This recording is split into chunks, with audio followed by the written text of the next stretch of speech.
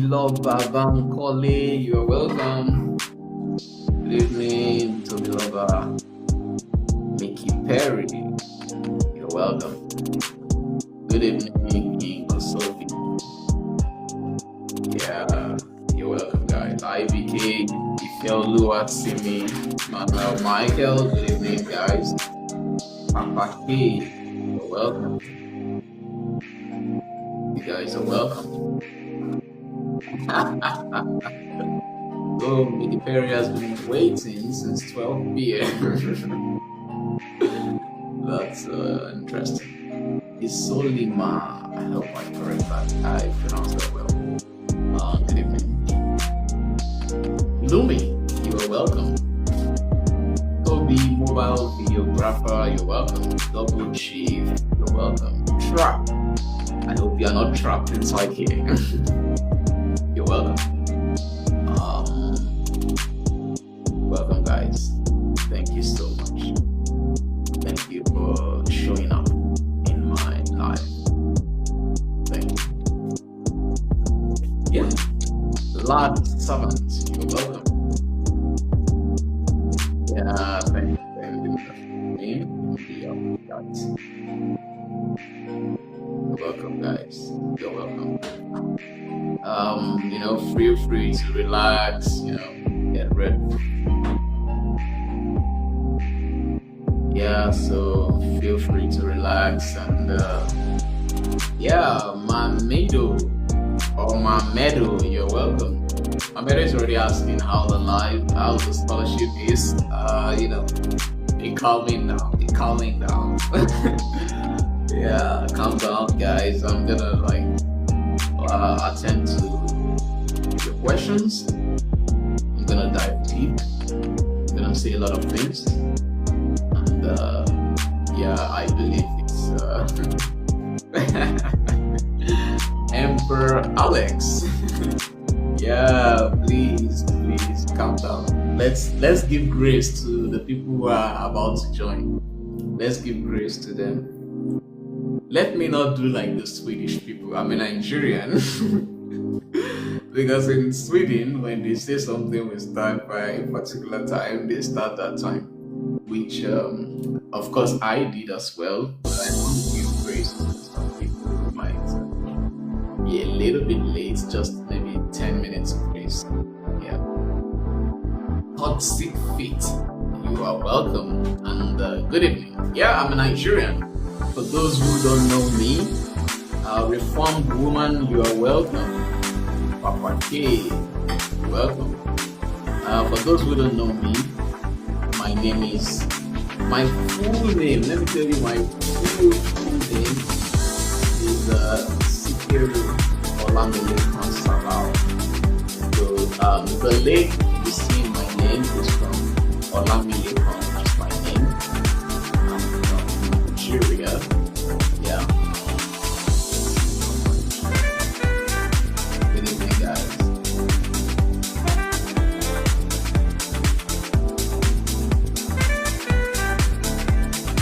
Yeah, I'm gonna turn down the volume of the background shortly. I just finished to get people here.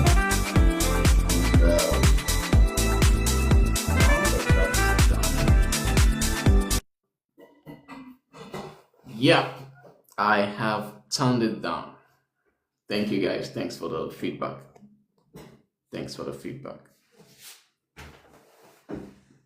Oh, thanks for the feedback.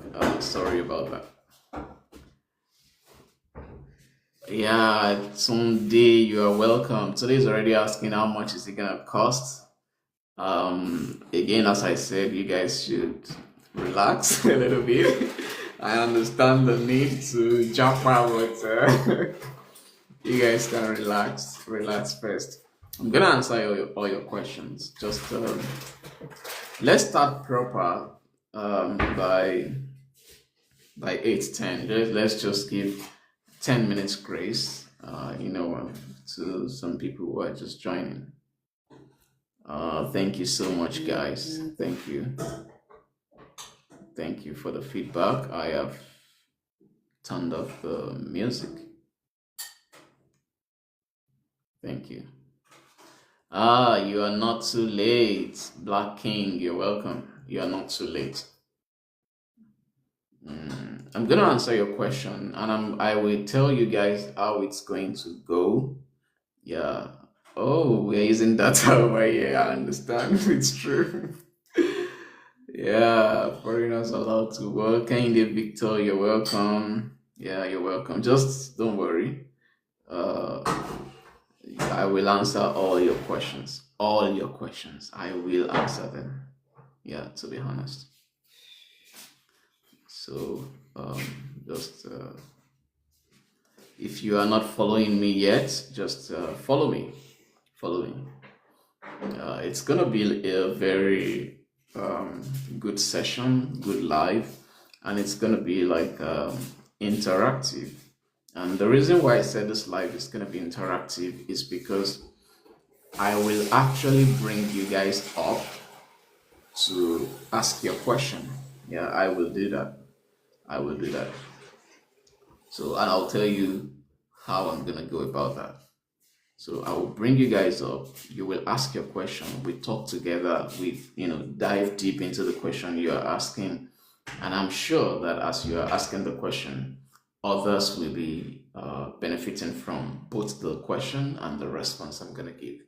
So that's why I said, don't worry, calm down, and I will attend to you all. The Vision Tech, you're welcome. I traveled last year. So before the live starts proper, let me just give you a background about me.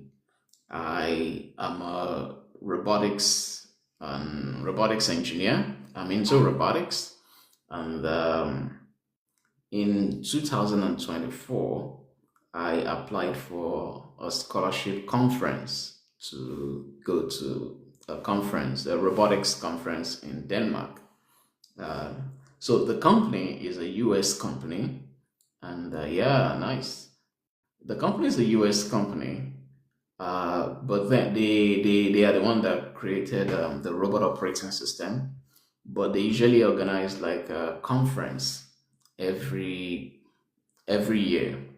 For instance, the conference for last year was held in Singapore, but the conference for 2024 was held in Denmark, and they usually give scholarship to people to come for the conference. And I applied for the scholarship because I have done some things in robotics. I have used their stuff before, and I even am part of the people that run a robotics community in Nigeria. So I applied for the scholarship and I got it, and that was how I found myself in Denmark in 2024. And so after that, when I got to Denmark, Denmark was so cool, so nice, so interesting, so beautiful. That was my first time moving out of Nigeria. I've never been out of Nigeria. And I think the farthest place I've been to before that was Kano State, where I did my NYSC. So I'm from Nigeria, by the way. Some people are asking where I'm from. I'm from Nigeria. No, Sweden. We are actually the same time with Nigeria and Sweden. So no worries. So for now we are the same time. It's gonna a time will come where we will not be the same time anymore, and I think that time one of us will be 1 hour ahead. So, but for now we are in the same time. All right. So yeah, that was how I got to Denmark, and when the conference ended, we did a tour. We moved around the city because when I came to Denmark, I landed at Copenhagen, and from Copenhagen, I went to the city. I took a train to the city where the scholarship, the conference will be held. Oh yeah. So that was how I got to Odense. Odense is the city is the city where the conference was held, and I spent like 5 days there, and then came back to Nigeria. So when I came back to Nigeria, I already had it in mind that I will apply for the Swedish History Scholarship. But then I got much more drive, much more motivation that, seeing the Scandinavian, the European country, I was like, wow, I really need to come to this place. This place is so cool, it's so nice, and all the stuff. And that was how I kept applying for jobs, robotics jobs, and every other thing. So I'm just giving this preliminary story before we start proper, by the way. If you are in the live, thank you, Double Chief, for giving me the rose. I really appreciate that. Wellness Palm is also one of my biggest supporters here. I don't know if it's she or he, honestly, but anytime there is Wellness Palm on my live, she throws me a lot of roses and stuff like that. Yeah, so that's it. And when I came back to Nigeria, I was like, oh, I need to go back, I need to go back, and so on and so forth. And that was how I was lucky because I applied for the scholarship and then I got it, and then I came to Sweden. And maybe one day I will go back to I will go to Denmark. Somebody's asking if I'm okay. Not me. It's asking another person. Yeah, that's good, guys. I like that the life is engaging. I like that. I like that. I like that. So, guys, it's 18:10. That's a 6:10. We are gonna do something, and we are starting proper right now. Since we have quite a number of people on the live, so we're gonna do something. I will start first with the people who are applying for the 2026 round. For those of you who showed interest in the scholarship, don't worry, this live is for you. I will attend to you very, very well. But for now, I want to quickly give opportunity to the people who are currently applying because they have just 2 weeks to submit their application. So those people, I want to attend to any of them that if you have a question, like something bothering you, you are not sure about something before you submit your application, those are the people I want to attend to right now. But the rest of you who are interested in scholarship, you need to learn from, when I'm attending to these people, you need to learn from some of the things I'll be telling them. And also, you need to stay back because I will just attend to them shortly and then come back to the real other people who are preparing against the next round. So stay with me, don't leave, learn from the 2026 people who have already started their applications since 2025. Learn from them before we now move proper to the people. So this is my rule. My rule is this: if you are applying for the 2026 round that is already going on right now, that will end in just 2 weeks, if you are applying already for that and you have a question, you send an emoji, drop an emoji in the comment section. You have a question, you have something bothering you, there's something you need clarity on, drop an emoji right now, any kind of emoji, and I'm gonna bring you up. Okay, Fomski, I'm bringing Fomski up, and I'm also bringing Tammy up. Okay, Fomski, Tammy, should I bring the vision? So the people I'm bringing up are the people who are applying for this round right now, the 2026 round, and they have a question. So when I'm done with this set of people, then I will move to the next people, the other people who have question as well. Yeah, I will move to other people who have question as well. So I have sent a request to you guys. Hello. All right, Fomski, you can go ahead and ask your question. Hello, good evening. Yeah, good evening, Fomski. Okay, good day, sir. Hello, how's today? I'm sorry, I just came up. Sorry, please. Can you mute yourself? It's Fomski that is talking right now. I don't know. This is the first time. When I'm done with Fomski, Okay, it's Fomski, okay. I'm gonna move to Tammy.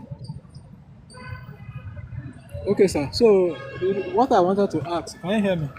Yeah, I can.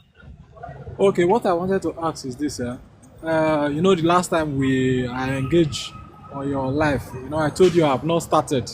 Mhm. So when I went back, I started, doing my feeling and rest. Then, what I wanted to ask is about this work experience and this leadership experience. There is a format that is given. It is that format that the referee will fill for me, or they will write a plain whatever. Mhm. Yeah. Is it the format they are going to follow to fill their own this thing?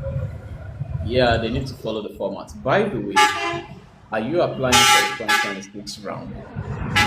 Yes, yes, yes. Yes, it's the format they will fill. Yes. We don't use any other format. Don't provide any other document. We don't want any other document except that format. That's Okay, template. so everything I'm filling has to follow the template. In fact, it's the template you should be filling. Because from the way it is, there is a place that signature and stamp is. So sorry for asking this. So I will print the thing out, or I will print it out for the ref. So that after filling or whatever, then I will now scan it and make it a PDF file. Okay. So this is how it goes. You can do it in two ways, and I will tell you how I did it in my own. Okay. So there is a kind of noise from you, so you might want to mute yourself now. Okay. Okay. I can. Okay. Yeah. All right. Thank you so much for that. So again, guys, as I said, when I'm done with Formsky, I move to Tammy if he's still here, and then move to other people who show interest, who want to talk about this current one. So basically, the way you go about it is that if you send the template to whoever needs to fill it, and when I say whoever needs to fill it, I mean maybe it's your work experience form or the leadership experience form. You send the template to whoever needs to fill it. They will fill it with their on their computer. After filling the form on the computer, they will then print it out. When they print it out, then they will stamp the document and sign. When they stamp the document and sign, then they convert it back to PDF. So you can do the conversion different ways. Either you take it to a scanner by scanning, or you just use your phone to take it as a picture and you save it as PDF. So it depends on whatever method you want to do, and that is it. So the other way is that for me, I did not want to stress whoever is signing my work experience or leadership experience. I didn't want to stress them, or let me say, I didn't stress them. What I just did is I filled it myself, because at the end of the day, what they are asking for is name and your phone number, your email. So these are like very basic things. So I fill the form myself, since I know the person's name, I know the person's phone number. So I filled the form myself. I took away the burden or the responsibility of them trying to do some of these things. Sometimes some of these people are busy, they don't really have the time. Sometimes it's not even that they are busy, but people, when something is not about them, they become reluctant. So they might delay your application, because you might send your application to somebody and it's dragging and it's taking 3 days just to stamp and sign and fill something very small. And some people might even take up to 1 week unless you keep following them back to back. So for me, to avoid that, what I did is I filled the form myself, because what is in the form is just your name, your phone number, and whatever. So I filled the template myself. I converted it to PDF. It is the PDF I now sent. No, I didn't even send the PDF.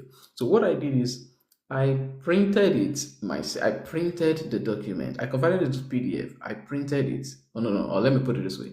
I filled the form myself. Then I printed it. Then I went to the office. I gave the person. Since some of them, I'm still working in the company. So I gave the person and then the person stamp and sign. So all I require from the person is just, hey, just stamp this thing and sign.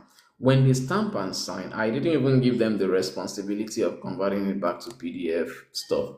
I collected it since they've stamped and signed. I converted it to PDF myself, and then I submitted it. So that's how I did it. But for companies who I am not, I'm far away from them. I This is what I did. I filled the form myself. After filling the form myself, I converted it to PDF. I sent it to them. I told the person to print the document out. When the person printed the document out, then they will stamp and sign. When they stamp and sign, they convert the file back to PDF and send it to me. So because eventually it's the PDF file I need, and because that's what you submit, and then I submitted it. So that's how I go about that. Do you have any other question from Ski? Yes, I have another question. Sorry. Yeah, go ahead. The other question is, work experience I have. I can't hear you clearly. There's noise from Can you hear me? Yeah, it's better now. Can you hear me? Yeah, it's Yes, better. I said the work experience I have. They are in two forms.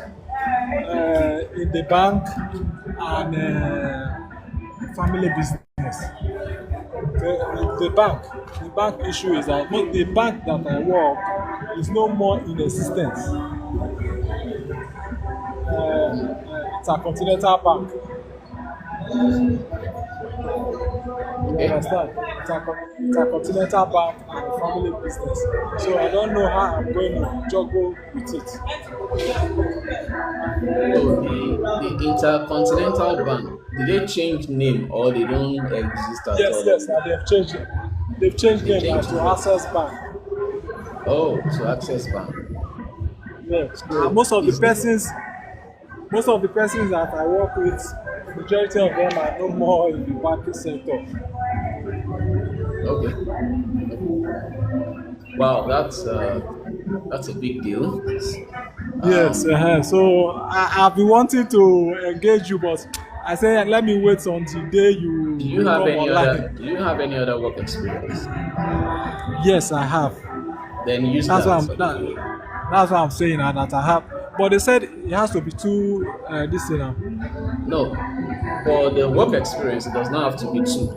The No, not the criteria, work experience. I'm not talking of the work experience. I'm talking of the ref. the reference. Yes. Yeah, so the reference should be two, one from employment and the other from a network or society organization. There's a lot of noise from you actually. Sorry, it's I'm very close to the road. Okay, it's okay. So that's So the thing is, um, for the reference letter, one is from employment, the other is from network or civil society organization. Since you said as far as employment is concerned, you have another like a family business, then you can use that for your work experience and also for your reference letter. And then you find a network or civil society organization that you can use for because your second reference letter. because the family business, you know, they said something about none of your family members will have to because it's a family business is a hotel. You understand hospitality, so you've been See, working there for a very if long it's time. if it's a hotel and it's a family business, trust me, they have no idea that it's a family business. You just write the company's name. They have no idea that you are connecting to. Yeah. Okay, no problem. So No just problem. treat it like you would treat every other normal company or employment. Yeah. Thank you so much. Thank you. Yeah, you're welcome. So since Tammy is not here, it dropped. I'm gonna go to Taufik. Taufik, you can go ahead, please. Yes. Funski, you Um. can drop so that I can bring other people in. Yes. And Um. sorry, please, before Taufik goes, I want to bring more people in. So again, if you want to join, if you are a 2026 applicant, like you are currently in the 2026, I want you to drop an emoji and then I'm gonna bring you up. If you have questions to ask. If you are 2026, you have questions to ask, then I'm going to bring you up. Please, if you are not 2026, don't come up. All right. So Taufik, please, you can go ahead. Sorry. Thank you very much, like, for this session and opportunity. So I just really come across your page, like, in the last 15 minutes. I was just on TikTok and I saw your page. Like, there was a video you did about Sweden. So Yeah. I was not like, and the notification popped up that you're having a live session by 6. I'm like, wow, what a coincidence. So let me join. So um yeah, I applied for 2025, yeah, and I got admission, but I did not get into the SI. And I'm trying again. Hopefully, I get in this time. So, but what I want to ask is this: like, um, your application. I know you've won Denmark scholarship, like you mentioned before. So, what are the things that, like, makes you stand out, like, generally, like, that makes you, like, that you feel like, oh, this particular direction or this particular thing I did, make my application to stand out in SI. So, for me, I think what made me stand out is that I made sure that I met all the requirements. It's very, very important meeting the requirements. So, I think that's the number one thing, that meeting all the requirements. For instance, they ask about 3,000 work hours experience. I met it. They ask about having network and civil society organization. I met it. They ask about having leadership experience. I had that. So I made sure I tick all those boxes. And then the second thing for me is that I I read the documents carefully and made sure that I followed all the instructions. I think one of the reasons why people don't get the scholarship, in fact, a lot of people don't, from experience right now, I think one of the reasons why a lot of people don't get the scholarship is like they don't pay attention to the instructions. They have instructions that they have put in place. And when you follow these instructions, you will most likely be in a good place to get the scholarship. By the way, if the noise is coming from your own side, I think you should mute. Anybody who the noise is coming from their side, you can mute. And so I think the reason is that number one, I met the requirements. Then the second thing is I paid attention to every criteria. Now, let me tell you about something about the Swedish University Scholarship. When Yeah. they tell you that we prefer this thing, when you go through the scholarship website, you will see that they will say that it is a merit if you do this. It is a merit if you do that. So it means that okay, you can do this other thing, oh, but it's gonna be much more better if you do this one. Then that's what you want to go for. For instance, they told you guys that your reference letter one should come from employment, and they said it's a merit if the other one is coming from network or civil society organization. So you want to follow that. The leadership experience as well. They gave like criteria on they try to say, you can provide leadership in this area, in that area, but it's going to be a merit if the leadership is coming from this particular area. They said if the leadership, it will be a merit if it's coming from the work experience, the employment. So those are the things you want to pay attention to, and then you will make sure you provide all those things. That I feel like when you do that, I said it the last time I went on live, that I think this is just my own thoughts.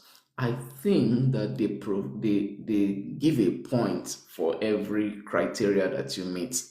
I think they give a point for that. And if you don't meet certain criteria, you might get lesser points, and they will probably go for the people who have higher points. Also, I think that the application is going to be firstly selected by maybe an AI system or an automated system that goes through randomly through the applications and try to sift out the people wouldn't even meet the criteria. I think so because in my own set, they told us that more than 8,000 people applied. And I'm sure that humans will find it difficult to go through 8,000 application. So I think at some point they will use a kind of automated system in the beginning to remove some people, to weed out some people. And then maybe later on, that's when humans will now start checking the application themselves. So you want to put yourself in the best position by making sure that you meet all the criteria and also meet follow all the instructions. That's the first thing. So the second thing is when you reference people, the people writing your references, when they are writing all these things, um, you want to make sure that they are writing the right thing. For instance, sometimes some people write references and then I will look at it and I will be like, this person writing this reference is not even really asking the question they are asked. I'm sorry, it's not even answering the question they ask in the reference, whatever. So you need to be following up back to back when it comes to your reference. And in that regards, I think I have an opinion about that. My opinion is this. Most times people don't really know about you. You will think that people really know about you very well like that, but most times they don't really know about you. You know about yourself the most. You really know what you've done. You can ask somebody to write a reference for you, and they might be like, "What do I even write?" And I don't even know what to write about this person. Maybe I've even forgotten what this person did in this company. Like they might not really be able to puts up something together. The other thing is that some people have difficulty when it comes to writing. It's not everybody that knows how to write. And for people like that, they may put you at a disadvantage when it comes to writing the reference letter. And here is my opinion. My opinion is write these things yourself. Write them yourselves in the best way. And then all you just need to do is present it to whoever is your referee. If they agree to what you've written, then they should stamp it and sign. Their work is stamp and sign. You have taken the burden of them thinking about what to write. Because most times when you send references to people to write for them, they have to start thinking of what to write. Reference is like, in a way, it's like, I'm just saying in a way, it's like they are writing a motivation for you. And it takes a lot of time to actually think about what you have done and, crafting out something to address what you have done. It takes a lot of time. And again, as I said, sometimes some people might have even forgotten some of the core things you have done. I went through somebody's reference and at the end of the day, the person, I think it's on this live, the person mentioned some things about the reference. And it's like the core things, the very important and nice work that the person has done. The person who wrote the references missed all those things. He left them out. He didn't mention those things. And the person was like, but I did this kind of thing. And those things were like strong points if the referee actually penned them down. They were a strong point. And I told the person that's why I said that you know yourself the best. All these referees and whatever, sometimes they don't know you well. In my own case, one of my referees was in the US, and when I sent it to him to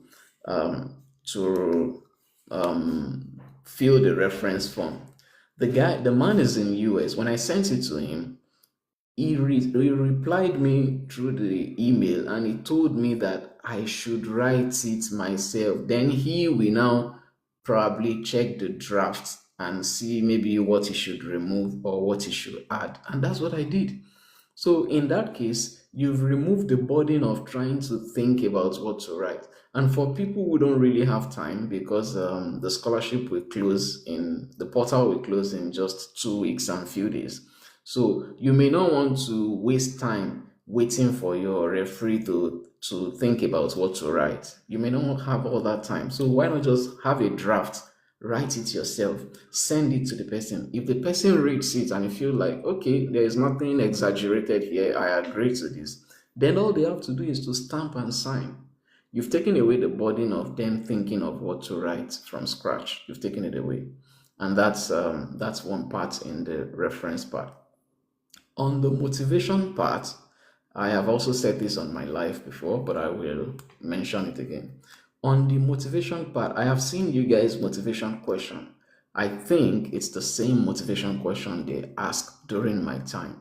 If you've been on my live before, I talked about how I wrote my motivation and I gave a suggestion. So I'm going to do that again. I will give a suggestion on what I think you guys should do to be on the best side. I've said it before, Sweden, when it comes to sustainable development goals, they are big people when it comes to that. I showed some people around sometimes my area and tried to give them a perspective of how these people are actually big when it comes to sustainable development. So UN has, I think, about 17 SDGs, Sustainable Development Goals. So you want to make sure that your motivation is tied to a particular SDG goal. I gave an example that in my own case, so that's one thing I've mentioned. The second thing is have a particular problem that you are trying to address. Let me quickly open my laptop and see that motivation question they ask you guys. But just in case anybody is here that can quickly read it, I will appreciate. But I'm currently on my system right now. I want to give me a second. So I want to quickly check that motivation question. Oh, I need to. Okay. So while I'm doing that, let me just. I think somebody should help me get that. But let me just continue. So in my own case, as for my motivation, so what I did is I have a problem that I was trying to address, and then I connected that problem to my country that I'm trying to address, and then I also tied the problem to one of the SDG goals, because if your problem is not relating to the SDG goal, they consider it as an irrelevant problem, like it's not relevant. So, and when I say SDG goal, mention it specifically in your motivation. Let them know that what you are trying to solve is something that relates to what the global world is looking at and looking after. So in my own case, I was trying to solve a problem in agriculture through robotics. So I wrote that I want to build a robot to help in sustainable agriculture. So whereby, because the whole problem where I got my idea from was some years ago where tomato became very scarce in Nigeria. And the reason why tomato was scarce in Nigeria was because there was a particular disease called tuta absoluta. This disease affected tomatoes, and tomato became very, very scarce in Nigeria, and also not just scarce but expensive, because when something is scarce, it becomes expensive. So it became very expensive, and that was, if you guys can remember, that was the time where people, when they want to make stew, they started using onions to make stew. Like they blend a lot of onions. People started, doing a lot of things. People were making carrot stew just to make the stew plenty because there was no tomato in the whole country and the tomato was very scarce. And it was a disease called tuta absoluta. So I was like, my idea then was like, okay, maybe if we have a robot in this farmland that has been checking and doing crop yield estimation and also checking maybe whatever is happening to the plant, maybe we could have averted this problem earlier. So my motivation was based on that I'm trying to create a robot to solve a problem with agriculture. And when you are creating a problem to solve a robot to solve a problem in agriculture, that is tied to SDG 2, which is zero hunger. That's SDG 2. You can see how I had a story because they said you should write your motivation within 1,000 characters. That's very small. You don't have a lot of things to write in 1,000 characters. So you need to be convincing. You need to come up with something pungent, something that hits the point, and something that is a relevant problem that the United Nations is concerned about. So that is how I came up with my own. I told them that there is a problem that affects millions of people all over the world, and this problem is about agriculture. And after that, I also mentioned how I want to solve that problem. I think they said in your own case, they said a kind of problem or something that you want to solve in your country. I think they mentioned something like that. I will probably check later. So you can mention that kind of a problem, how you want to solve it, and tie it to a particular SDG goal that the problem relates to, so that they can see that what you are solving is globally relevant, even though it's a problem in your country, but it's also globally relevant based on what the United Nations mention. And that's what I think, that if you follow all these things, let me just reiterate what I've said so far. What I've said so far is that make sure that you meet all the criterias, make sure that you follow all the instructions to the letter. To the letter, follow everything. Before you submit your documents, cross-check the number of hours. Did you get the calculation correctly? Check all those things, check all your dates and everything. So, and then for your reference, I also mentioned the third thing I mentioned is your reference letters. Make sure that your reference letters, they address the real questions they were asking on those letters. So address the real questions they're asking on those letters. And if you do that, then the next one is the motivation part. I just explained the motivation part. I think if you do all of this, you will have a good application. We need to move to the next question now. I hope that is okay for you, Taufik. Much. Yes, I really appreciate. But please, I still need one more. Thank you very much that you've touched all the points that needs to be touched. But I think for the sake of other people too, if you can also enlighten us more about the CV part, So, what's the question you have about the CV? Do you have any right? particular question? And like just help me to like go through the process of how you made your own CV to look polished, and how you your CV stand out also. All right, good. The thing is, let me shock you guys. You will be surprised that I don't really write too much stories. I'm telling you, you'll be surprised that in my CV, because in CV some people write. I've seen some people write a whole bunch of stuff, and it's good. It's okay. For me, I did not really write too much. I just go straight to the point to what I did in those companies, and then for instance, for me, I listed three companies, and then because I was also using network of civil society organization, under the network of civil society organization, I put the company I want to use as network of civil society organization. Under the education part, there is education and training. I only put my bachelor's degree, and that's all. I studied the Bachelor of Technology in Mechanical Engineering from Ladoke Akintola University of Technology, and I put it there. That's all. And I just added like three important courses that relates to what I want to go and study in Sweden. I put it there. Um, Automatic control system, programming, and engineering analysis, and I just put those three there, and that's all. I didn't do anything much. On the other side that says that, oh, have you gotten a scholarship or something before? If you started this live with me, you will remember I mentioned about Denmark. I put the Denmark thing there, that I've been to Denmark before, and just for a scholarship conference that I got. And also, I got a scholarship from Sterling Bank, because I started a company in Nigeria, and I got a scholarship from Sterling Bank when I started the company to attend, to join the Founders Institute venture capital, those kind of pre-seed acceleration and all those stuff. Yeah, so, and I put that there as well. Again, you don't need to have any scholarship that you've gotten already. I'm just telling you based on what you asked for me.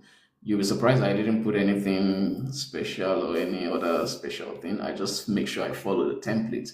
I follow the template, put my name, and I put my there's this blue part where this blue text on the CV. I left it there because some people are asking, should I delete that blue part? I left it there. I didn't delete it, and I still got the scholarship. Some people are asking about the dates in the CV. In the CV, for instance, if I work October 2025, and maybe I'm still working in that company till today, I just write October 2025, and then I put slash, and then I put today. So meaning that I started work at that company October 25. I didn't put the particular day. I just put the month and the year, October 2025, and then I put dash till today. So if I work, maybe I'm done working in that company. I'm not working in that company. I just put October 2025 to December 2025, and that's all. So nothing really special that I did about the CV. I just make sure that I fill everything they asked, and yeah, that's it. That's it. So I hope that's okay for you, Taufik. We need to move to the next person now. The dark, what am I reading? The dark Thank you nurse. very much. I really appreciate. You're welcome. You're welcome. So, guys, before the dark nurse, I just need to say that I will still talk about the scholarship, real scholarship from the beginning for the 20 people who are interested and want to apply against the next round. I'm only addressing the people who are applying right now, and their application is going to close in about 2 weeks. So those are the people I'm just addressing, and when I'm done with them, I will come and address you guys. Yeah, the darkness. You can go ahead, please. Okay, Because thank of you. because of other people joining, Taufik, you might want to drop so that we give privilege to other people to join. Yeah, go ahead, please, darkness. All right, thank you, sir. You just said you're still addressing those who are currently in the process and who Yeah. people are currently applying. I think I'm not in that category because I just want to apply, so I'm not already in the process. So All right. Thank you so much. I will get back to you. Then, if you're Lua, I guess, yeah. If you're Lua Simi, you can go ahead. Yeah. Thank you very much for this opportunity. I have a couple of questions that are very specific to my application. For example, I worked in a company that is a subsidiary of another company. So there's a parent company that has two companies under it, and I worked first in the first company, and then I was transferred to the second company. Now I want to apply as with those two companies as two different work experiences. But I realized that people that will sign for me, for example, the HR, the CEO, most of them are on a group level kind of role. So when they sign for me and I put their roles, is showing the group level. So I'm not now sure if it's going to be confusing. Won't it seem like it's just the same company and I'm just separating it into two? Do you understand? Yeah, I totally understand your question. But let me answer it this way. Or let me ask the question.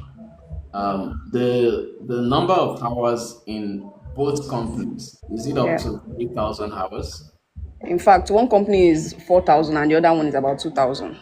Awesome, awesome. It means that you don't have to worry yourself about using two companies. You can use one. And let me tell you something about this scholarship. They don't really care whether you've worked in 5, 10, 100 places. The criteria is, have you worked up to 3,000 hours? That's the criteria. They are not looking for whether the 3,000 hours has been splitted with 3, 4 companies. No, they are just looking for, have you worked 3,000 hours? That's all. Then the next thing you need to be concerned about is your leadership experience. Did you take any leadership role in that company? Those are the things you need to ask yourself. So I don't know, does that answer your question? Yes, yes. All right. So now that you want to use one company, since it fulfills the 3,000 work hours experience, I have a follow-up question for you. Do you have a leadership experience in that job? So I have leadership experience, but not in that company. In Oh, another not in that company. company. In another company. Very good. Yes. Now, because you have leadership experience in another company, I will advise you to put that other company in your work experience as well. So put them in your work experience so that when you reference them in your leadership experience, they can see that you also work there. So use that other now, this is the reason why I'm saying this is this. Even though, or no, not the reason, but let me just give clarity. Even though the first company already met the 3,000 work hours work experience, still add this second company because you want to use them as your leadership role. Still add them in your CV. Add them in your CV. And also add them in the work. Okay. You get it? Yeah, so what I was thinking before was to submit two work experience and one leadership. Then those two work experience was supposed to be split between those two companies. Then the leadership experience is supposed to be for the one that I'm currently working in now, which is my leadership role. Are you saying I should make that leadership experience both work experience and leadership experience? What I'm saying now is this. That first company you talked about, use them as work experience. Okay. This new one that you said you are working with now, use them also as work experience, meaning you have two work experiences, right? Okay. Yeah. Then this new one that you are working at, use them as leadership experience as well. Okay. Okay. So it's in the end, you have two work experiences, one leadership And experience. leadership experience. All right. All right. Thank you. Very good. So whatever you are doing, please be fast about it. As I said, fill some of these forms yourself. Just send it to them to Yeah. stamp so that you don't waste your time. Okay. I also have another question about charity. So I worked in a charity organization since 2022, but the issue with that is, is not a consistent work. Is when they have programs. Mostly, that's when we are active and we work. So I'm really confused about how to calculate the work hours because I don't know if I should just calculate from 2022 till now, or I should just try to remember the times we are active and just try to put together some work hours from there. All right. So what you're going to do is this. You just use your discretion on what best you think you've worked with the number of hours you feel like you've worked with. Just use your discretion. To be honest, as I've said this before, I don't think the SI people, the Swedish Institute people, I don't think they have a very strong database like that to confirm some of these things. You just need to be, they said it on this application that they will do a background check, and that's all they can do. They cannot really be so sure that, oh, you've done 5,000 hours or 3,000 hours. They cannot really be so sure. So use your discretion. Don't use too big numbers. Don't use number that is too big, and don't use number that is too small. Just try to find a common ground and say, okay, I worked for instance, for me too, I didn't work so long for the company. I just worked like 1 hour. And I calculated a work of like maybe 3 hours per day or something like that. So you can use your discretion to handle that side of things.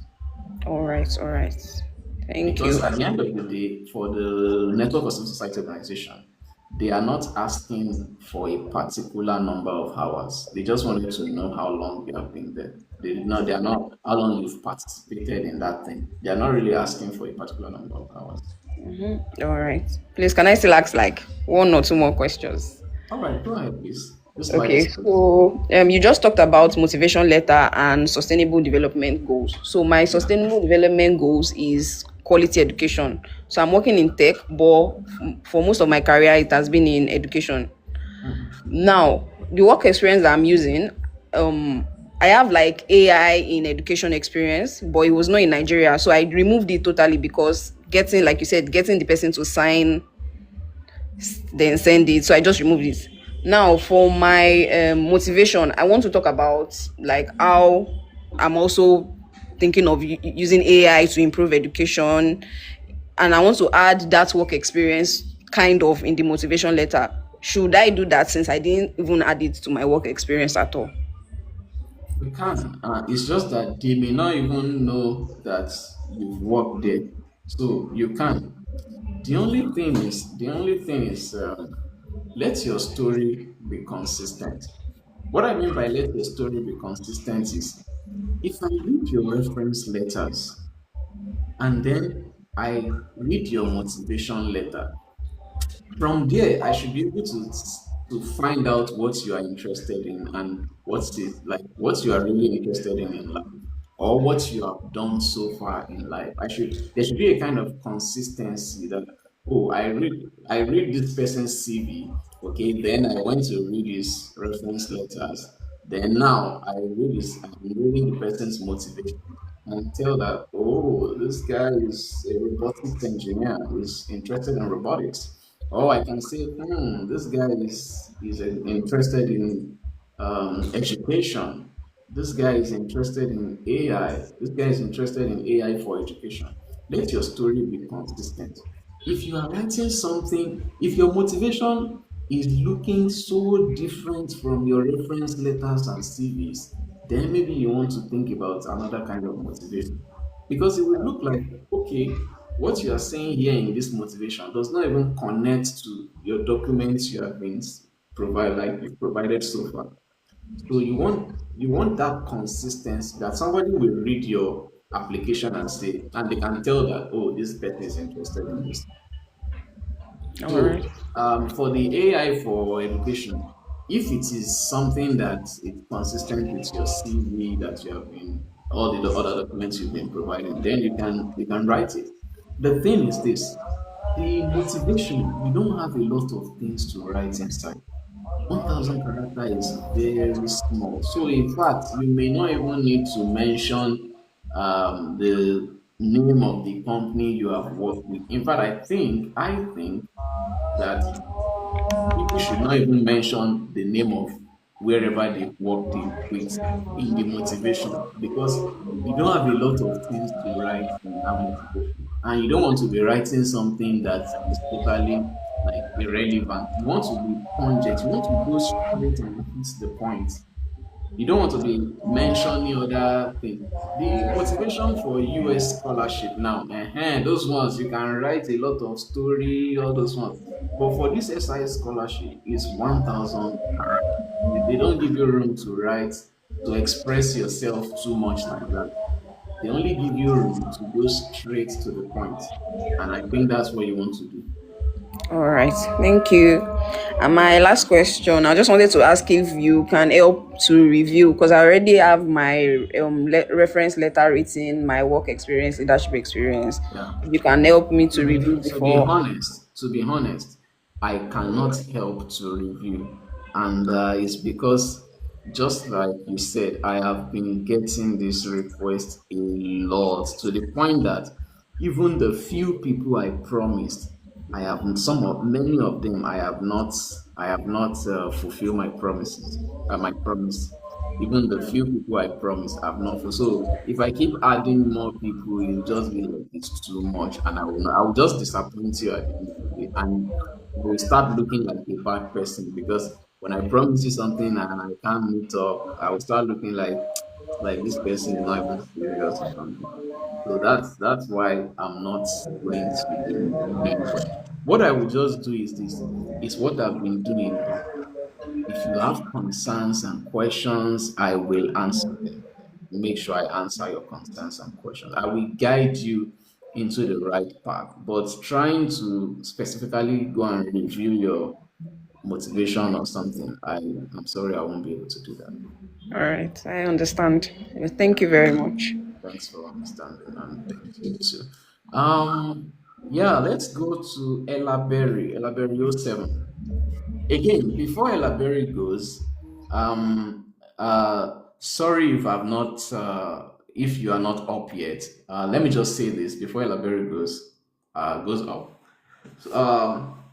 If you have a question, if you are applying for the 2026 round and you have a question about the application, because in 2 weeks, this round is gonna like close, the portal will close in 2 weeks. So that's why I'm giving these people the privilege.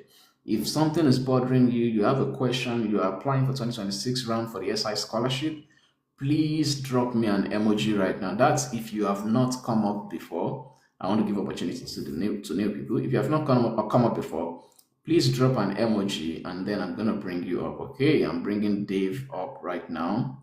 Dave, I can't bring you. So what you're going to do, Dave, is send me a request. I think I have a lot of requests here. So Dave, send me. Oh, I've seen your request, Dave. I have accepted it now. Okay, you're welcome, Dave. Okay, Omar, I've sent you a request, and you're welcome, Omar. Oh, Anna as well. Let me bring Anna up. You are welcome, Anna, and blessing. Wow, we have a lot of people. So, by the way, Anto. So, I'm gonna stop at Anto. When I'm done, then I will make a call again for more people. So, you can go now, Ella. Please, if you are not the one talking, please mute yourself. Thank you so much. Ella Berry is the one talking right now. So, Ella Berry, you can go ahead. Good evening, Mr. Leke. It's late. Thank you. Good Hello, evening. Mr. Leke. Yeah, Thank you for this opportunity. you're welcome. All right, so my first question is I already did the application for the university and we're currently waiting for admission results to be out. So I don't know. When I went through the site, when I read through the site, maybe I didn't understand it properly, but I read that the scholarship process would start after the admissions results were out. So I don't know if this information is correct. So please, could you enlighten me on that? What I mean by that is, of course, the admission process is going on right now, but the scholarship people are also collecting your documents as well. But Oh, then it does not make sense if the scholarship people picks you, like, okay, they feel like you are qualified and they are considering your application. But unfortunately, at the end of the day, you did not get admission. So it doesn't make sense because at the end of the day, if you don't get admission, you will not get the scholarship. So that's why, even though they are collecting your documents now, they will still have to wait for admission to be released. So when admission results is released, that's when they can say that, okay, this person we are picking actually got an admission, so is eligible. If you don't get admission, you are not eligible. But for now, you don't have anything to worry about until the day admission people, the university admission, until the day they will release the results, and that's when you will know whether you are qualified for a particular program or not. So don't worry about that. okay. So the reason I'm asking is, you just mentioned a whole lot of the documents that need to be submitted for the admission rounds. Okay. Already I have my reference letters because I used two already for the admission rounds itself. And then I have one from my current employer, which is meant to stand as my leadership proof proof of leadership Yeah. on the job skill. Okay, so the thing is, I also have I don't know if this also can serve as leadership proof. During my undergraduate years, I was the president of my department. So I don't know if there is any way that would also serve for a leadership role. And No. then in Let me submitting quickly answer that. okay, No, don't use the undergraduate experience because they specifically wrote it there that it's a merit if the leadership is coming from an employment. So undergraduate leadership, the things we did in school, all those ones are not from employment. They are just like personal, you get. So it's not like you are employed in a company because they wrote it there that the leadership should be that you have led some member of staff in your company, or if you are a teacher, you have taught students and things like that. So it's from, it should be from employment. And I think this is one of the things where that people miss. They just provide any leadership, but no, provide leadership from employment. That's when you stand a higher chance of getting the scholarship. You can okay, go ahead. so the my current job, I I think it completes for the 3,000 work hours. and that's I can still submit it as both the leadership and for the correct amount of work hours, right? Yeah. So if your current job, if it fulfills the 3,000 work hours and also fulfill the leadership experience, then you are good to go. It's fine. All right, thank you very much. So my other question is, I don't know if I asked this before. So I would have to wait till when the admissions is out before I can start doing the process for the scholarship, right? No. The scholarship documents have been released since last year. What you need to do is to fill those documents and submit on the portal. The portal was opened yesterday. Today is yesterday. The scholarship portal was opened yesterday. I think yesterday is Monday. Yeah. So they've opened the portal for you guys to submit your documents. They have a template. You have to follow their template, and that's all. So you don't have to wait until your admission status changed on university admissions. No, you don't have to wait for that. Go ahead now, fill all your documents, submit to the necessary people, let them stamp, let them sign, and then upload everything on the portal. The portal is open. If you go to the scholarship website, si.se, SI is Swedish Institute, si.se, you will see that in the call for application, they've also put a link to submit your documents. You can register and then submit your documents. So please don't wait for anything. In fact, you have 2 weeks to do everything you need to do right now. 2 weeks. Because the portal is going to close in 2 weeks and few days. All right. This morning I got an email from one of the schools I applied to. They gave me a link. They created a scholarship link. That's a particular school. They created a scholarship link that I had to submit some documents to today. So is it possible to get that scholarship and then still get the SI scholarship? This is my opinion. My opinion is that it's possible, actually. Okay. So that one is for people who want to fund themselves. I mean, when I say fund themselves, maybe not necessarily tuition, but like your living expenses, you want to take care of yourself when you get to Sweden. But you cannot get both scholarship. You need to forfeit one. You either go for the SI scholarship or you go for this one. So that's how it works. Thank you But very not much. but let me tell you something. If you think you can fund yourself in Sweden, it's really difficult. I have to be honest with you. If you don't really have your money, what's this English? If you don't have the money up front, it's really difficult to fund your study in Sweden if you don't have the money up front. But if you think like you have your money up front and you can fund yourself in Sweden, then you may want to try that school scholarship, the scholarship coming from your school. By the way, the scholarship coming from your school, is it full scholarship or they just give you discount on the tuition?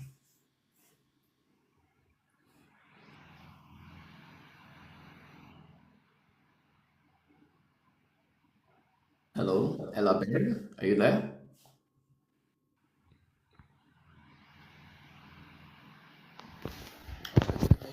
Ella Berry, are you there? Oh, she dropped. Probably having an issue with the network.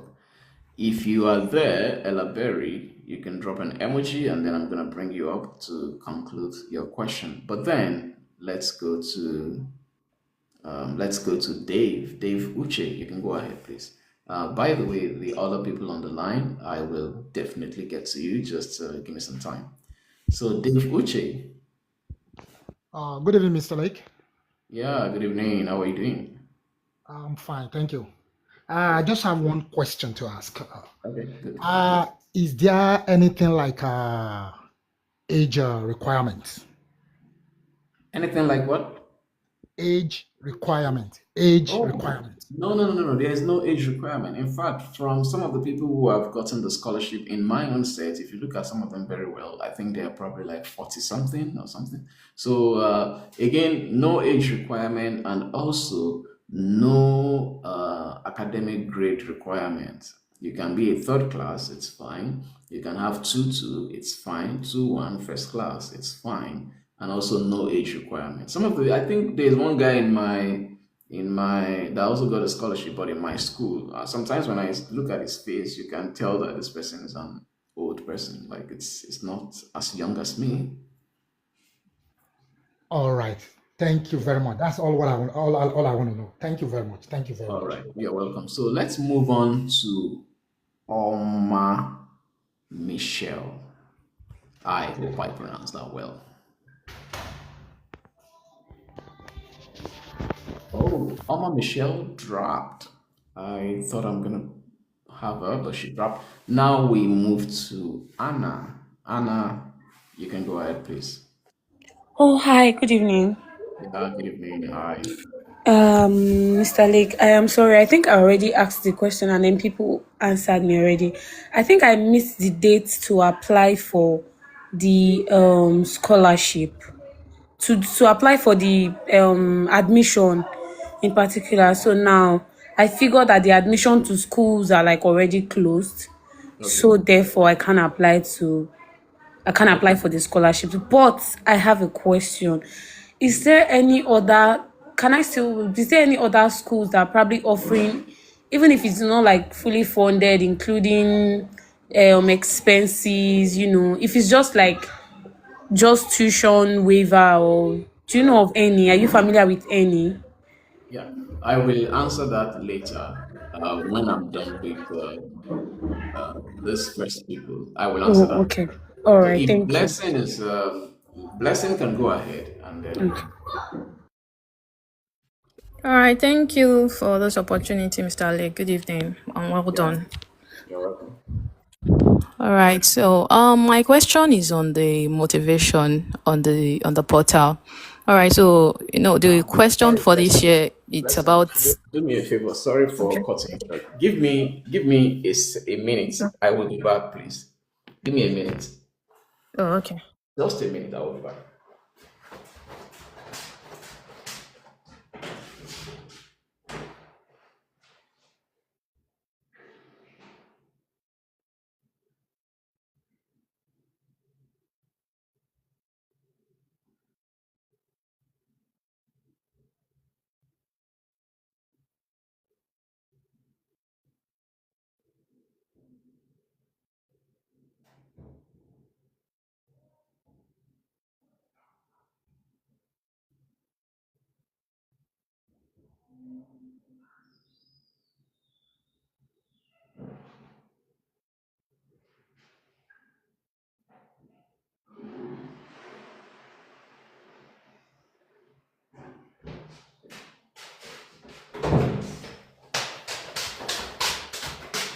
All right, I am back.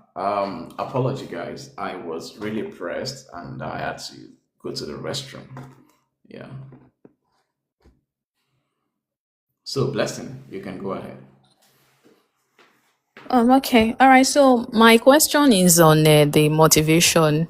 All right. So the question is out, So, and the question is like society challenge in Nigeria and how your course, like what you're picking is like going to help solve it. So, like for me now, I picked about four courses like in order of priority.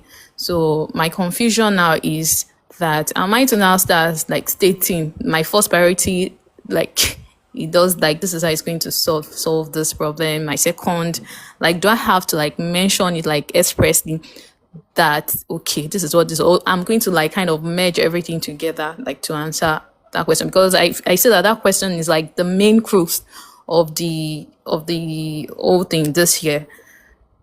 Yeah. So that's my All first right. question.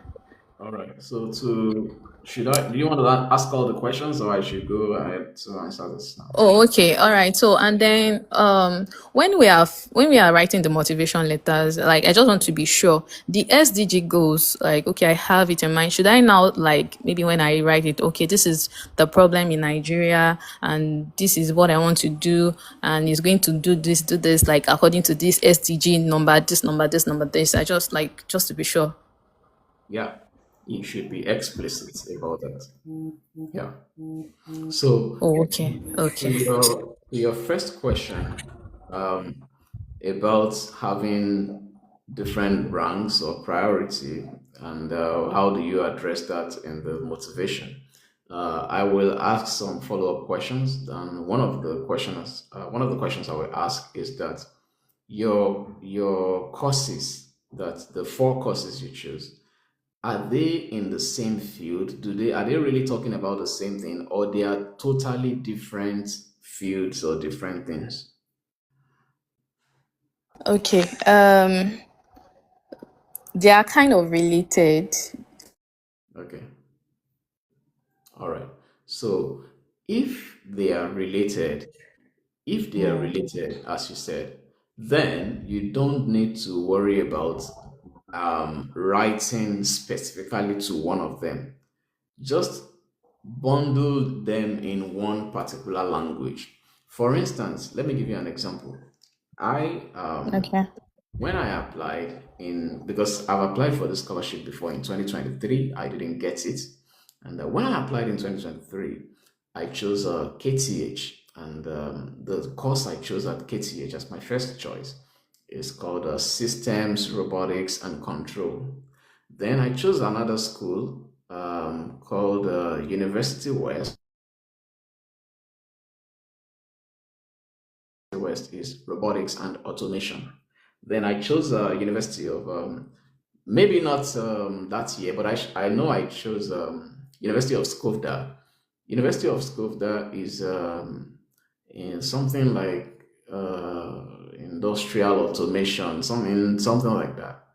My point here is that although all these courses they don't have the same title, but you can all sum it up into one word, which is robotics.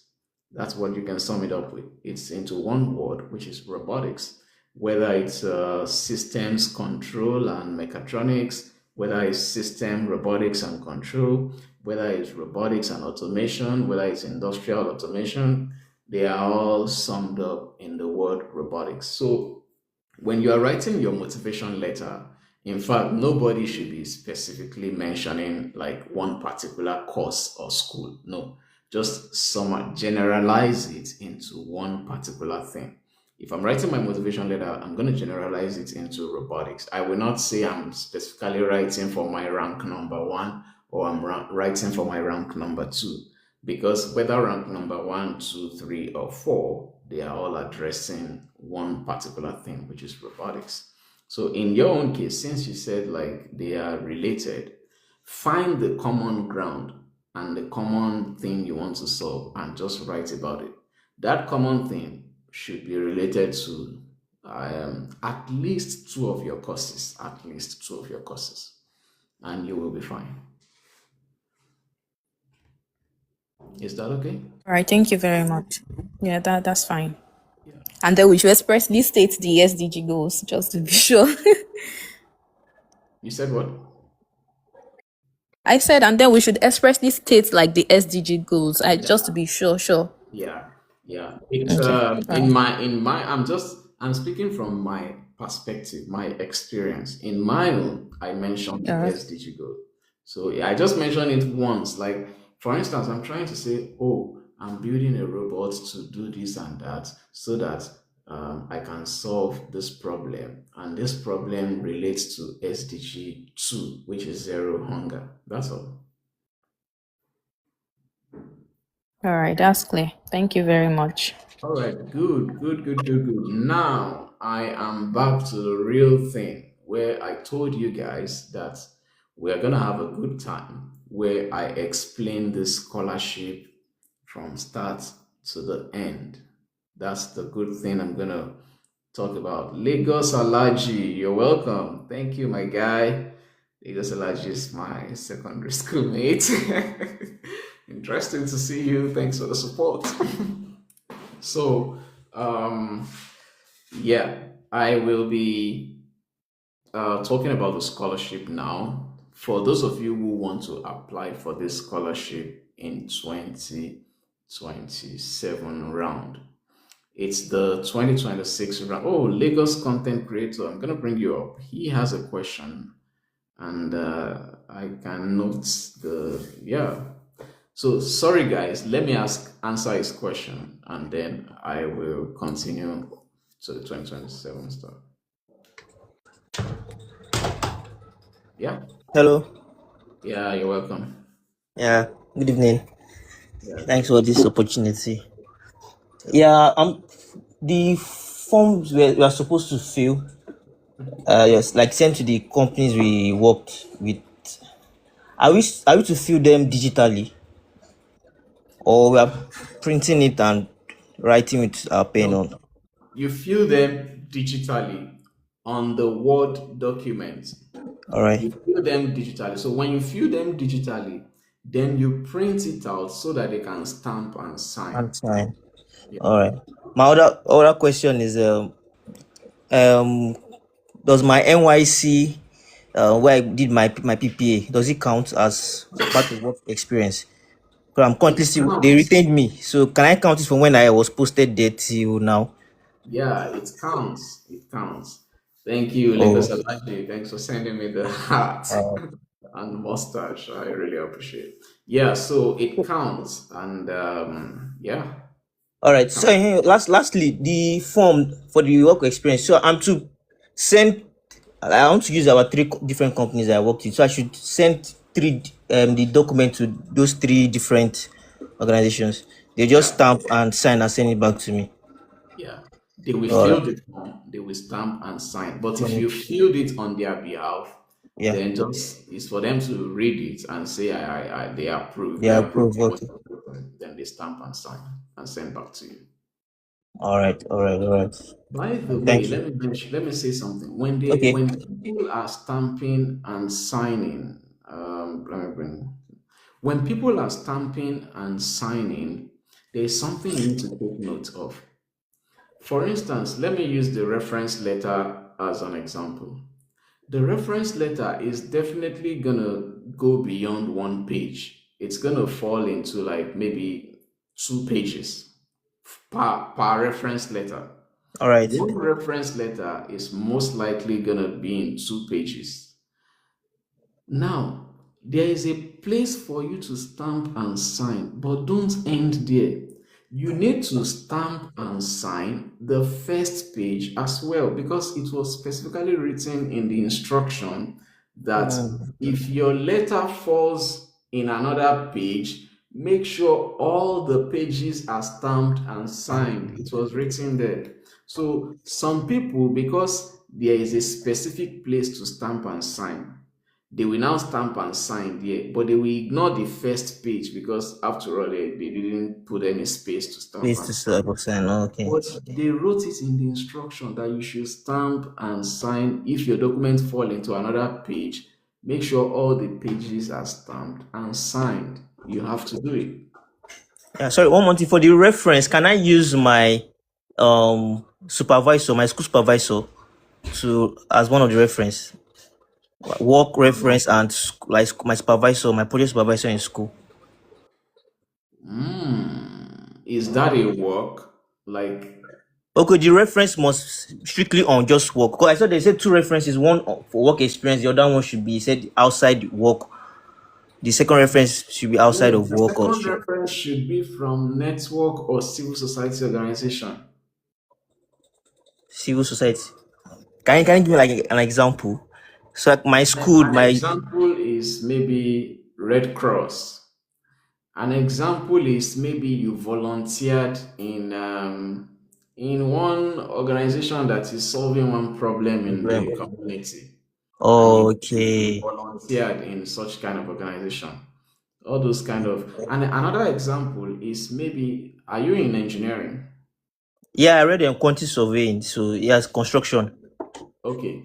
let's say, for instance, there is a an organization for your field. For let me give you an example with mine. For me now, there's an organization called Nigerian Society of Engineers.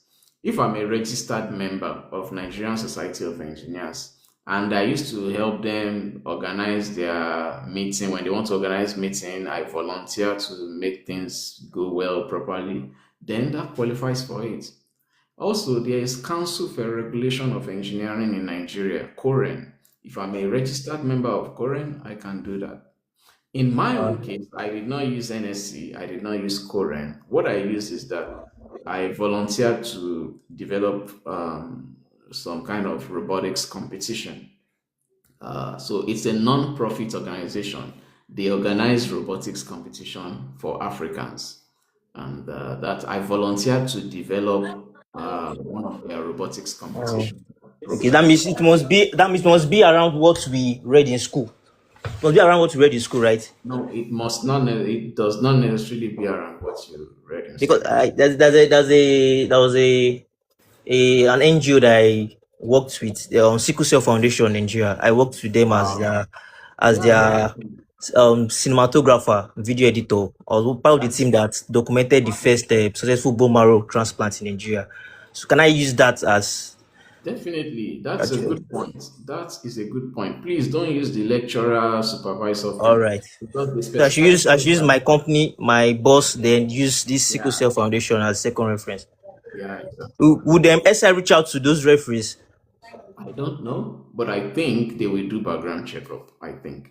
Oh, so you're not sure for your own. You're not sure if they reach out to the people that you put. They didn't call you that they got a call from them or No, no, something. no. I didn't get any such call. All right, no problem. Thank you very much. All right, you're Yeah, welcome. that was all for now. Yeah, thank you. All right, so Toby Loba, you can go ahead. Thank you very much, sir. So my questions, like one of my questions is that you mentioned that you applied 2023 and you were not picked. So Yeah. what is that thing you think you did differently in your next application? What is that thing you feel like, now this is what made them pick me? What I did differently, I think, is that I followed the instruction better.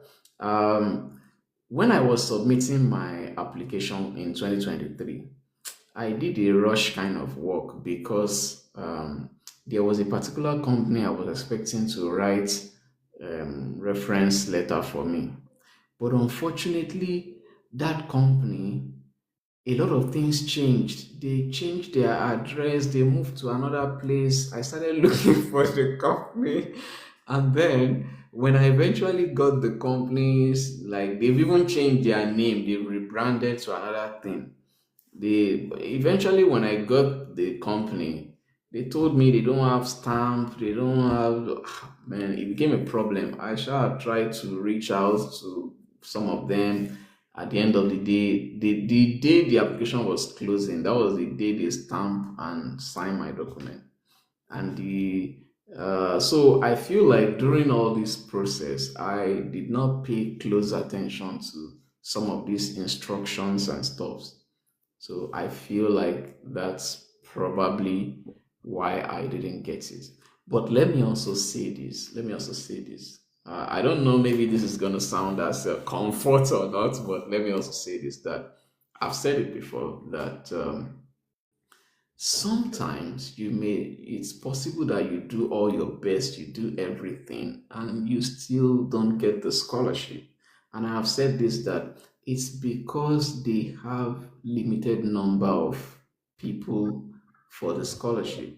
In my own case, imagine 8,000 people applied for the scholarship and they had to pick like 300 and something out of 8,000. That is, I guess that's less than 5% that they picked out of the people that applied.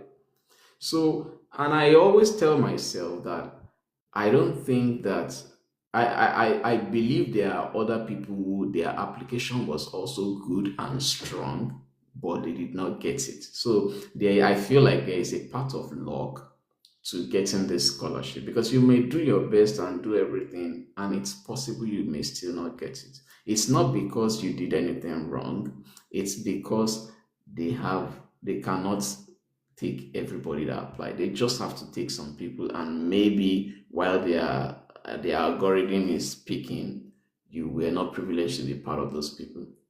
That's my own thinking about this. I know I tried to do everything right in the second application I did, but I'm sure that there were other people that did everything right as well, and they still didn't get it. And I'll give you an example. In I've heard of people who they will tell me, I think even on this live, that they use the same documents, like they applied before, they didn't get the scholarship, and they used the same formats, the same document, the same thing they wrote, and they applied again and they got the scholarship. Like they didn't really change anything much. They just try again and they got it. So to show you that it's not because their application was terrible before, that's why they didn't get it. No, it's just because, come on, these people have to pick like 300 and something out of 8,000, and that's it. Thank you for answering my question. So one other thing, I started stamping my documents today. So there was one I stamped, the letter of reference, but when the registrar wanted to stamp it for me, it's turned upside down. Does it count? As far as I don't know, it does not matter. It does not matter. It does not matter.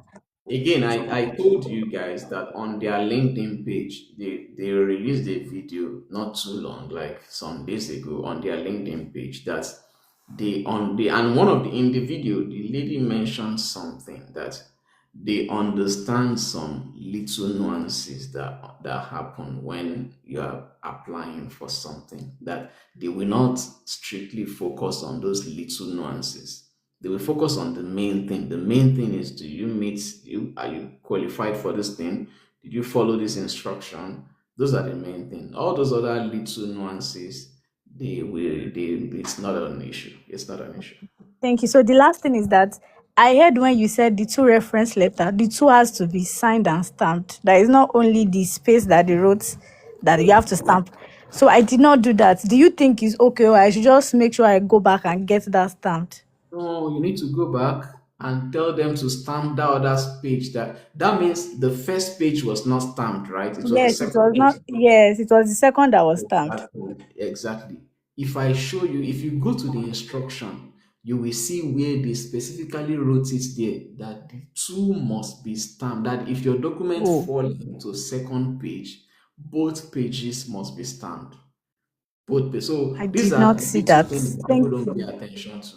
So if you're on this live, you're applying for this scholarship and you're having this same problem right now, go and stamp that first page, not just the second page. Stamp and sign it. That's what I did. In fact, in my own, let me tell you what happened in my own. I gave one of my references, as I said, was in US. I sent it to him. He stamped and signed the second page. While going through, before submitting, I was now going through the instructions again. I just remembered that, this instruction specifically said that if your document falls into second page, you should stamp and sign both pages. I had to reach out to him again that, please help me stamp and sign the first page. And again, for people who are wondering, what if they don't have a physical stamp? They use a digital stamp. And then he just put the stamp and then the signature on the first page, and that's all. And then I submit my application. So please stamp on both Thank you pages. so much. Thank you. Bye bye. Right now, let me address other people. I'm not going to entertain question for 2026 guys anymore. I am going to stay with 2027. If you want to prepare ahead against the 2027 application, the 2027 process will actually start this year, which is 2026. It will start by around October this year. So if you are applying for the 2027 admission, you should stay on this live. I want to talk about it now. The first thing I want to talk about is, who is this scholarship for? This scholarship is for people who have bachelor's degree. It is not for people who have HND degree. University admissions specifically wrote it. The reason why I said it's not for people who have HND is because in Sweden, You cannot get master's admission if you have HND. You need, if you have HND and you want to apply for school in Sweden, you need to do conversion program. They used to do Nigerian, they do conversion program where you convert your BSc to your HND to BSc. Go and do that in Nigeria first. Do your conversion program. I think universities like Fuoye, Federal University of Oye Kiti, and some other schools like that, they do it. They have annexes in Laspotech, Lagos State Polytechnic, and yeah, so you can do it with 4 year. If you have a HND, they can convert your HND. I think it's a 1 year program. They convert your HND to BSc. This scholarship, number one, is for people who have bachelor's degree. Number two, this scholarship is for people who have work experience.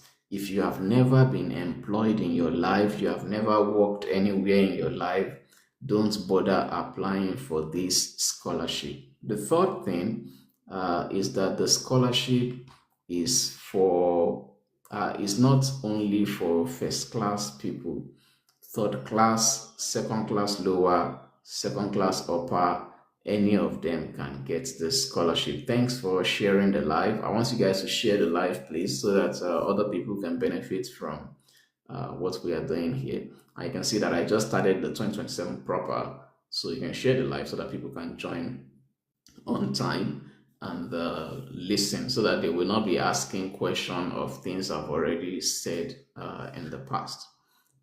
So that is it.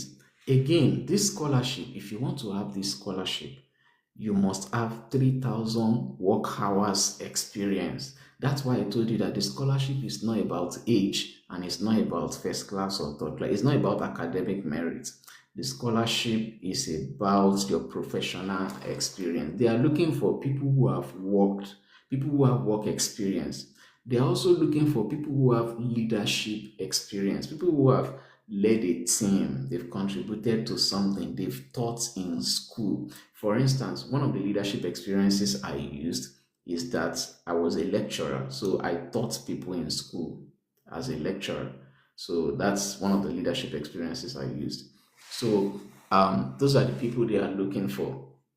And if you meet all these criteria, I want you to listen carefully. If you don't meet the 3,000 work hours experience, no problem. You can start preparing now.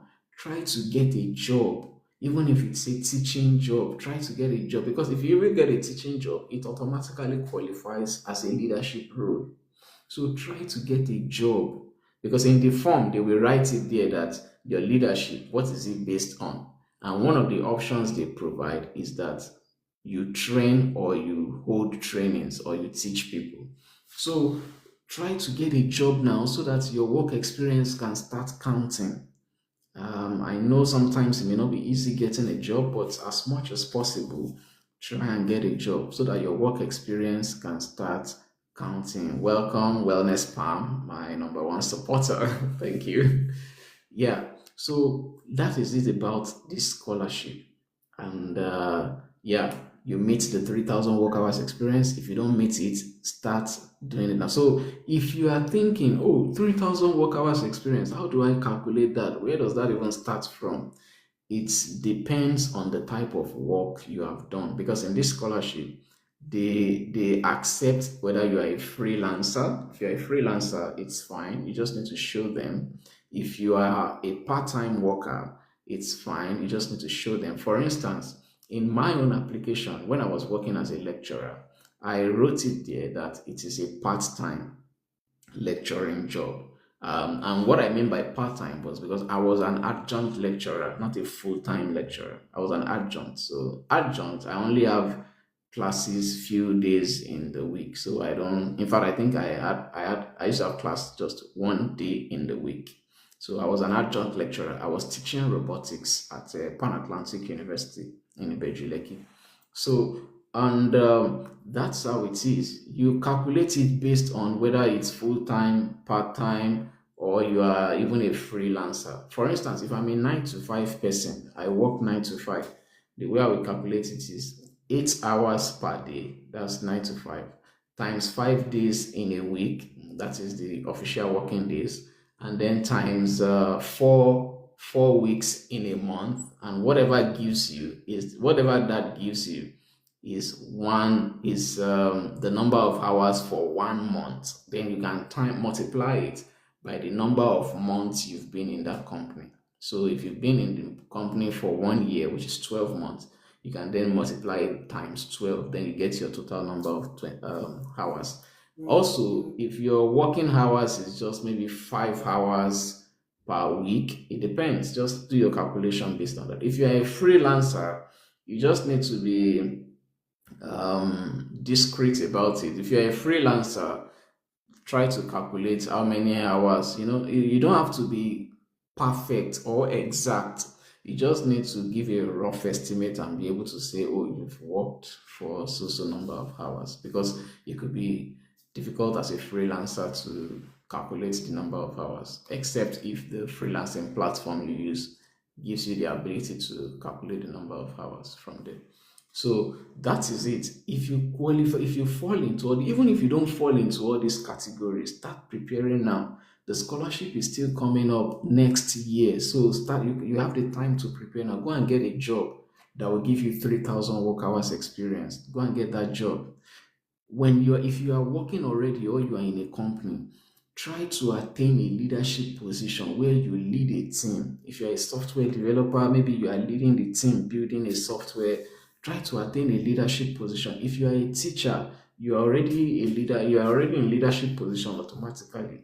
If you are in any other field, try to be in a leadership position where you know that you led a team to do something, so that when you go back to your boss or your employer to fill your leadership form, they will not say that, oh, you are telling lies. You were not a leader in this company, so why are you telling lies? So that they won't say that. You get?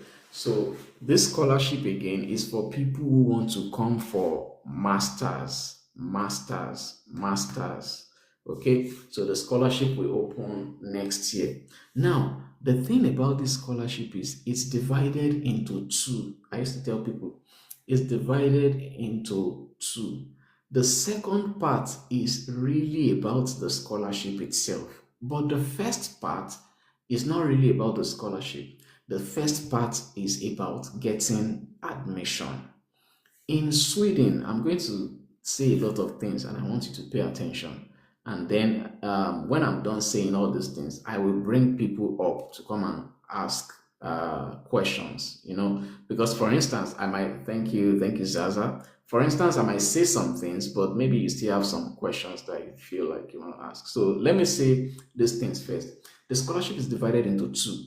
The first part is the second part is the scholarship itself, but the first part, thank you for sending the rose, thank you, Kenan.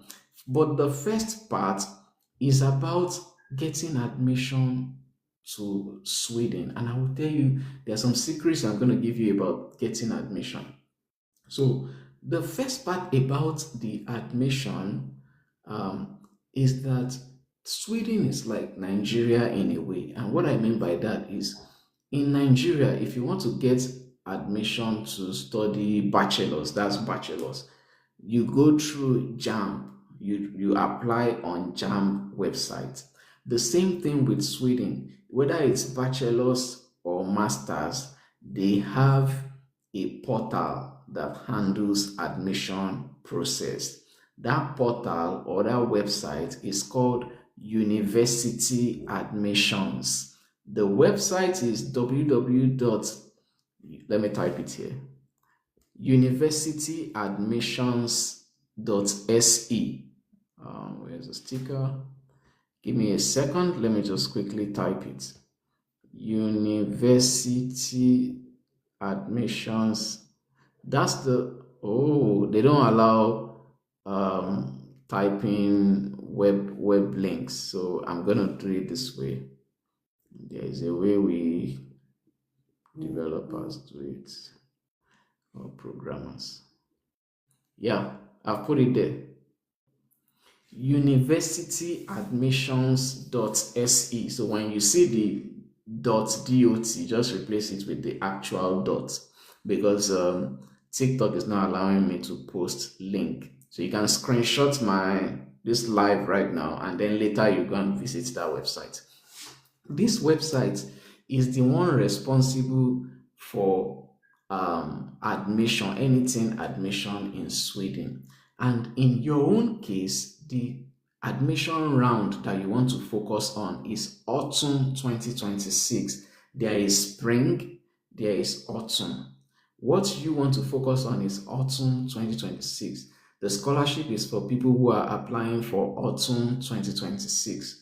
Autumn 2026, the usually starts, I mean the school itself, like the program going to school and stuff, usually starts September 1st in Sweden. Autumn 2026, like the real program going to school and everything, the academic program itself usually starts September 2026. But the admission for that academic program usually starts a year before that. A year before that. So in this case, for you guys, the admission will be out by October this year. October this year, admission process will be out. So the way it works is this. When you go to www.universityadmissions.se and you click on autumn 2026, that you want to check programs for autumn 20, you will see a lot of programs. Then you can search on that place, on the particular program you are interested in. You can search there, search the particular programs you are interested in. I used to give people one advice. The advice is that if you are applying for 2027 application, use these 2026 people, use them as example. I'm talking about the scholarship. If you want to apply for the scholarship next year, use these 2026 people that are already going through their application. Use them as example. What I mean by use them as example is this. Go to the scholarship website, download all the documents for these 2026 people. You are not applying for it. The time to do that is gone. But go and download them now so that you can familiarize yourself with all the things they ask in this scholarship. So that you can familiarize yourself with the things they ask against 2027. It's usually most likely the same thing they usually ask for, the same documents they usually release. It's a template that you have to fill. Familiarize yourself with the template now. To do that, go to si.se.com. si.se, that's all. si.se, that's the website. Check the scholarship information. Download all the documents. Thanks for posting the link. I think you need to add S to the admission to become admissions. So download the link. Download the template. Familiarize yourself. Now, not just the template. Now, when you are on university admissions, you can pick all the you can check the schools you are interested in. Thanks for posting the link, MBK. You can check the schools you are interested in. Check the courses you are interested in. If you are applying, most times, in most all cases, you will be able to choose 4 schools.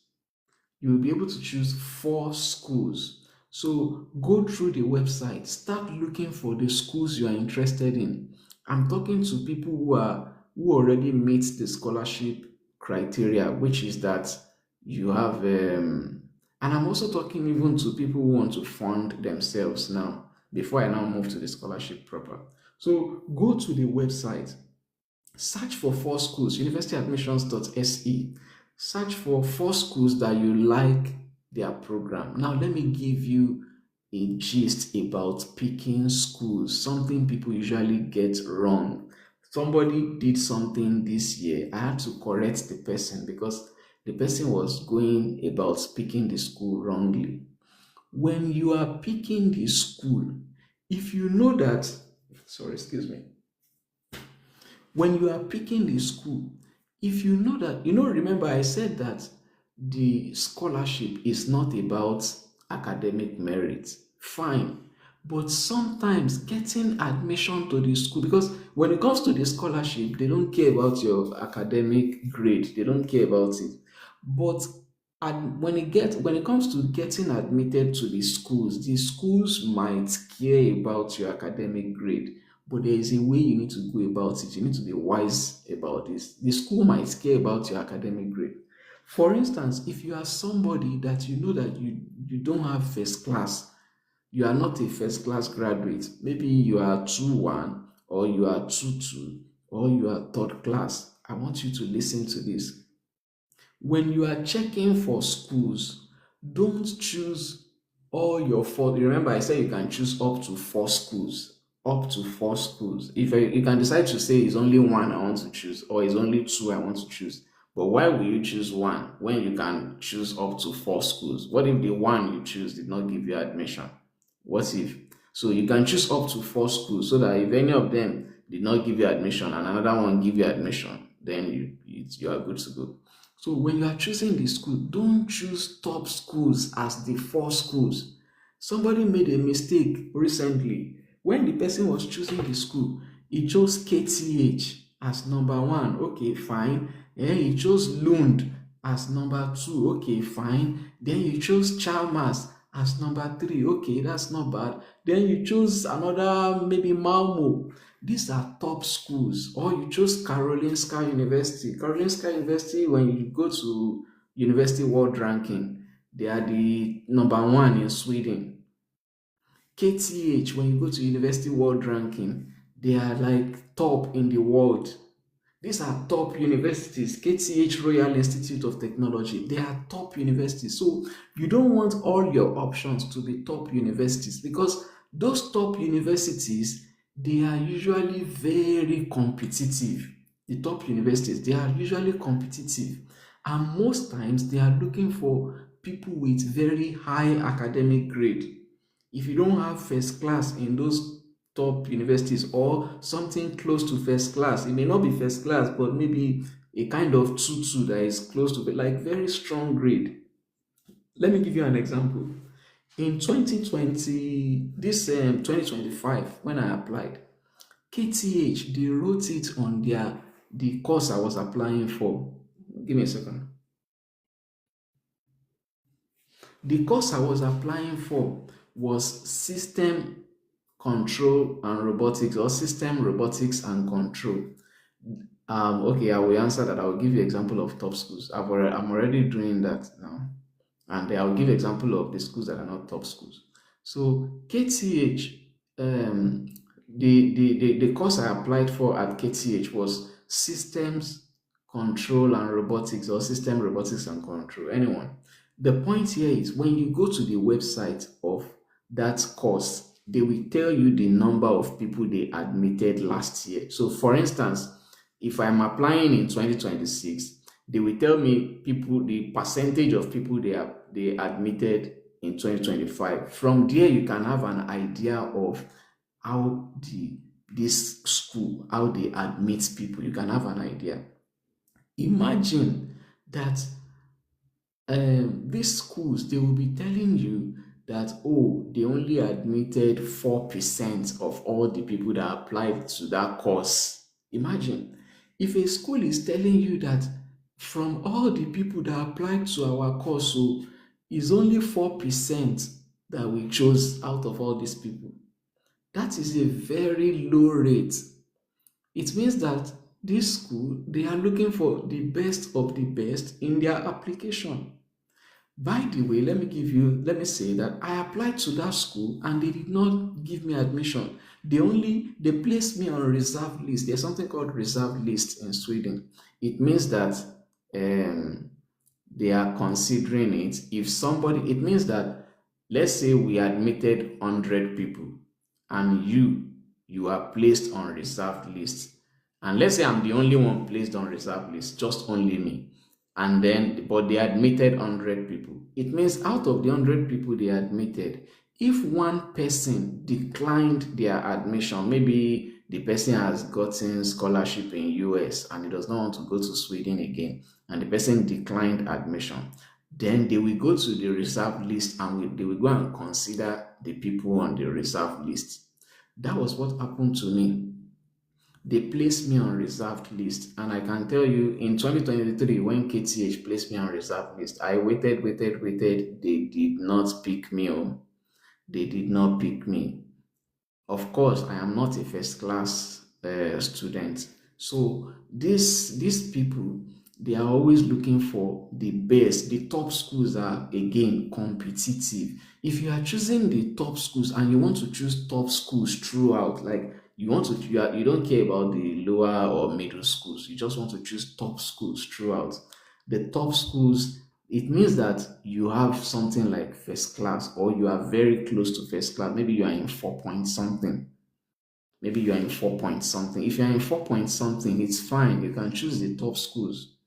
They may consider you. So me, I was placed on reserved list. I did not have up to 4 point something out of 5.0. So I was placed on reserve list despite the fact that I have a very nice work experience. In fact, that was why I'm actually qualified for the course. I wrote all the whatever they want me to write. I did everything. So I was qualified for the course, but I was placed on reserved list. I was placed on reserved list. So if you are choosing the top schools, then if you want to choose top schools throughout, again, you have four options. You can choose up to 4 schools. If all the 4 schools you want to choose top schools, then it should be that you have a very good grade and you are sure of yourself.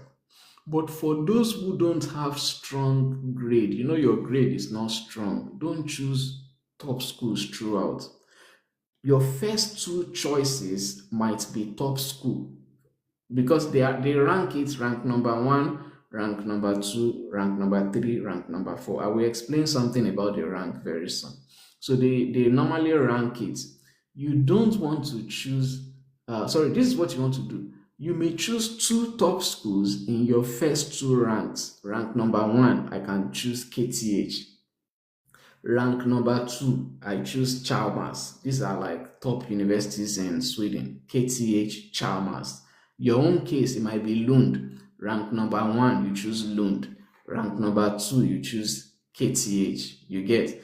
Another person might be Karolinska University, the best university in Sweden, according to world ranking.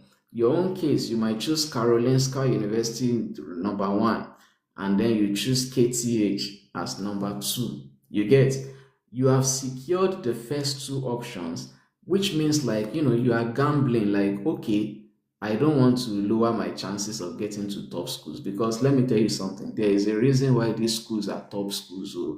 These schools they are amazing. Their programs are usually much more amazing.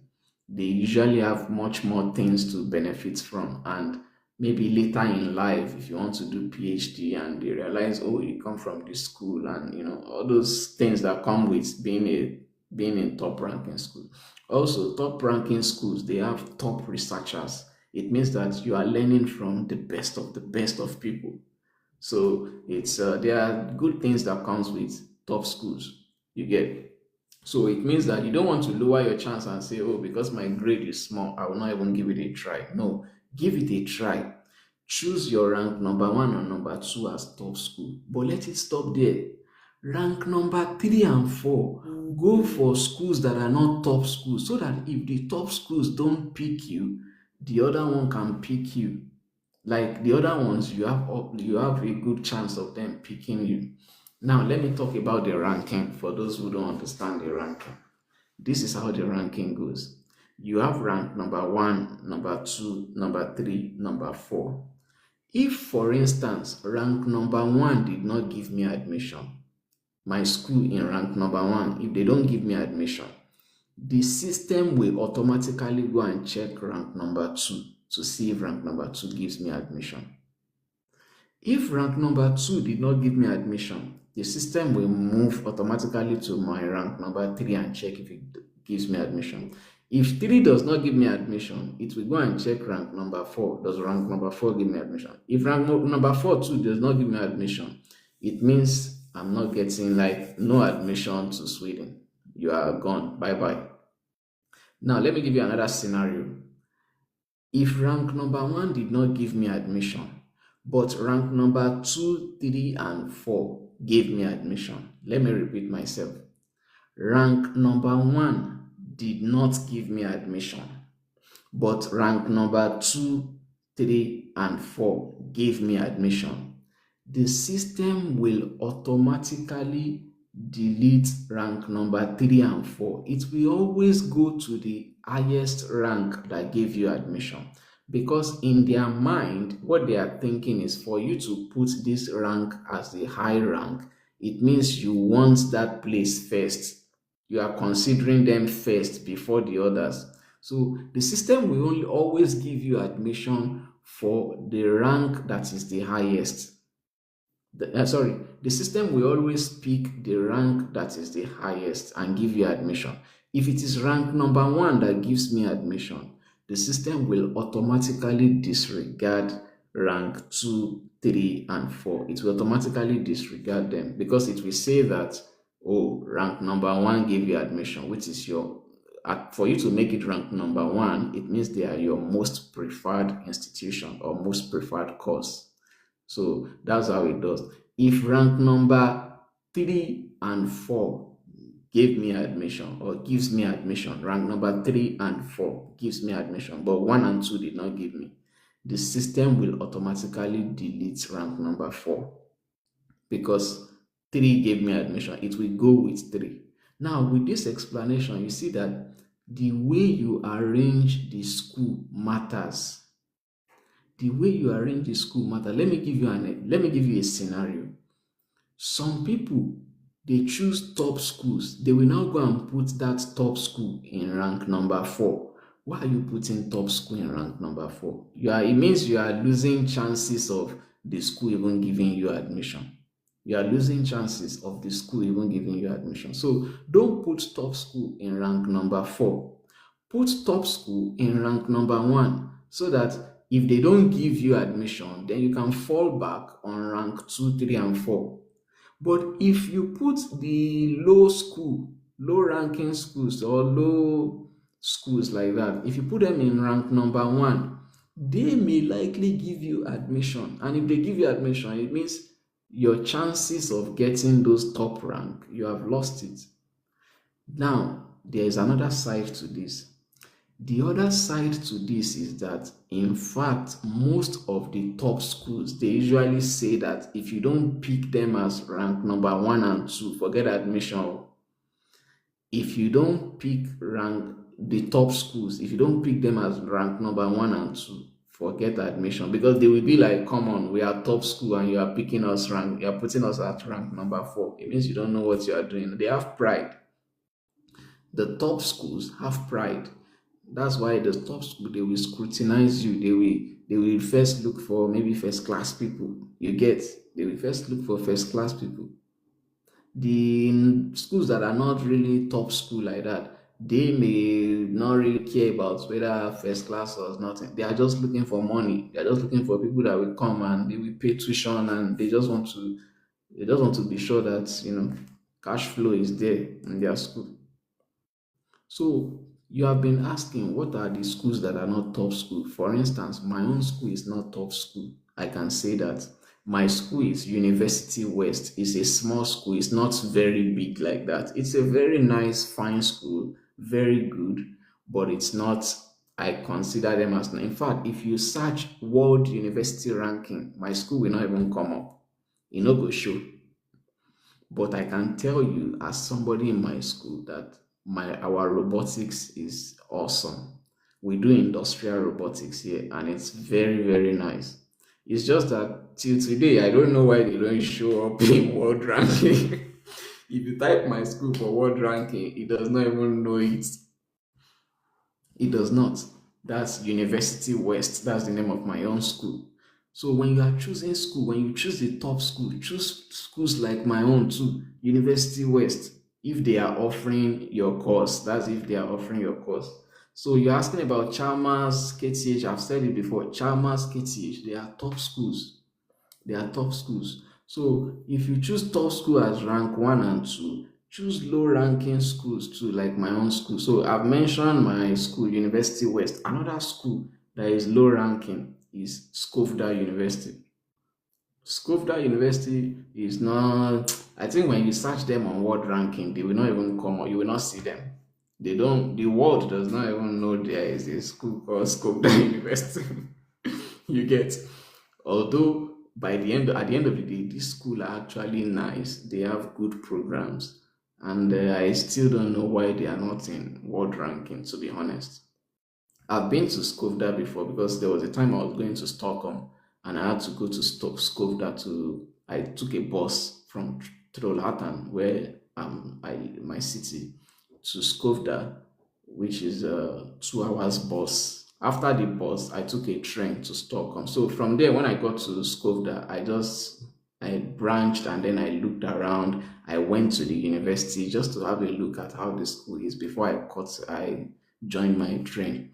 And it was a nice school. They have industrial stuff. In fact, I think Skövda is the only school I know that is doing game design. If you are into gaming and you want to be developing gaming applications, Skövda is they do that. They have nice programs. As I said, I still don't know why these schools are not in university ranking. These schools are very good schools.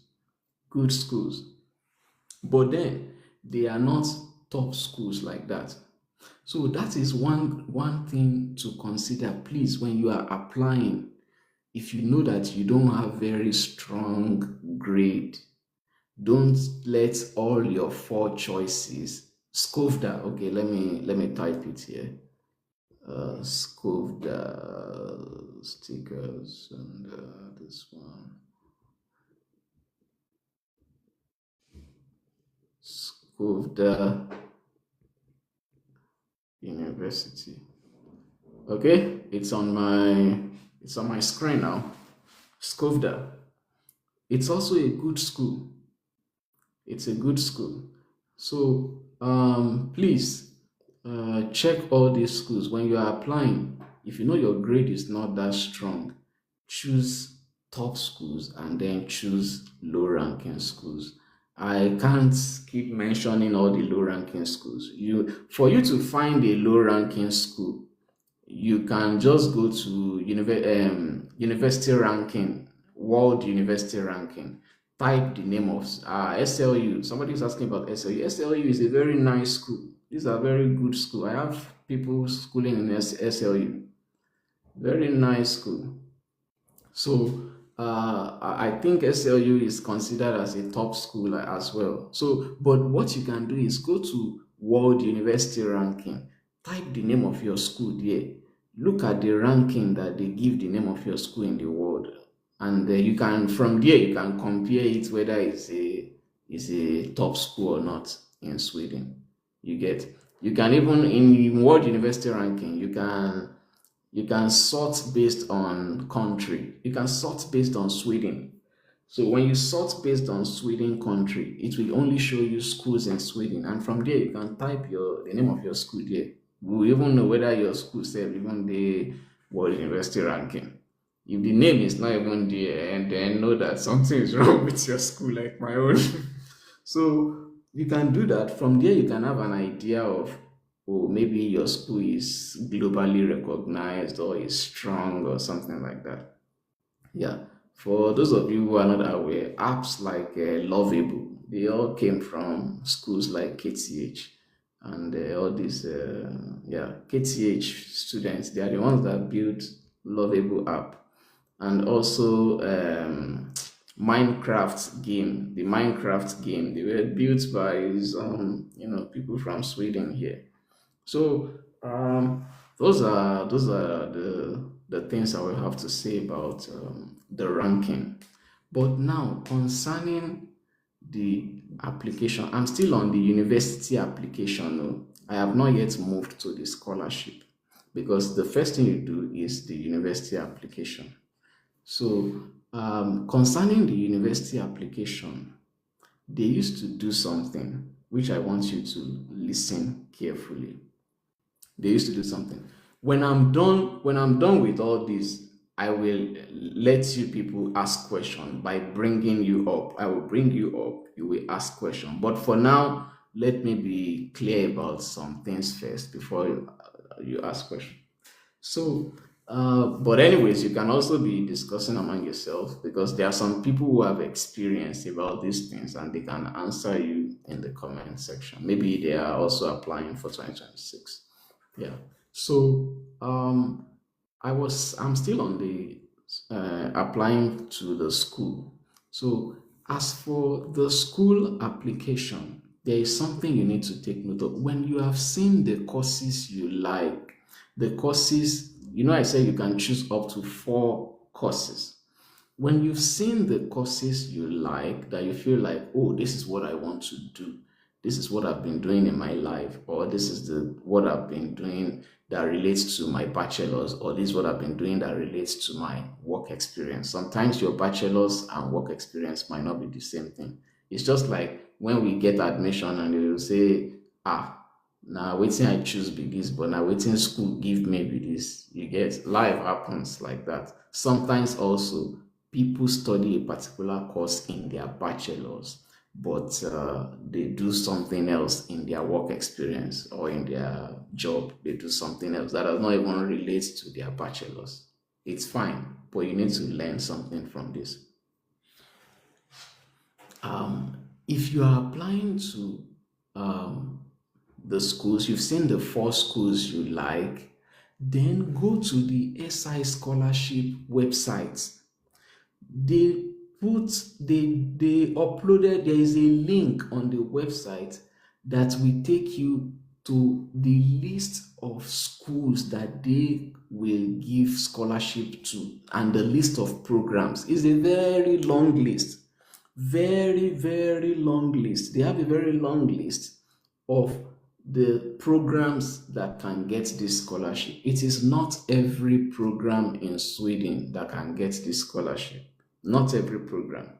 They have a very long list of programs. So when you've seen the school you like, go to si.se, go to their website and check if that course is covered by the scholarship people. Go and confirm if that course, before you go to the next thing I want to mention, go and do that first. Check if the scholarship is covered, if that course is covered in the scholarship. It's a very long list. You can search based on name, and then you will find out. Because let me tell you something. When I was working for a robotics company some time ago, I think around 2020, yeah. Maybe you've heard of RAIN at Ibadan, called Robotics and Artificial Intelligence Nigeria. I was one of the first staff in that company, at RAIN. So we teach people how to build robots. And one of my colleagues then was applying for this scholarship. And look at what happened to him. He went on university admissions to check the school. He saw a school and he really liked their robotics program. He chose the program, that robotics program. That school, I think they gave him admission. He chose the school, they gave him admission. When it was now, he forgot to check whether SI accepts that program that he is choosing in that school. The issue is not the school. The issue is, do they accept that particular program? Is it covered by SI, that particular program you have? So it was later he now found, after applying and doing everything, the school gave him admission, but SI, that program was not covered by SI. It's not in the list of programs that SI will fund. It's not in the list. And that was how this guy missed that opportunity, because he has a good experience in robotics. He got admission into that school, but later he found out that that program he got admission into, or that program he got admitted into, SI scholarship does not fund that program, that specific program. So please, when you search the 4 programs you want, go to the si.se, go to the website, go and check. They have a list, find it on the website, it's there. Go and check, go and check if they fund that particular program. If they fund it, you're on the safe side. If they don't fund it, go and search more on university admissions to keep checking for other courses and then check again whether they fund that kind of program. So that is it about that. Now let me move on. The next thing you now want to do, if you have checked and you have seen that SI supports that program, they fund that program, then the next thing you want to do is you want to go and check, do I meet the requirement? Because it is useless checking whether you meet the requirements for the program and then later finding out that, oh, SI does not fund this program. So that's why I said go and check if SI fund the program first. Then you will come back and then check whether you meet the criteria. Now you can see that, oh, SI funds this program. Then the next thing is, let me go and check if I meet the criteria for this program. There are usually two criteria. Usually. One is called general criteria or general requirements. I think they call it requirements, called general requirements. The second is called specific entry requirements. General, specific. The general requirements, you don't need to worry about them so much because university admissions will undo that. What I mean by university admissions will undo that is the general requirements, they will ask for things like your passport. You need to upload your passport. Those things, you will do them on university admissions. Getting a passport is not the problem here. The second thing, they usually ask for transcript. Oh, you have to upload your transcript. Of course, you that you're applying for scholarship, you will submit transcripts. So those ones are not problematic. Then they also ask for your certificate. Of course, you're applying for masters, you have to drop certificates. Those things are not a problem. For you, if you are from Nigeria and some other countries, you don't need to submit IELTS or test of English as foreign language or something, TOEFL. You don't need to submit TOEFL, IELTS, and all those kind of exams. You don't need them. If you are from Nigeria and many other countries like that, especially Africans, you don't need to submit all those things, all those tests of English language, IELTS, TOEFL. Sweden does not ask Nigerians and many countries to submit those things. So you are good. So these things I just mentioned now. Yeah, English proficiency. Thank you. Don't mind my brain is hot. I don't even know what's English proficiency. Thank you. So you don't need to submit English proficiency if you are from Nigeria and many other countries like that. So all these things I've mentioned, your passport, certificate, transcript, they are all under general requirements. The schools usually have another requirement called specific entry requirements. Specific, this is where the main issue is, specific entry requirements.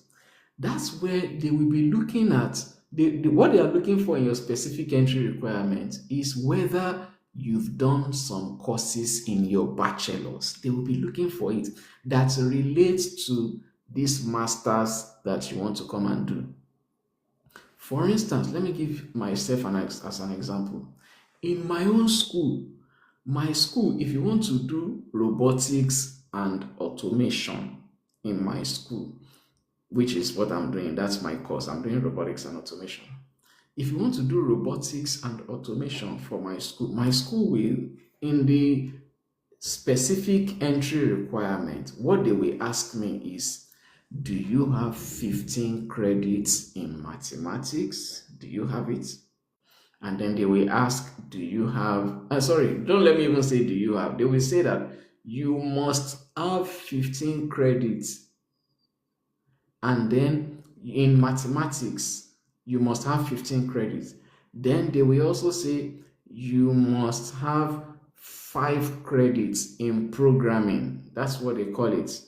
The credit system, the way we use units in Nigeria, 4 units course, 5 units course, 10 units course. What they use here is credits. They call it ECTS, European Credit something something.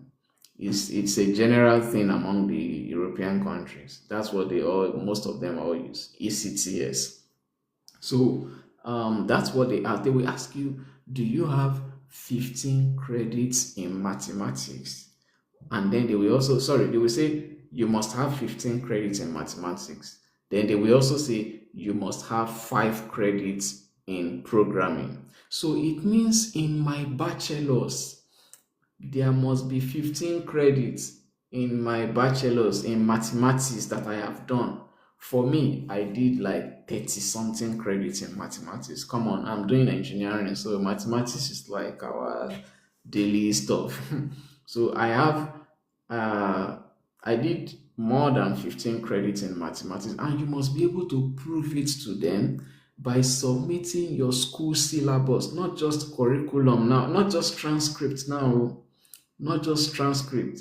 You must be able to prove it by submitting your school syllabus. So they will go through the syllabus to see whether those specific courses you really did them. Now, let me give you another example. Remember, I said that for my school will ask you, do you have 15 credits in mathematics?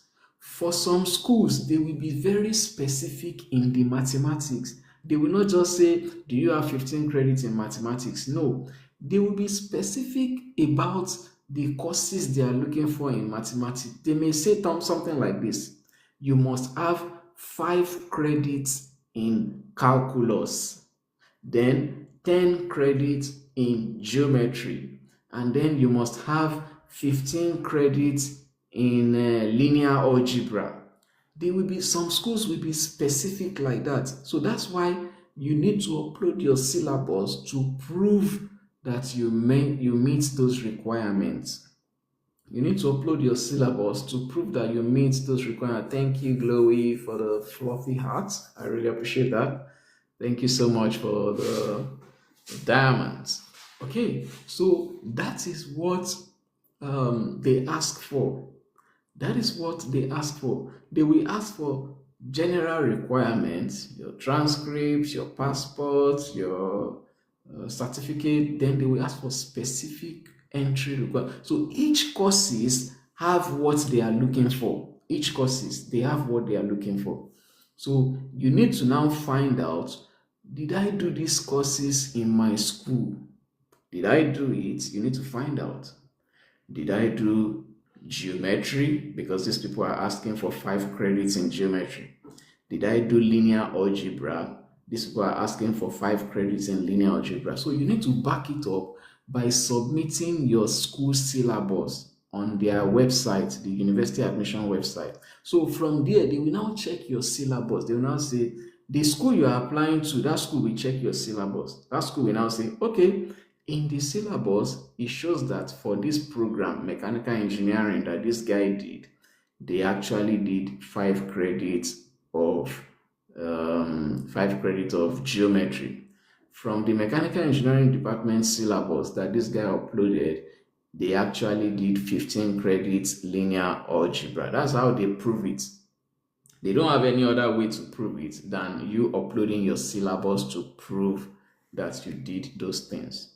So that is it about the specific entry requirement. Some of you will now ask me, what if I am doing a course that is not what I want to do for my master's? What if the course I did in my bachelor's is not what I did in my master's? Because sometimes the course you did in your master's may be the course that is related to your work experience and not your bachelor's degree. Because sometimes, as I said before, we might study one thing, but then, as life we have it, you're doing another thing in life. So that's where the bone of contention is now. What if you studied something in school, but in your master's is another thing you want to do? It's difficult now. Unfortunately, in Sweden, they made it almost impossible to get a master's degree if you are doing something that is totally different from your bachelor's, because most times the bachelor's degree, they will tell you we are looking for specific entry requirements. You need to meet those specific entry requirements. Look at it now. You did mechanical engineering in school, and now you want to go and study what course? You want to go and study leadership and entrepreneur as masters, leadership and entrepreneur. And in the leadership and entrepreneur, they are asking, have you done this in your, like, they are asking that you must have done 5 credits in leadership, whatever. And in your bachelor's, you never did any course like that. Your bachelor's was purely engineering and stuff. You never did anything like that. It's going to be difficult to get admitted into such program. It's going to be difficult. So what you want to do is sometimes you may want to go for schools that relate to what you did in your bachelor's. But if that is not the case, you may, maybe your program, some programs might not even have specific entry requirements. It's possible that some program does not even, if your program does not have specific entry requirement, because some programs are so, they are so fluid in the sense that they can relate to other, you don't have to be in one particular course before you do that program. For instance, let's say maybe entrepreneurship. I think if you are doing a course like, I'm just saying out of my own thought now. I think if you want to go for a master's program in entrepreneurship, I think maybe the name of the master's program is entrepreneurship. I think programs like that, they should be lenient enough, because come on, who studied entrepreneurship in bachelor's? Who studied that in bachelor's? It may be like you studied another course. You may study banking and finance, you get, or accounting, you get, something like that. But then you now want to do a course called entrepreneurship. They may not really be asking too much from you, but this is how to go about it. Now, what if your course is actually different from your course in bachelor's is different from the master's you want to go and do? If your bachelor's course is different from the master's that you want to go and do, the schools usually have something called recognition of prior learning. So you need to apply for that recognition of prior learning. If you check the school websites, find around the school website, you will see something like that, recognition of prior learning. They will tell you there that maybe you don't meet some of the criteria of this course, you can do recognition of prior learning. Recognition of prior learning means that, for instance, the master's course I want to go and do now, I want to register for, it's not what I did in my bachelor's, but it is what I'm doing in my work experience, like in my work life. That's what I'm doing. So you can use your work experience as recognition of prior learning to tell them that, I studied Greek in school, but I want to study computer software engineering. And software engineering and Agric, they are not the same thing. So maybe they are asking for specific entry requirements, and they can see that we are asking for C++ or one programming language, but it's Agric that you studied. You can now tell them that, but my work experience life has always been software engineering. So you can apply for that school. They will give you instruction on how to apply for recognition of prior learning. So most times the recognition of prior learning, they will say that you need to submit a reference letter from your employer.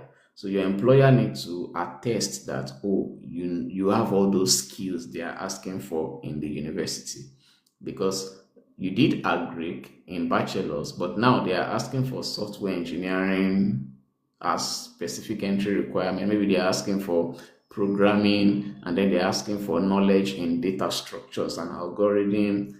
So your employer will now say, oh, this guy has been working for us for 5 years. He has been the one building our software stack. He used C++.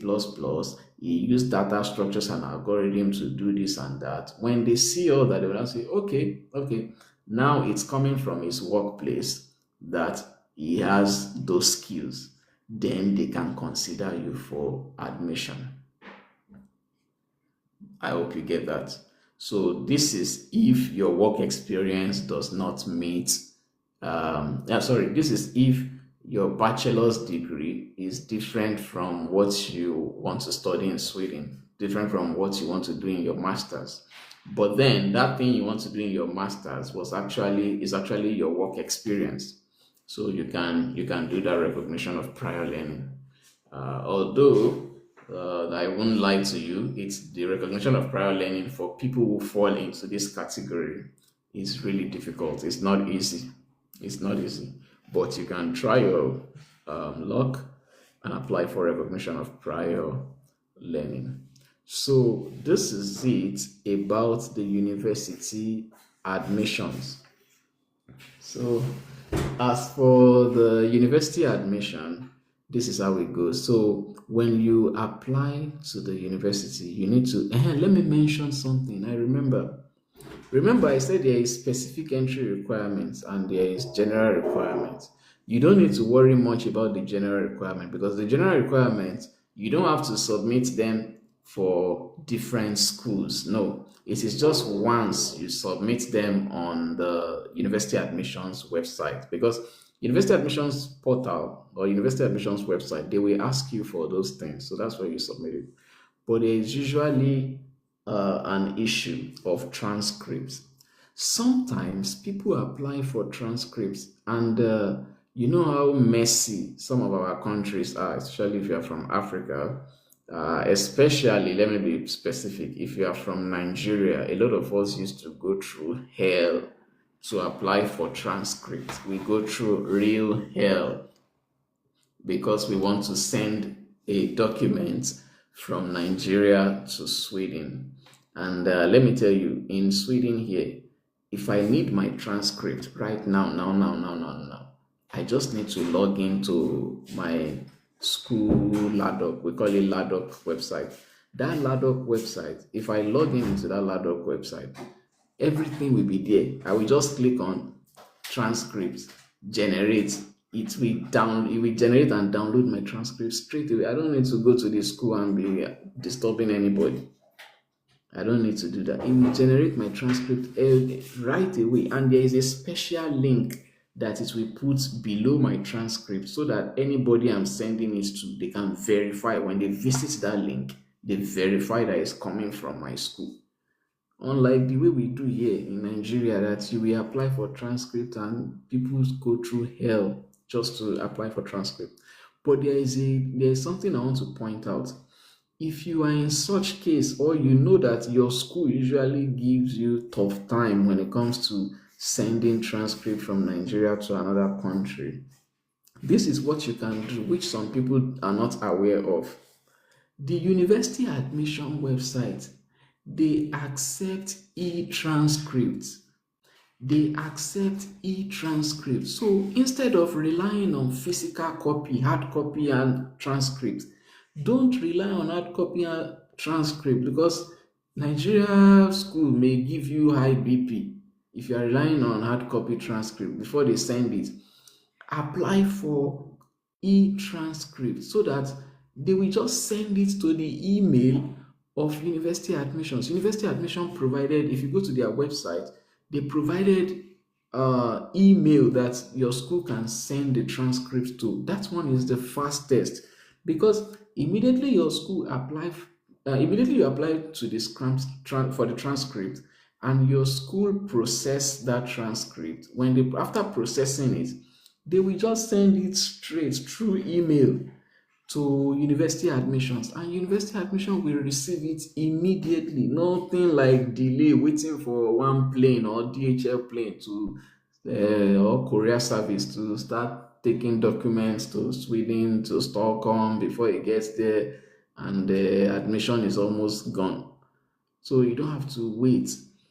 Apply for e-transcript. That one is faster. They send it to the email. The people receive it and they know that it's for you because your application number will be on it. When you're applying for the transcript, you put it there that they should put your application number on it. So when you do that, the transcript get to them quick, and then on the university admission portal, it will update. It will show that we have received your transcript. It will show it there. So whenever you send transcript, whether hard copy or soft copy e-transcript, it will show on university admissions portal when they receive it. So sometimes, if you want to know that your school have not sent the transcript, or maybe they've sent it but it has not gotten to university admission, if you want to know, just check your university admission portal. It will Nothing will be there about the transcript. Nothing will be there. But immediately university admission receive the transcript, whether it's soft copy or through email. Whether it's a hard copy or through email, which is soft copy, it will update on your university admission portal. And that's, so I feel like that's the fastest. Yeah, please, that's the fastest. In my own school, they usually send both. If you apply for hard copy, they will send both soft copy and hard copy. And I noticed that not too long from maybe when they finish the processing, I realized that it showed on my portal that my transcript has been, they've received it. It showed on my portal that they've received it. So please go for the soft copy transcript, the e-transcript. That one is faster than waiting for them to send with courier service. All right. And what else have I not covered in the university application? What else have I not covered? So basically, that is it. There is something else I have not covered. There's something about my school. Unfortunately, I don't know much about other schools, but I can say this about my school, which means that if my school is offering your course, the course you're interested in, I think you should consider choosing my school as maybe third or fourth rank. You can rank them as rank number 3 or rank number 4. I will tell you why I say you should choose my school. My school is fast when it comes to processing application. Other schools, all those top schools, they used to keep people waiting, like your portal, because in the university admissions, there are different statuses that shows on the admission portal. For instance, if you just apply one particular school, like you just apply to one particular school, it will show in progress for that particular school. That is the status for that school. If you just applied for 4 schools, all the 4 schools will be showing in progress. It means that we are in progress. We are trying to check your application. That's what it means. There is another status called not unqualified. It means that we have received your application and we can tell you that you are not qualified for this admission. It will be color red. It's usually in color red. It will write unqualified.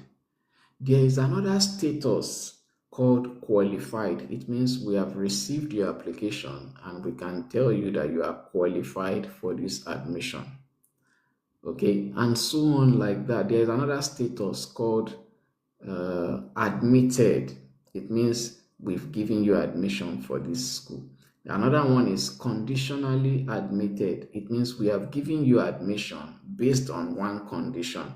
The condition is usually that you pay the tuition, if you pay the tuition. So if you get the scholarship, the condition is that, or maybe you get the scholarship. So that's conditionally admitted. It's just like when I got my own too, it was conditionally admitted. That was written on my stuff. It means we've admitted you based on the condition that you pay your tuition. And for me, the scholarship people paid my tuition. So those are the things that show on and if you are not admitted, it will write like not admitted.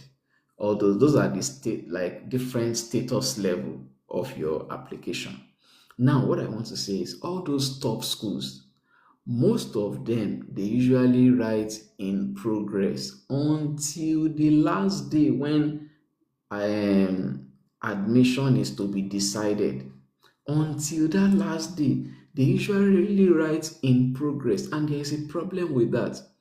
When a school is showing you in progress, it means you are not even sure whether you qualify for the admission or not. I'm not even talking about whether you will be admitted or not, to whether it will change to admitted or not admitted.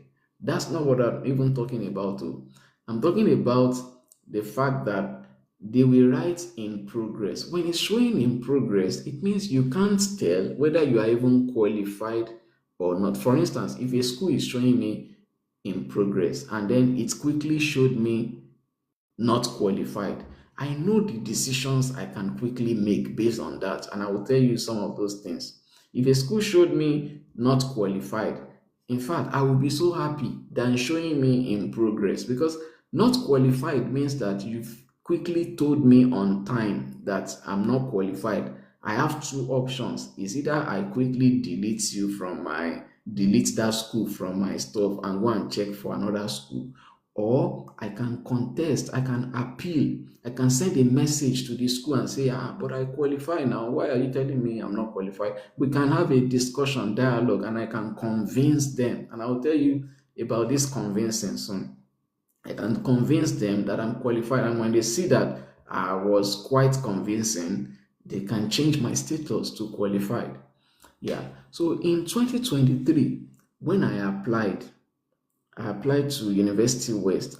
And University West, that's why I was telling you about my school. My school is very fast when it comes to processing admission.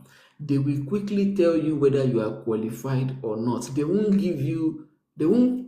put you waiting in progress for too long. No, they don't do that. But I have noticed that some of these other top schools, they do that thing a lot.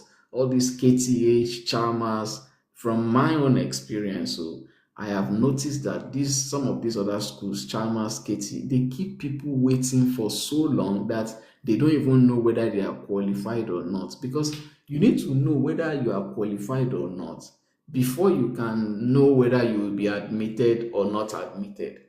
So it's always good to know on time. So, but for me, when I applied, my school told me in 2023, my school told me that I am not qualified. Come on. I studied mechanical engineering in school and I want to do robotics and automation. You're telling me I'm not qualified.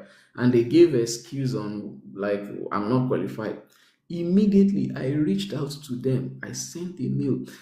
It is very good that they told me I'm not qualified. If they had said in progress, you know what they will do? Like what some of these top schools do, they will wait until the last day of the day they will release admission status. That's when you will now realize that you did not even get the admission. You will not know on time that is because you did not qualify for that program. You will not know on time. But that's why I used to tell people that it's good though that this school is telling you that you are not qualified now before it gets to the point where you cannot change it again.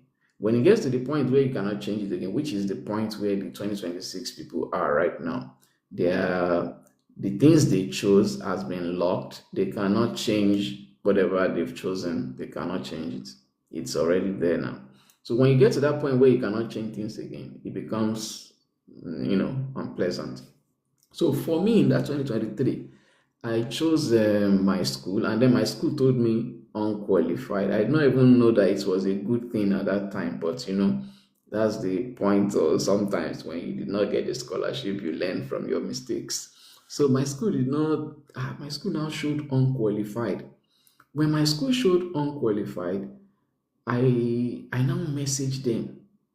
I messaged my school. I said, but I've submitted this, I've submitted that. Why is I first asked them, like, I've submitted it, I've submitted, why did they say I'm not qualified? They now say I did not meet the programming requirement. I now convinced them that but I've added it in my syllabus, and I even created a small document to explain how I converted the whole thing and show them. They now said, oh, okay, we have seen it. Now you are qualified. When they said, okay, we have seen it, and I went to go and check my portal back, I just saw qualified. That is what I meant when I said sometimes you need to contest.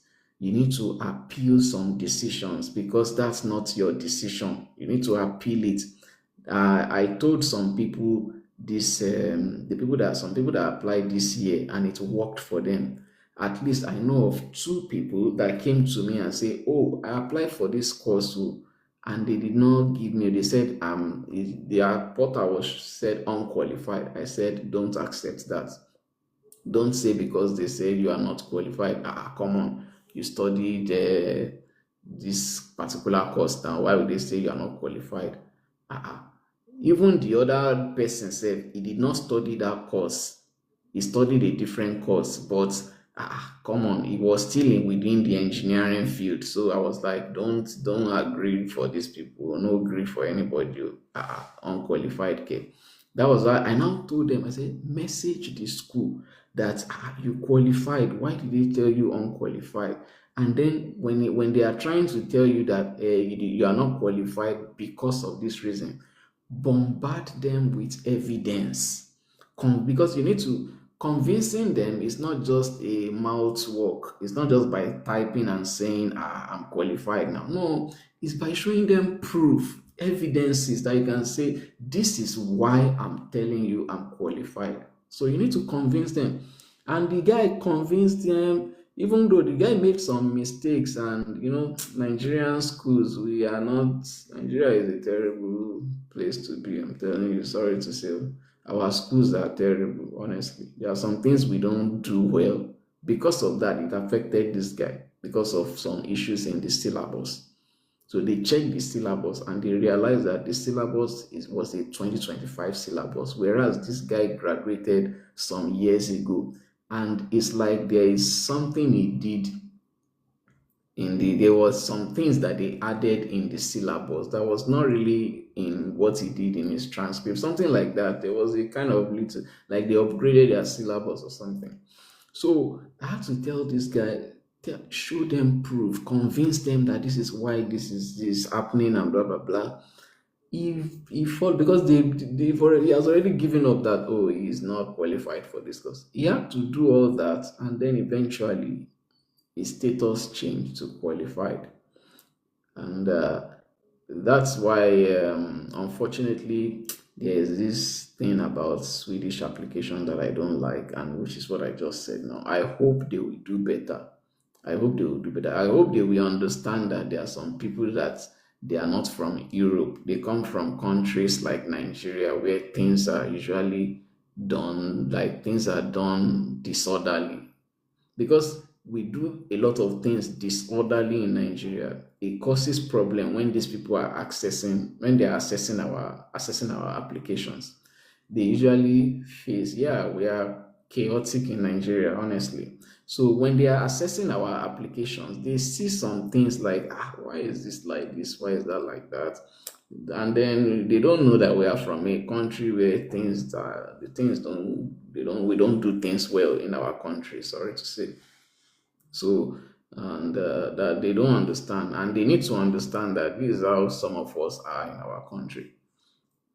That's how the country is. So you need to contact the other person too. He chose a course. The course is different from what he did in his bachelor's, but at least it's still within kind of tech and engineering. At least it's related to his work experience. I have to tell you, they don't agree for these people. Don't just accept and say, after all, I did not really do this course like that they are actually asking for. I don't know, don't say that. I told him, contest for it, appeal, message them, tell them, no, you are qualified, you have the work experience, you submit all your offer letter that you've gotten for your job that show that you've done this thing. Try to prove them that even the little units you have in that course is something. Try to convince these people. At the end of the day, he did all that and he got qualified on his status. His status changed from, it was in progress before, it changed to not qualified. From there, it changed to qualified. So that is what I'm talking about, guys. Don't give up sometimes. You have to message these people. You have to convince them very well that, oh, this is how it's going, oh, and then you are qualified. So because when your status change to qualify, it gives you a little bit rest of mind or peace of mind that there is hope of getting scholarship or of getting admission rather. It gives you that like a little assurance that you have hope of getting admission. Unlike the people that we just write in progress, you really don't know what is going on. On the day of admission, they can just tell you not qualified, and they will just tell you did not give you admission. And the whole reason was because you did not qualify for the course, but they did not tell you earlier. So you don't know. You don't know. So please just make sure that at least one course when you are applying, remember you have to choose, you can choose up to 4 schools. Make sure that at least one of the school shows qualified. If none is showing qualified, fine, no problem. If they are in progress and not qualified, it's also fine. I'm just saying that if you choose schools like my school called University West, if you choose schools like that, they are usually responsive. I know about them. They are I don't know about other schools like that, but I know that schools like KTH, they don't quickly update that progress thing. They will just write in progress for long. And when you reach out to them, they will tell you that don't worry, they will decide it later. They have not decided. They have not decided. So that's my own stuff there. So what I will do, I will split this live into 2. Another day, I've talked about the admission. Another day, I will talk about the scholarship itself so that I don't keep you guys here for long. I've talked about the admission itself, how to get it. Then the second part will be another day where I will now talk about the scholarship itself. Don't forget, let me reiterate, the scholarship is divided into 2, the admission part and then the scholarship part itself. I've addressed the admission part all the way from the criteria for the scholarship, number 1, and then how to search for your courses. I've talked about that, how to search for your courses. When you search for your courses and you feel like you've seen them, I've told you that you should go to si.se for the scholarship to go and check whether the scholarship can fund those courses. They have a list of courses they fund. Go and confirm there. When you have confirmed and it's like, okay, the SI scholarship people, they can fund those programs, is in the list of programs they fund, then you can go ahead to check the requirements, whether you meet the requirements. I'm doing a recap, whether you meet the requirements. Again, what are the requirements? It's divided into 2, specific requirements, general requirements. General requirements, don't worry much about that. It's just submitting your transcript, your certificate, your passport. Specific requirements is when they will now be telling you that you must have done so credits in particular subject. That's specific requirements. You get. So when you do the specific requirements, you check if you meet the requirement. If you meet it, oh, that's good. That's good. Then I also talked about how to go about choosing schools, that if your grade is not high grade, if you are not like maybe first class or 4 point something, may not be first class, but maybe 4 point something, don't just make all your 4 choices of schools to be top schools. No, choose 2 top schools and then choose lower ranking schools. How do you know lower ranking school? How do you know top school? Go to university and go to world ranking university. Just search on Google university world ranking or world ranking university 2026. Go there, search the name of your school, look at the number it falls. That's how you will know whether it's a top school or not. If you want to search based on Sweden, filter the search based on Sweden and then type the name of your school. Let the university ranking show you what rank does your university fall on in Sweden? From there, you can know whether it's a top school or not. Or if your university is like mine, that it will not even show up, they don't even recognize it on World University ranking, then you can know that the school that is not even recognized, probably not a top school like my own, even though it's a good school. I don't know why. Maybe it's because my school was established in 1990. Schools that are new like that, established in 1990, maybe that's like 35 years, 30, yeah, for now we can say 35 years ago. The school was started 35 years ago. So maybe that's why it's not on university ranking. So that's some of the things you want to do, and then you want to make sure you meet the entry requirements. If the school says we are looking for 5 credits in mathematics, make sure you did at least 5 credits in mathematics in your bachelor's. Now I have gone through the university admission process. I will talk about the scholarship another day. So in my next live, I'll be talking about the scholarship. I will not go back to the admission process. So what I want to do right now, is to give people the opportunity to ask questions, because despite saying all this, some people may still have specific questions that maybe I did not cover, or that is particular to them that they want to ask. Again, if you want to ask question, what you do is you drop an emoji, and then I bring you up and you ask your question. Drop an emoji, I bring you up, you ask your question. That is for people who want to ask question now. Okay, hi Plexi, I'm bringing you up. You are welcome. Hi Plexi. Live in focus, I'm bringing you up as well. Good morning. Good evening. Yeah, good evening. Good evening. How are you? I'm good. Can I just go straight to the question? Please give me a second. I'm bringing you. All right, let's stop giving the emoji for now. Let these people ask their question. When they are done, they will drop, and then I will entertain new people. So let these ones, don't give me emoji anymore. Let these people ask question first. When they are done, then I will call for new people to come up and ask question. You can go ahead. Hi Plexi. Good evening, sir. Good evening. Give me a second. My battery is very low. Let me plug it. Okay.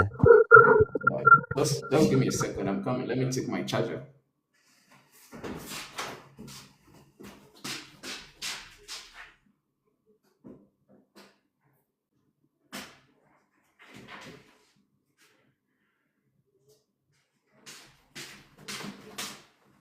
This is why you should come to Sweden, a country where light never goes off, so that when you want to charge, you can be confident that anytime you can charge. Not Nigeria, or that you know go know when they go carry light.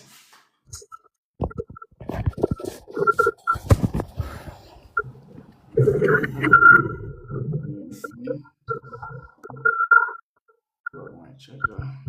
All right, I am plugged. You can go ahead now. Can you hear me, sir?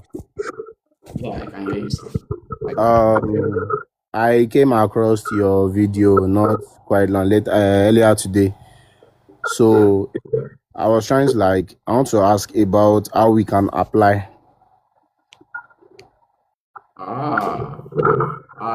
Unfortunately, I will not be answering that, because I've been on this live since 6 o'clock. Wow. I just came online actually. So immediately I saw you on live. That was why I joined, and what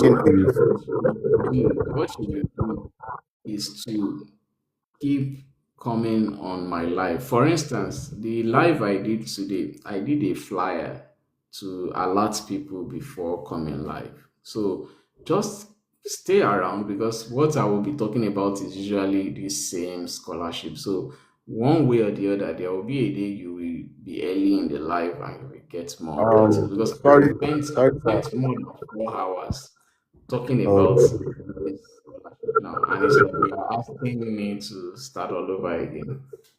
no, it's fine. It's fine. More, I want to like maybe. Is there a way you can, for we that we are new? You know, I'm actually new to your page. Yeah, I just yeah. came across it today, and I already followed. Then immediately I saw you were on live, I decided to like join to know what's up.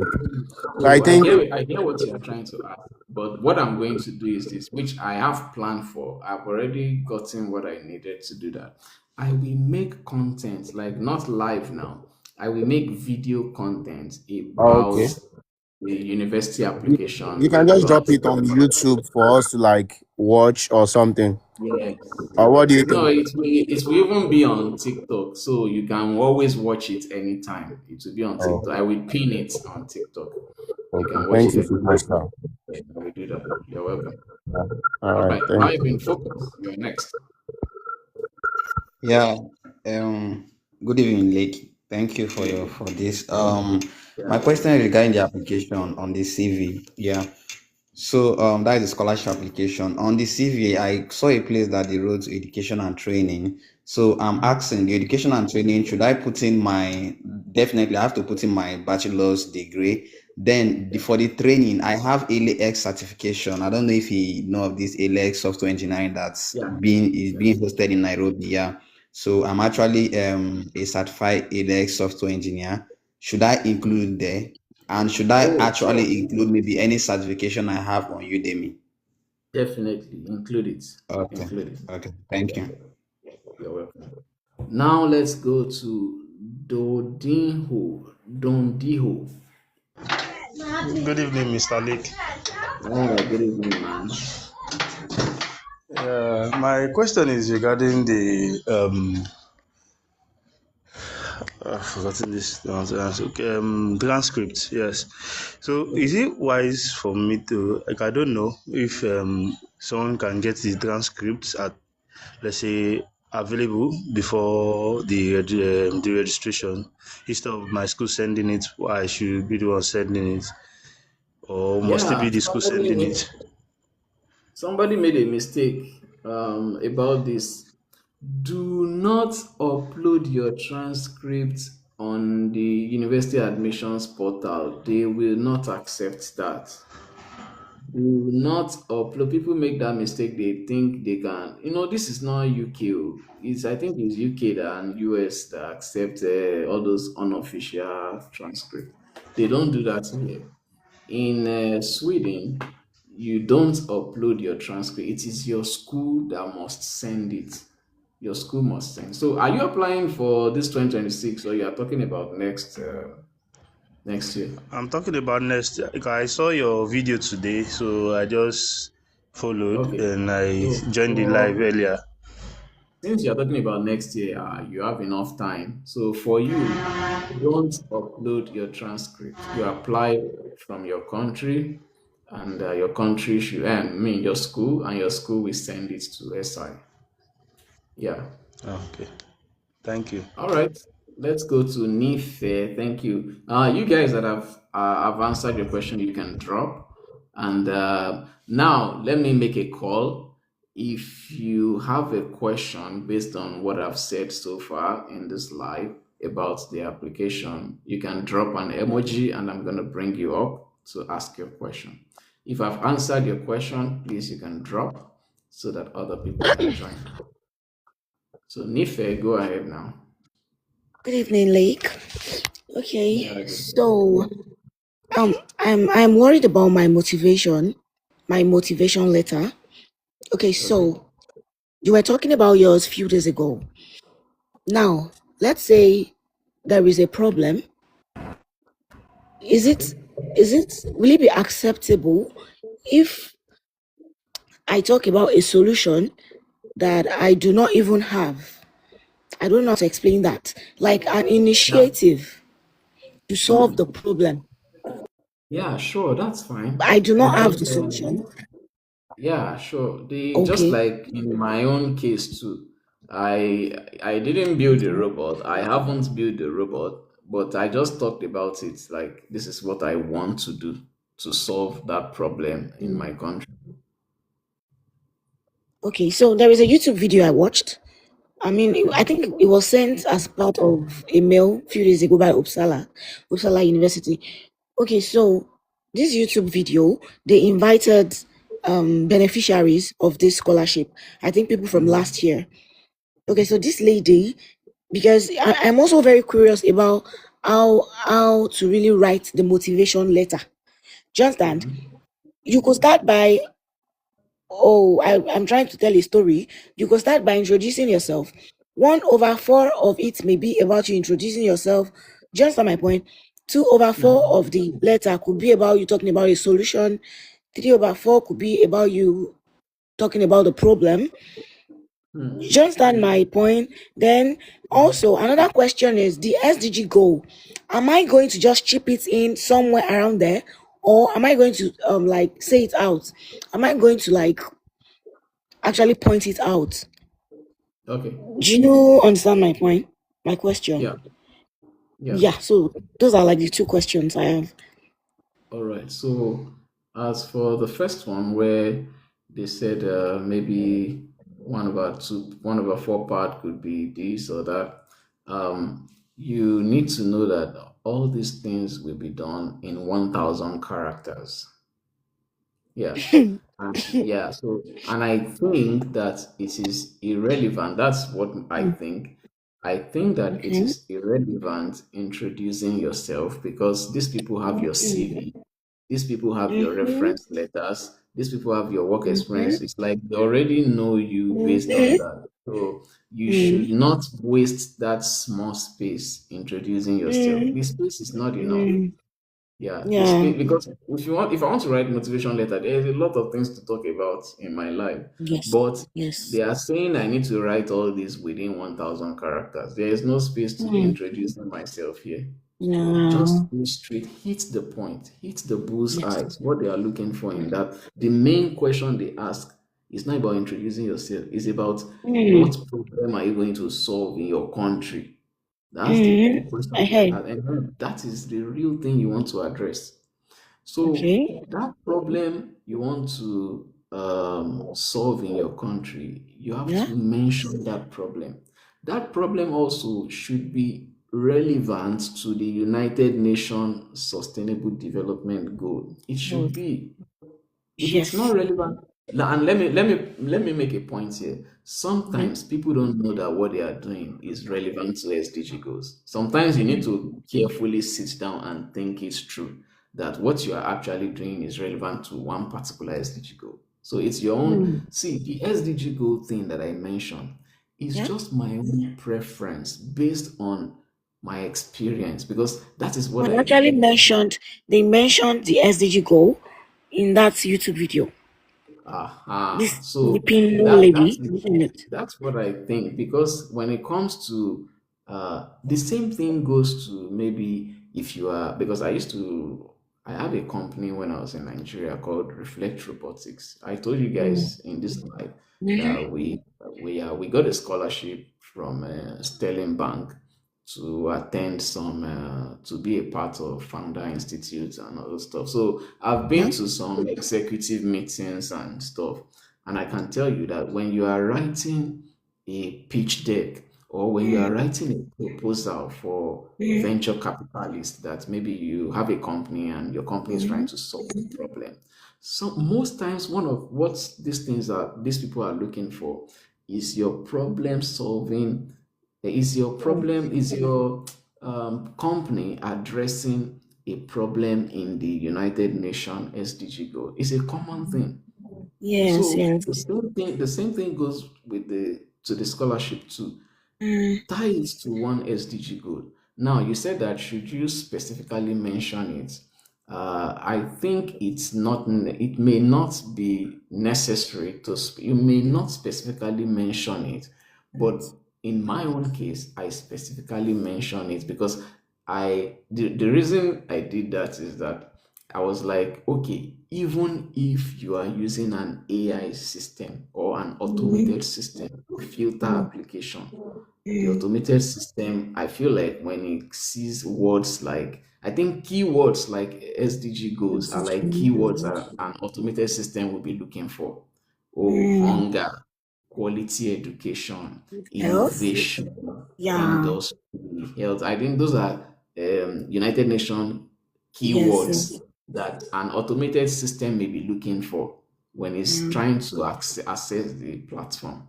So that's Yeah. why I recommended that you should put it there specifically. It doesn't take much line. For instance, for my own, I just said, "Oh, I'm interested in doing this, blah blah blah blah blah," which relates to SDG to Mm. zero hunger. That's all. That's how I just chip in. I just chip in Alright. that SDG in just very few short words. I did not have to take a whole paragraph to chip it in. Okay, so sorry, another question. I'm sorry to everybody. I just have to like ask this. No, it's okay. When it comes to this leadership experience stuff, Yeah. okay, I think someone was saying in that YouTube video that at some point in our motivation letter, she had to like, okay, let me just talk about myself. Can I my own work experience? I mean, that is what I worked with. That is what I studied in school too. Do you understand? And that's why I'm thinking outside the box for. So now, what I did volunteering for, it's entirely different from It's it. fine. It's fine. But then, but then, the reason why I even did that, do you understand, was so I could, how do I did a paramedical course, yeah, this diagnosis kind of thing. But then because I do not have, let's say, enough lab stuffs, I want to depend on data and research, this and that. So I actually did data science. I did machine learning and deep learning. Mm. Do you understand? And that was where Yeah. I volunteered too. Mm. So is that a thing? Can I still chip it in? It's not science, it's not medical, but I don't know, it doesn't make sense. So I don't know how that goes. Can you chip it in your motivation or reference? Which one? Motivation now. Okay.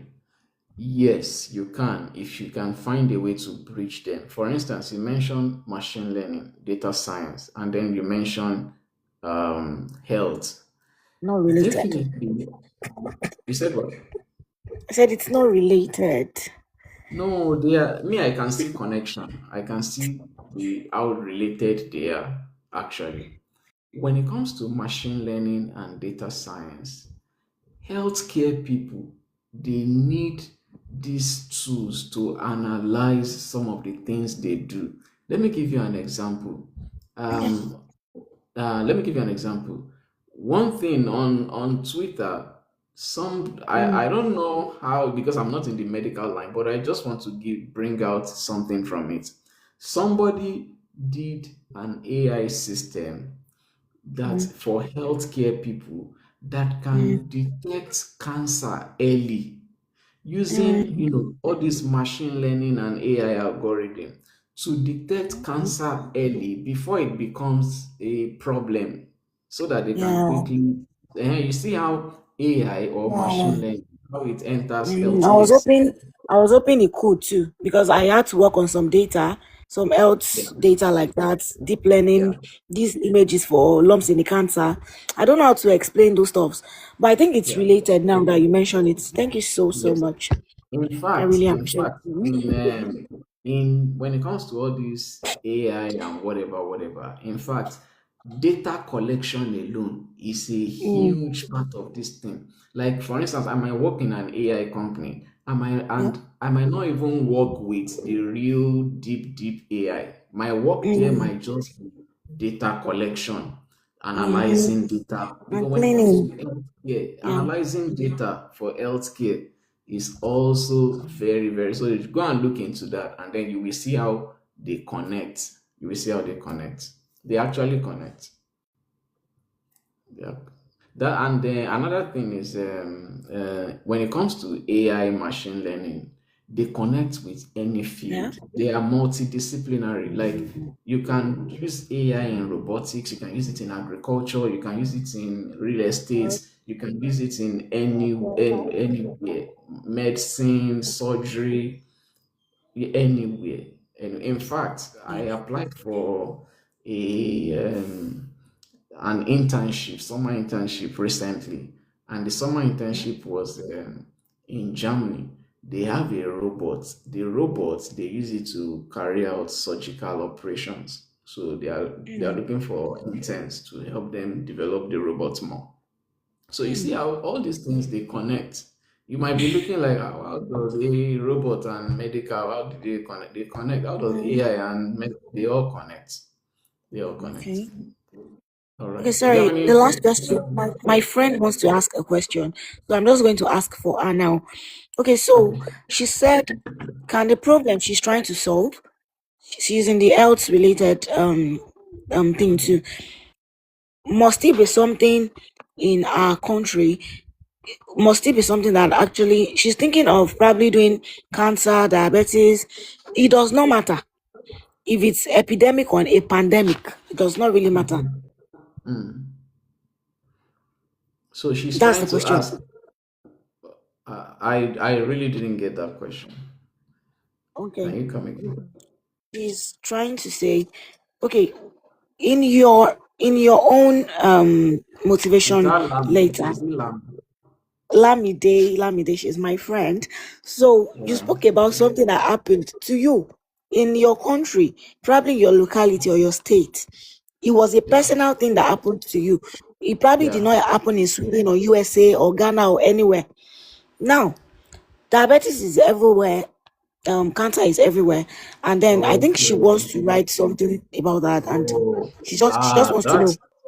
In fact, that makes it a much more stronger um, choice of motivation, because now it does not only affect your country, it affects everybody in the world. That makes it much more relevant.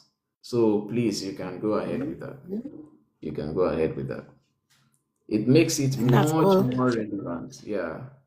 Because it means that this thing you are trying to build, if it works, or this thing you are trying to do, if it works, it's not just your country that will benefit. Even the country you are going to go and study will also benefit from it. All right. I think that's all from Nife, right? Let's move to, is it Tech Girly? I hope, because the font is, I hope it's Tech Girly. Yes. Good evening. Okay. Yeah, good evening. Okay, so I have three questions actually. Okay, go ahead.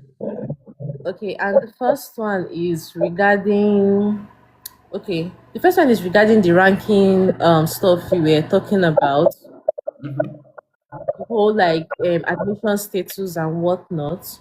So let me get this straight here. If someone is to apply, because I think the maximum number of applications you could key in is four. Yeah. So does it mean that the applications priorities are not given to how you like rank them? No, I have explained that priority is given to how you rank them. I explained that. Okay, but then you were saying that let's say now my first two, maybe my first one is University of Stockholm, the second one is KTH, then the third and the fourth one are two other unis in like not popular. And let's say I get rejected at my first choice, which is University of Stockholm, and then You my get what? KTH rejected, or Okay. maybe I get rejected in my first one, which is University of Stockholm. Then the second one, KTH, is still showing in progress. Does it mean that my third option would not be considered until there's a decided status on that my second option? Oh, no, no, that's not what I meant. What I was saying is not about in progress, but about admission. If if your second option gives you admission, others, the since your first option already rejected you, can you mute, Mm. please? I think there's noise from, Okay. maybe it's fun, I guess. So if your First, you already say your first option rejected you. This is a I'm not saying they rejected you, please. I pray they won't reject it. It's just a scenario. But you said you assume that they rejected you, and the second one is in progress. So what I'm saying is not about in progress or not. I'm talking about whether you've been admitted or not. So if your first option rejected you, if your second option says that you are qualified and you are admitted, then the third and fourth will be automatically discarded. That's how the system is. But let's No, say, yeah. my question is, my first, God forbid though, but my first is rejected. My second Okay. is still showing in progress. Progress. It's still showing in progress. That's, in progress is not a decided factor. You're not rejected, you're Yeah. not accepted. Yeah. Yeah. So Mhm. does this mean that does this mean that my third choice, like no decision can be made on my third choice until there's a decided decision on my second choice? So when you say no decision can be made on your third choice, which of the decision are you referring to? Is it the qualified or not qualified, or the admitted or not admitted? They are different kind of decisions. Okay. Now let me narrow my question. Does this mean that if my second choice is still showing in progress, does this mean that it's possible for me to see qualified in my third and my fourth choice? Yes, it Okay, is. and then let's say peradventure now that my second choice eventually gets rejected, then does that mean that the ones I'm qualified for, I can now be maybe given admission in my third choice? Yes, it's correct. Okay, It's correct. okay. All right. Yeah, it's Um. correct. Okay. So Then. basically, let me say this. Basically, one school does not affect the other because maybe one says rejected, admitted, and sorry, because maybe one says in progress, not qualified, qualified, it does not affect the next. It does not affect each other. They are all individual. They are all, it does not affect each other. What matters is now when it's time of admission. When it is the time of admission, the university admission portal will consider the topmost rank that gives you admission. The topmost rank that gives you admission. That's the one they will consider. So, meaning that if your first choice gives you admission, the system will automatically discard option rank 2, 3, and 4. It will automatic whether they give you admission or not, it does not matter. It will discard them because your first choice has given you admission. So it means that you will be admitted to that first choice school and so on like that. So do you have another question? Yes. Okay. So my second question now is regarding me personally. So my bachelor's degree here. I have a bachelor's degree in education. I studied economics education to be precise. And let's say I have. I don't know if I should say I have successfully, but I have deliberately built a career in tech for a very long time now, a professional career. So my question then is that regarding the whole admission entry requirement and stuff like that, is it possible for me to email the schools before I apply and let them know my educational background, and like listen, and I can email a school and say, oh, I'm interested in studying this course that is not related to education, because if I'm to apply to schools in Sweden, I'll be targeting maybe a course that is related to business tech or something related to business, something like that, or a more technical course because of Okay, my so profession. So for me to email the so school and let them know my history and ask them if I have a chance to be admitted. the thing is, your bachelor's is in education, but Yes. your master's that you want to go for is business tech, right? Yes, because I studied economics education. Okay. Oh, that is fine. I don't see anything wrong with that. That's completely fine. Okay. That's completely. The important thing. The important thing here is that you qualify, you meet the specific entry requirements of that school if they have. If they have specific entry requirements, the important thing is, do you meet that specific entry? That's how the school will judge you whether you are qualified for the admission or not. Being qualified for admission does not mean you are admitted, and it does not mean you've gotten admission. No, it just means that we've checked your documents and we can tell that you are qualified for this course. Cadiz, thank you so much for sending the roses. I really, really appreciate it. Thank you so much, Cadiz. Thank you. So, that's it. Oh, I really appreciate that. Thank you so much. So that is So are it, you Peg. Does that answer your question? does it mean that it's okay for me to send an email to the school to like ask just to be sure? Yeah, if you want to send email to the school, it's definitely fine. They can give you feedback about that. It's just like my own son. When KTH placed me on reserve list, I was having this kind of a correspondence with them, and they replied, and they gave me necessary information. So you can do that as well, just to understand what is going on, understand the process. You can reach out to them. But for me, I think, to be honest, you are good to go. You did business education, and then you want to go for business tech, and I'm assuming that you met the specific entry requirements. I feel like that's enough. That's good to go. Okay, all right. So my third question is actually regarding the scholarship. I don't know. So I after think the it's third better. question, I will go to the next question. Yeah. So I All was saying right. that my third question is actually regarding the scholarship. So I think maybe I should just wait till you talk about it on the next slide. Okay. No, you can ask the question. Let's see if it's something that I. Okay, so my third Yeah, I question is think there that is a fan there that is making noise. You might want to, if the heat is not too much, you might want to turn off the fan. It's probably affecting.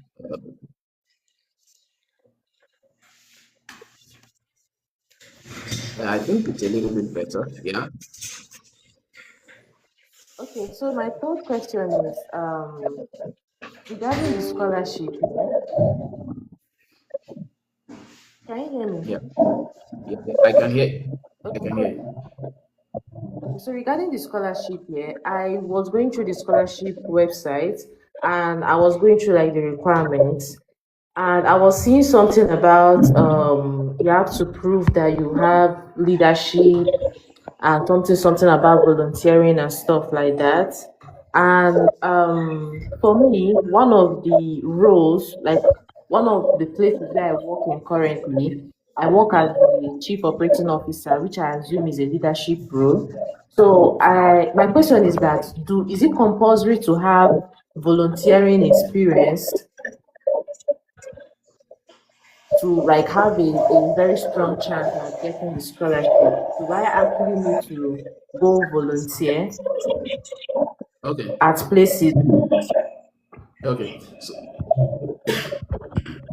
for the leadership thing, they specifically wrote there that it's going to be a merit if your leadership experience is coming from work experience. So if you live in focus, can you mute, please? Sorry. Um, if you have Yeah. a, if you were like a chief, I think it's like a chief financial officer. Or what did you say? If you were in the, Operating if officer. Yeah, Chief Operating Officer, the COO. If you are an executive member, you are a C-level member in an organization, that qualifies as a leadership role. You are an executive member. You are a C-level suit member. So that qualifies you for the leadership role. So that is totally fine. So you should use that as your leadership. But for the reference letters, remember they are asking for two reference letters. One should come from your work experience, whether you have leadership in that or not, it does not matter, but it should come from your work experience. Then the other should come from that network or civil society organization. You should try to get one from a network or civil society organization. Please try to get. Don't make your two work experiences come from and your two reference letters. Don't make them come from work experience. No, because I've said this before that if these people are saying that they prefer something or they consider something as a merit, then that's what you want to go for. Because what happens if you don't go for it is that 8,000 people will apply for this thing and they will choose out of 8,000 people, those people who went for that one that they consider that merit. Because believe it or not, some people will go for that option that they consider they called merit. Some people will go for it, and those are the people they will choose. Those are the people they will choose. So you want to make sure you fulfill that criteria as well.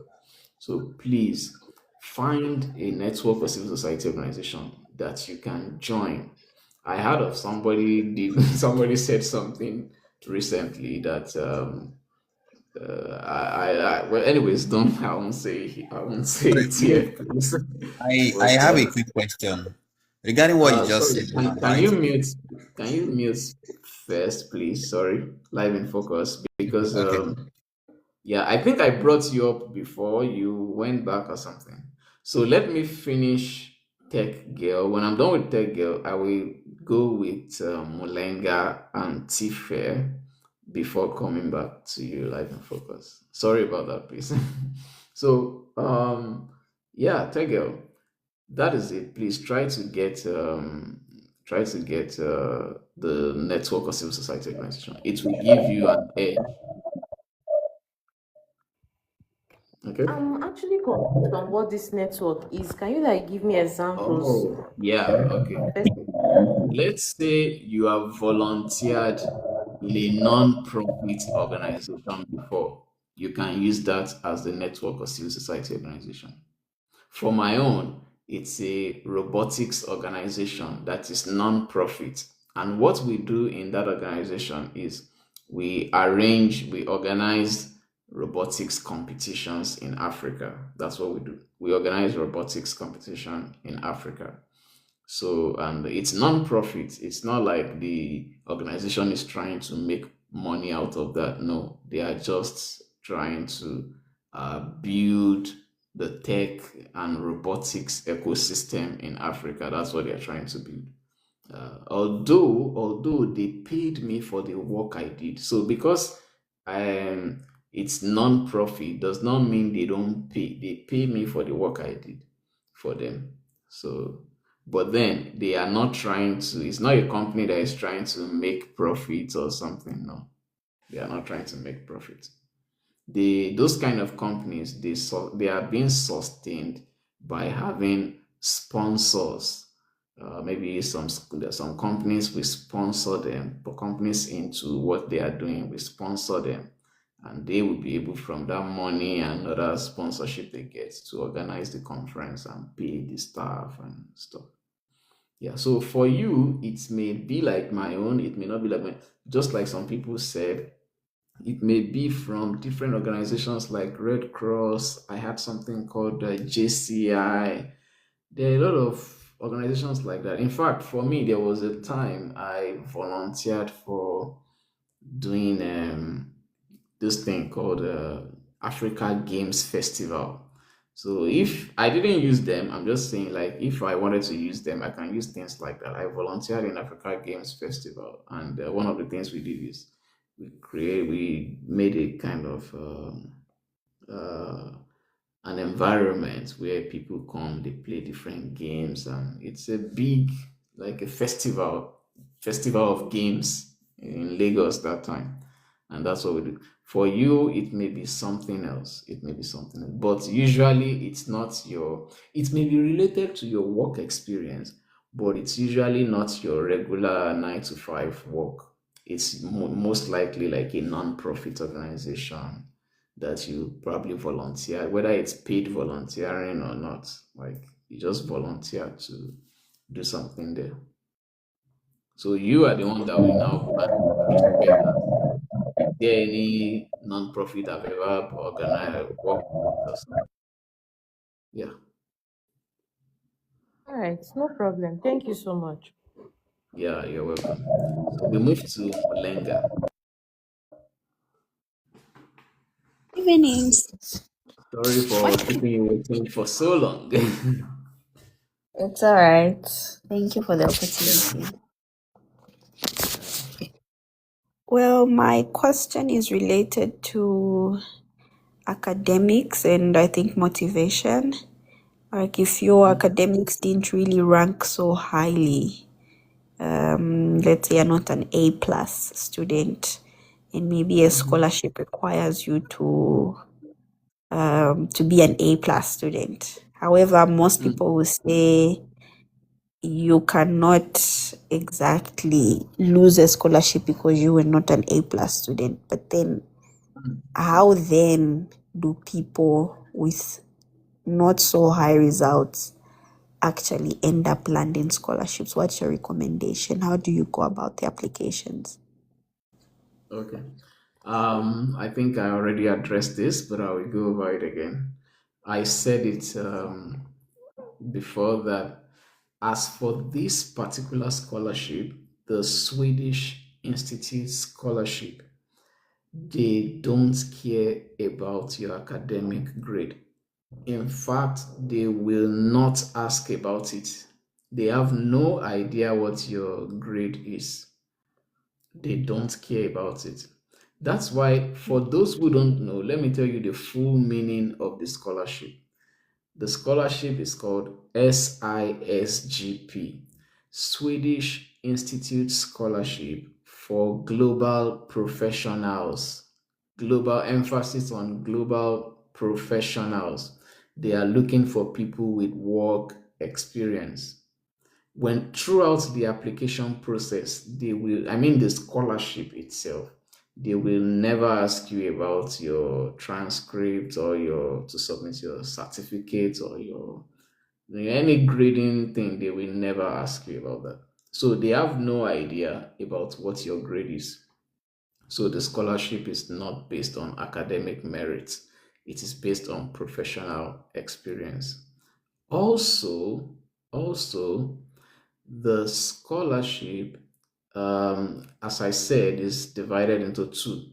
The people who may care about your grade is the university admissions people. That's where you apply to the schools. The scholarship on its own does not care because what the scholarship people, their mentality is, if the school can give you admission, who are we to be checking for your qualification? You've already gotten admission from the school. So that's why it's splitted into two.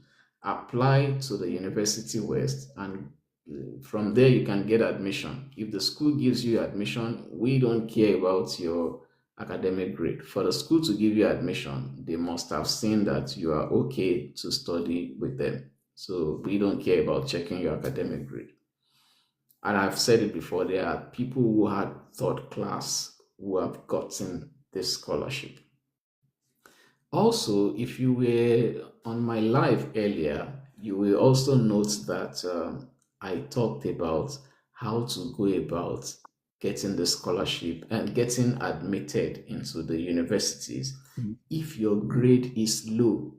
I've said it that if you have a low grade, like you are not first class, or maybe you don't have 4 points, a very strong 2-2, if you don't have those things, consider choosing low ranking schools, low ranking universities. Consider choosing them.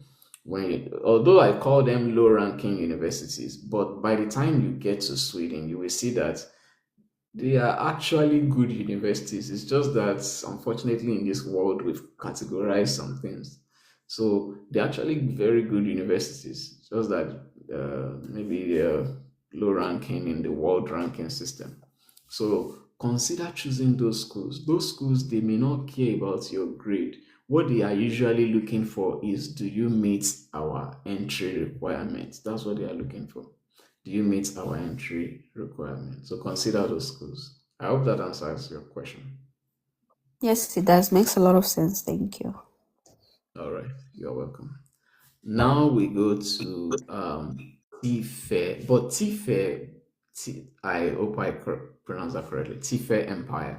Before I go to we go there, I want to say, I can see somebody saying try to reply your comment section. What I'm doing is I am bringing people up.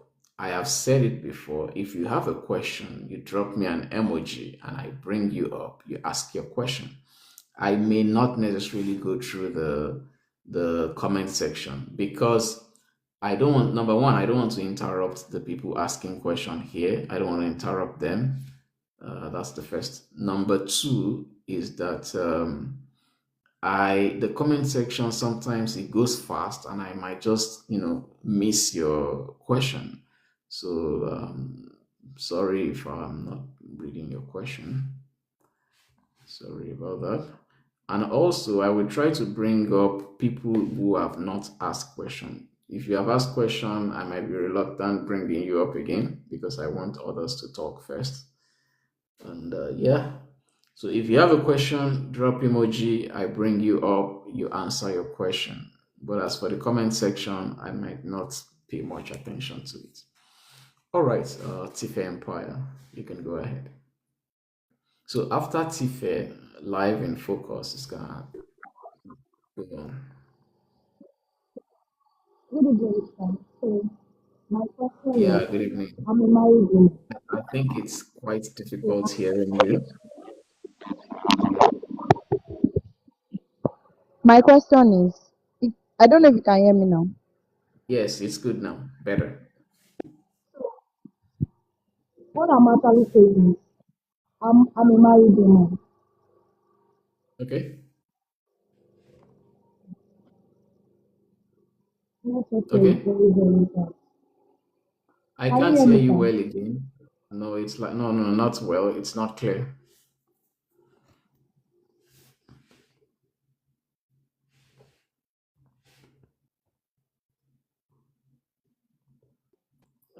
Just wait for her a little bit. Just a little bit.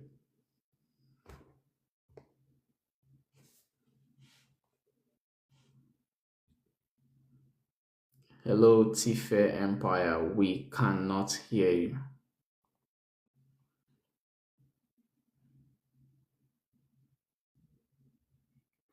All right. So while we are waiting for Tife Empire, are you back?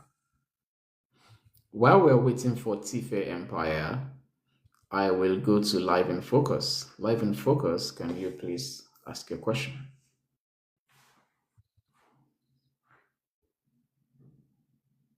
Okay, my question is on the CV. Yeah. So you talked about using the second reference as probably maybe a volunteering organization or NGO organization. So what about the leadership? The leadership, do you expect us to use a workplace as a leadership? Yeah, it's Maybe a leadership specifically for the written. second It's specifically written in the instruction that it's your work, your leadership should come from workplace. It's written there. Okay, It's written there. thank you. Again, I will say that guys always pay close attention to the instructions on the website and also on the templates that you download. They have all these things set there. It's just that I understand we are humans, we may miss out from one thing or the other, but they always put it there. They always put it there. So they specifically said it that your leadership is going to be a merit that what if it's coming from employment. All right, so I've answered that. Tife, are you back? Tife Empire. Yes, sir, I'm back, sir. All right, good. You can go ahead now. Then after you, we So move my to Eng. question is, okay, if you want to apply for it, will they allow you to come with your family, like your husband and kids? Yes, I'm currently in Sweden right now with my wife, and I have a friend as well here. We're studying in my school here right now. She got the scholarship, and now she's here with her husband and her two kids, two children. So in Sweden, you are allowed to come with your family. And the good thing about the scholarship is when you get the scholarship, when you're applying for the visa fee will be waived for the people who get the scholarship. You don't pay for the visa fee. Although my wife will pay, your spouse will pay, and you will pay for other people, like maybe your children or something. But as for you, you don't pay for the because it's a Swedish institute. The Swedish institute is a government stuff, and the migrations vacate, which is the body responsible for visa in Sweden, they recognize the Swedish institute and they waive the application for visa. And you can come with your wife, you can come with your husband, you can come with your children. It's fine. So what you do is when you get the scholarship, you apply for what is called residence permit when you get a scholarship. When you apply for the residence permit, you apply for yourself in a single application. You as the scholarship holder, in your application, you can include your spouse and your children in the application. So when you do that, they assess your application and then they look at it. Are you qualified and all that? So for you, you don't have to show proof of fund, but because you are a scholarship student, you don't have to show proof of fund. In the visa application, they will ask you that are you a scholarship stuff. If you say you are an SI scholarship person, they will not ask you for proof of fund. But you need to show proof of fund for your husband and your children. You need to show proof of fund. There is a specific amount that they are looking for.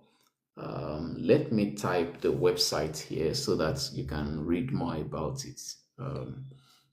While I'm typing, the name of the website is called, oh, no, not done. The name of the website is called Migrations Vacate. I'm now using my Samsung keyboard. I used to use Google. If it's a Google keyboard, it will remember some of these things, but my Samsung can't remember because I don't usually use my Samsung keyboard in my previous phones. My previous Samsung phones.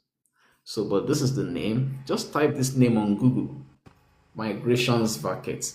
They are the ones responsible for visa application and anything that deals with asylum, applying for visa as a researcher, as a student, as a work visa, as a Schengen visa, any kind of visa you want. In Sweden, it's migrations vacate. So again, you can come with your spouse and children. Do you have any other question?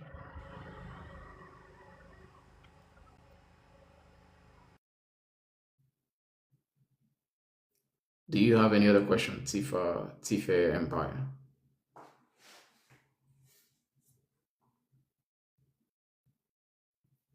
So while we're waiting for Tifa, and let me just say this to Joe. Joe, I sent you a I'm request. back, sir. I'm back.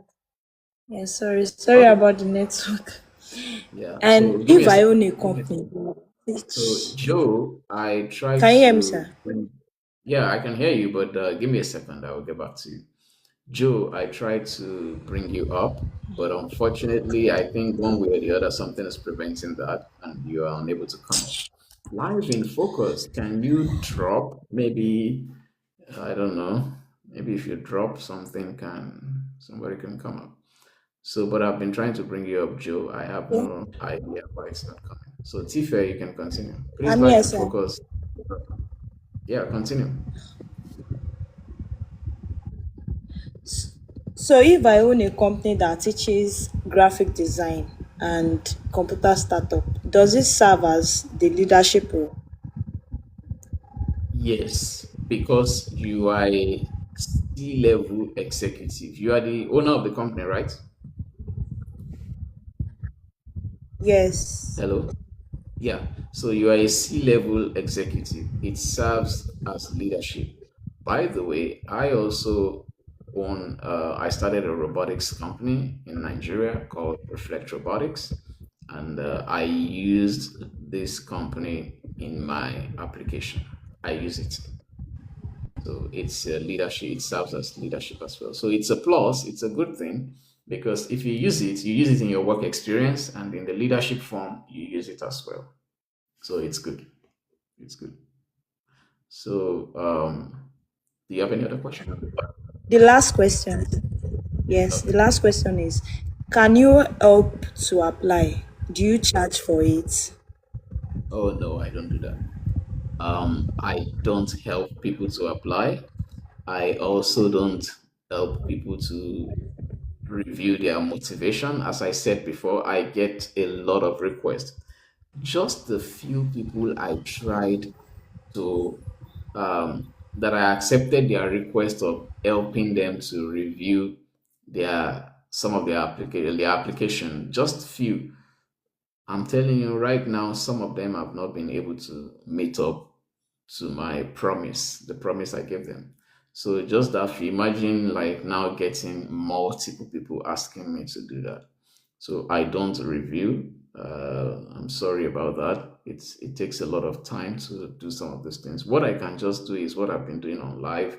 You come, you ask question in areas where you feel like you're not too sure, then I will answer you. Even if it's motivation, it's anywhere, I will answer you, but I will not help you like be reviewing application. But if you talk about it, you ask question about it, I will answer and clarify things for you. And I don't, by the way, just to That's say, all. Thank you, sir. just in case, I don't charge anybody money. So if anybody is reaching out to you privately on my behalf asking for money, I'm sorry, please don't listen to them. For now, all I'll be doing is free and I will be doing it for free. I'm not asking anybody's money. So I am Jay. You can go ahead. Thanks for waiting all this while. Okay, hello, good evening. Can you hear me? Yeah. Good evening. I can hear you clearly. Fantastic. Okay, first of all, thank you very much for this platform. Interestingly enough, I was You're just welcome. about to DM you because a friend sent me a post today to ask you some Oh, questions. Then I saw you were on a live, so I said, let me seize the opportunity. nice. I have 3 questions. The first Okay. one is as regards the CV, filling the CV. So I saw a YouTube video of a past recipient of the scholarship, and he said that everything that you put in your CV will be considered. So you have to pretty much be very coherent with the information that you're giving. Don't put anything that's not necessary. Don't put anything that you would not include in the documents that you're uploading for the scholarship. So in the section where they asked if you have any memberships or anything like that, I think it was tagged civil society or something of that sort. Does that mean you don't have like the liberty to put, let's say, for example, I'm a member of SPE, that Society of Petroleum Engineers. Should I only put memberships or let's say civil societies that I made mention of in the SI scholarship? That's the first question. Should I ask all or I should let you Okay, let me respond? answer this. Okay. I think this is my own opinion about it. I think you can put others as well. Yes. Only that when you are submitting your reference letter, I'm referring to the network of civil society organization that you mentioned. Let's say you have more than one network of civil society organization. You can put them there. Let's say you have 3 or 2. You can put them there, but only that in the reference letter, it is one of them that you will use. You get, do you understand that? Understand you. Okay, good. Let's move to the next one. Okay, thank you. The second question would be on choosing a referee. So in the reference form, where we have a reference form, it tends to spill over to the second page, Yeah. irrespective of how much you try to limit the words and whatever. So I Yeah. already met my most recent employer, that is from my NYSC. And then I had her fill the form even before the scholarship was open. Unfortunately, today I heard that she would have needed to stamp both the first and the second page. So I just want to verify how true that is, and if NYSC should have been You heard categorized from who? as just a friend, and the person said Okay. that that is what he assumes because that is what he did. So I want to get clarity, and I want to know if I should have classed NYSC as an internship or employment. Yeah, so I answered your question like at the beginning of this live. We've been doing this live since 6 o'clock, more than 4 hours now. So I answered your question at the beginning of the slide, and the answer is it was specifically written on the instructions that if your letter it's like more than one page and then it spills over to the second page, both pages must be stamped and signed because um, the reference letter, they actually gave you a space to stamp and sign. Fine, they gave you a space to stamp and sign. But that will usually fall on the second page. But the first page, which of course you will definitely stamp and sign that second page because there is a space to do that. But just like you said, most people make that mistake of neglecting the first page. They specifically said it there that you should also stamp and sign the first page. So whenever your documents spill over to a new page, stamp and sign that new page or that other page that stamp and sign your stamp is not on it. Stamp. Sorry. Sorry, excuse me. So you should stamp and sign the pages, the two pages. Do that, please. Okay, thank you. I'm sorry Yeah. about the cough. Okay, Oh, the thanks. third question. Asking that question just gave me another one, but to be considerate of others, I'll just ask the third one. No, no. Feel free to, if you have, feel free to ask all your questions. Please, I want to get water. Okay, Feel free to ask all your questions. okay. Should I wait for you or I should go No, on? no, I'm listening. Go ahead. Okay. The third one would have to be as regards the proof of work and leadership. For proof of work, I got two employments. One of them was the NYSC. You didn't respond if I should class that as internship or employment. So you said one of them is NYC and they didn't respond. No. I said one of them is NYSC. The other one, I wanted to use my internship from when I was in my third year in the university. But I also saw on the form somewhere, I think frequently asked questions, that internships don't count as work Yeah, hours.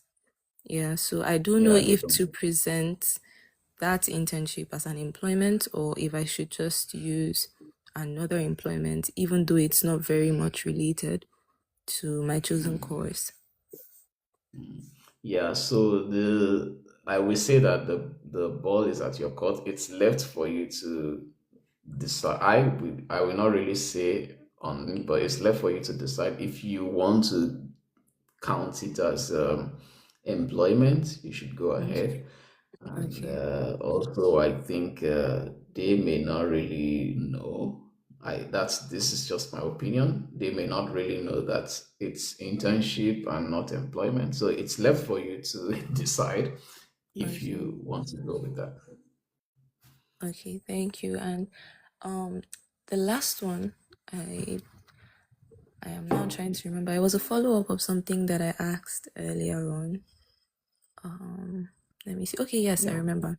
So the last leadership form, because I filled two, right? The first one was filled by my employer, where I did my NYSC.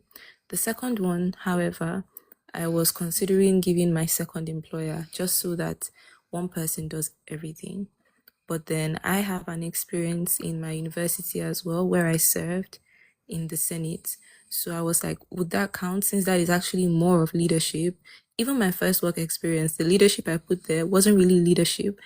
It was more or less just doing my work, right? And then few occasions where maybe we have presentations. I made some meaningful contributions to the group presentations, organize the team, stuff like that. So I thought that if I use my school leadership experience for the second experience, it might be a more valid one. But based off of the response you gave someone before I just joined, I think it might be better to just use my work experience. Yeah, And because they wrote it that the leadership experience should come from employment. So you want to use leadership experience coming from employment. So if it is just that maybe it's the student kind of leadership, that may not be from employment. okay, I understand you. I understand perfectly. Yeah. All right, I think that should be all for now. Okay. Thank you very much. Thank you so much, IMJ. And Reco Psycho, you can go ahead. Joe, since we are having problem bringing you up, you might just want to drop your question in the comment section. Okay, good evening, sir. It's so unfortunate I joined the live very late. So my question goes like this. What is the site and what are the criteria for applications? Hey, we've spent 5 hours discussing this. Now you want me to go right? You can just Even for the like a summary. website, I've dropped a lot of websites during this thing, and it's like now I have to do it again. I'm sorry Anyways, about that. let me quickly mention them. Basically, the scholarship is divided into two. The Okay. second part is actually the scholarship itself, but the first part is applying to universities. These Okay. things are two different things. Two different things. So, when it comes to applying to universities, the website is universityadmissions.se because it's Sweden, it's .se. Okay. Universityadmissions.se. Even if you don't really get the full web address, just type it on Google. Type University Admissions Sweden. It will show you the website. But All right. as for the scholarship, go to si.se. The Okay. name of the scholarship is Swedish Institute. You get so SI, Swedish Institute .se.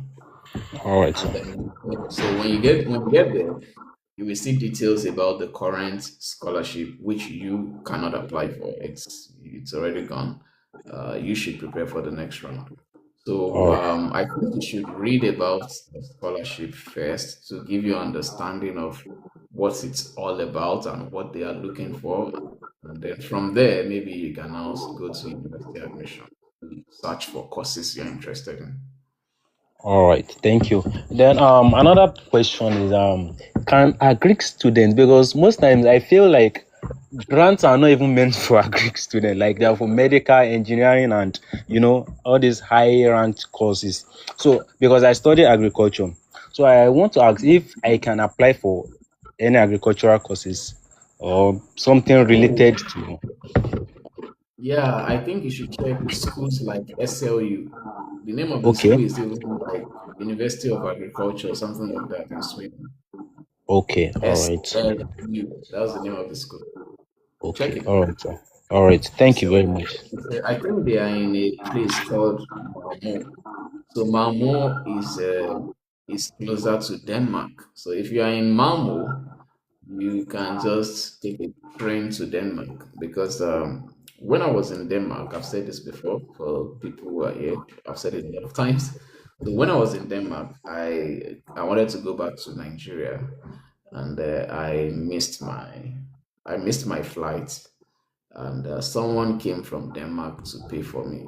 Sorry, someone came from Sweden to pay for me, and she just came within 30 minutes. She got to Copenhagen in Denmark, and then she paid for me. So Malmo is closer. In fact, most times people that get this scholarship, people that get to schools like the SLU, which is in Malmo, they don't take plane to Sweden. They take plane to Denmark. From Denmark, they enter train to Yes. their school because All right. it's much more expensive and longer taking a flight to Sweden because you are going to Malmo. It's better you go to Denmark first, which will drop you at Copenhagen, and from there you take train to Malmo. So check SLU is a very nice school, and All right. it's a good school when it comes to stuff like All that. right. Thank you very much, sir. I think that's all for now, sir. You're welcome. Anybody have a question? If you have a question, drop emoji and then I bring you up right now. If you have a question, drop emoji, I bring you up. Yeah, SLU. SLU. It's I think it's University of Agriculture or something like that. Formsky, you still want to come up? And Tino, bring Tino. And Paul, can you come up as well? Yes. If you bring you up, and please give me a minute. Give me a minute. Let's bring you up. All right, so I'm gonna bring these people. Oh, Yomis, I'm bringing Yomis as well. So we will go one after the other. So let's go with Bori. Bori should go, please. Others can mute, and then Bori, you can talk. Bori. Can you hear me? I can hear you, Bori. Go ahead. Yeah, actually, this is Joe, the guy that has been trying. I had to use someone else's. Oh, Joe. Nice. Yeah, I had to Welcome. use someone else TikTok because I'm new to TikTok. Well, anyways, the Okay. first question I have is I saw I saw a drop down on of SDG on the CV part on when I was like watching videos on it. But this time around, I didn't see a drop down on SDG. So I'm like, Yeah, can I? So I don't know. I'm just feeling like that without a drop down of SDG. yeah. That's the first So question. If let me it's quickly answer that. eh? So let me quickly answer that. For those who don't understand what he's saying, in my own set, in the CV, there is a drop down where you can add what the SDG for your work experience, the SDG that relates to your work experience. They added it in the CV part in my own time. But in this 2026 application, there is nothing like that. So please, if there is nothing like that, of course, which definitely there is nothing like that in this 2026 application, don't add it. Don't add it. Another thing when it comes to scholarship is don't say, oh, this is how they do it last year. I will do it the same thing when they actually didn't provide a means to do that thing. You still put it there. No, don't do that. Don't do that. They always have a template, and most times they change one thing or the other in their templates. So don't say, oh, they used it last year, I will use it, but they did not put it this year, so I will go and add it myself. No, for them to remove it, they know why they removed it. So don't complicate issues for yourself and probably for them. So you can go to the next question. Okay, so in the job work experience. So I have worked. I have I already put in two job experiences there. So on the third list, should I just leave the third list like that? Because I wanted to put my internship. So as my third, as the third work experience before I got my two main job experiences. So I don't know if I should just leave omit the Why do third you one want to like put the that. third experience there? Okay, I was just thinking because it's also like a multinational and everything. So I was looking at it as a plus, and it's a big firm All right. relating to what I studied too. So that's why I was like, okay. But if Okay. there's no need for Wait. that, By the way, I want to believe that you've already applied to the schools, right? yeah. I studied food science, so I applied to SLU as my first choice, then LUD as my Oh, second for food science. nice. So, the thing here is talking about uh, sorry, can you give me an hint again? It's like my brain went What do you dead. say? Just can you give me an hint? Just mention something from what your question is about. My brain just went off right now. No, you're asking me why I want to put the third choice as the Okay. internship. And I was Yeah. trying to explain why, but since you said it's not necessary. Yeah. Okay. Yeah. So the thing is, if your first and second choice meets the 3,000 work hours experience, and it's fine, you don't need to put a third one. The Okay, thing is, I if you have a put the five third years. one, Okay, huh? okay. I said I have a 5 years work experience, so it meets the 3,000. Yeah, So it the meets third it, so one that's is fine. But let me say something about the third one. If you feel like the third one will make your application very stronger, like if you feel like it will make your application stronger, that's what I'm saying, then you can add it. The only thing is that when you add it to your CV, you know that you've added extra work because it means you have to go and provide work experience form for that one too. You understand? Yeah. So speaking of those forms, so all those places that are there, when we are submitting the CV, are we to delete them or just leave those places the way they are? Like maybe like there's a third part for work experience. Should we? Yeah, Are we? I don't know if you yeah, you understand what I delete it. mean. You delete it. If there is any one of them that you are not using, just delete it. Okay. Yeah. Then the last question is the leadership. For the leadership and work experience, so they have references there. Mm. And so that one is just categorically for the places you have the leadership experience. I just want to because I maybe I'm mixing what do you call it, the other reference, your reference letter to this one, because you said we must give one from your work and one from a civic Yeah. organization.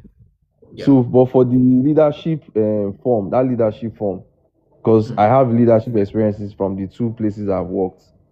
So That's nice. it doesn't count with the reference, right? No, it does not count as the reference. The leadership experience is different from the letter of reference. It's different. Okay. So for Okay. the leadership experience, make sure your leadership experience is coming from your workplace, your employment. You get? Okay. Uh-huh. Okay. But Yes. as for the reference letter, you have already answered that. For the reference letter, one should come from work experience, the other should come from network or civil society organization. Okay. All right. I think I'm satisfied with this for now. Thank you very much. All right. For other people Thank are you. Are welcome. Now we move to Fumski. Fumski, because you've been here before, I won't entertain so many questions from you because I have a lot of people here who have not asked question here at all. So I will just entertain maybe one question from you. You can go ahead, Fumski. Hello, good evening. Yeah, good evening. I have one very heartbroken kind of message. I just check on the portal and I saw this unqualified stuff that we're talking I about. can't hear Let you me just well. quickly. There is a noise in the background, and your background is noisy. I can't hear you well.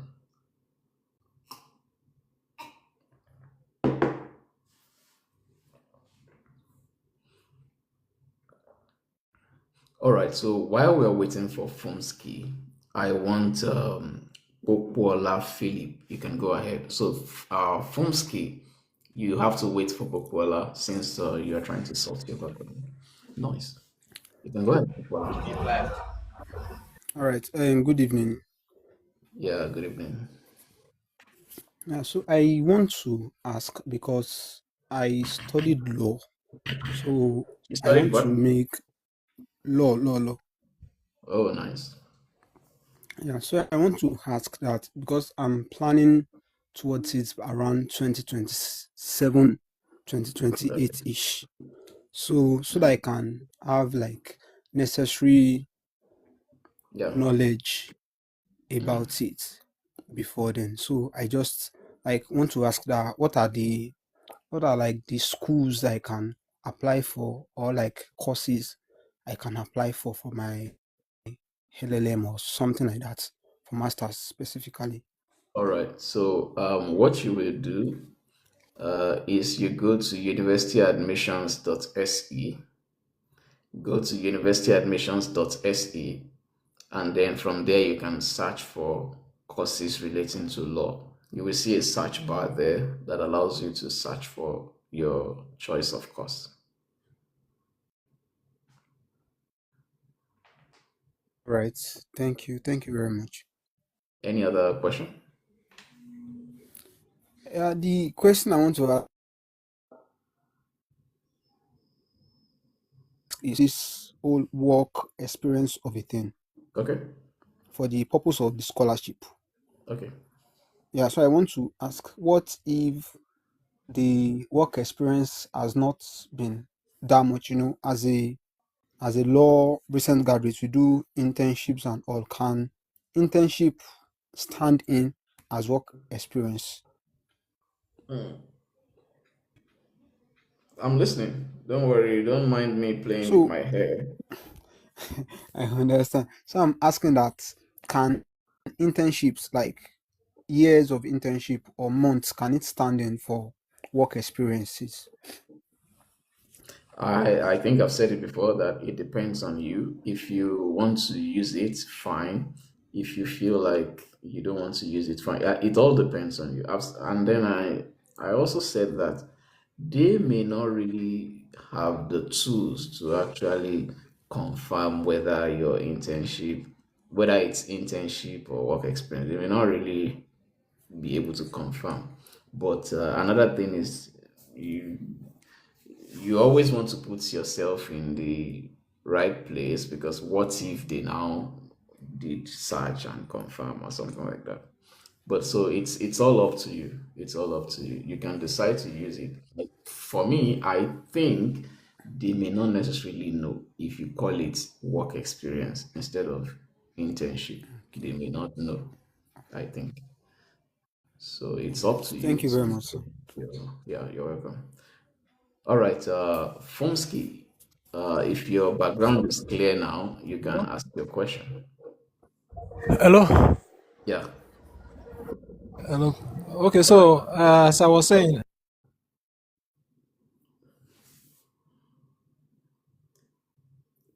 Fumski, go ahead. You muted yourself.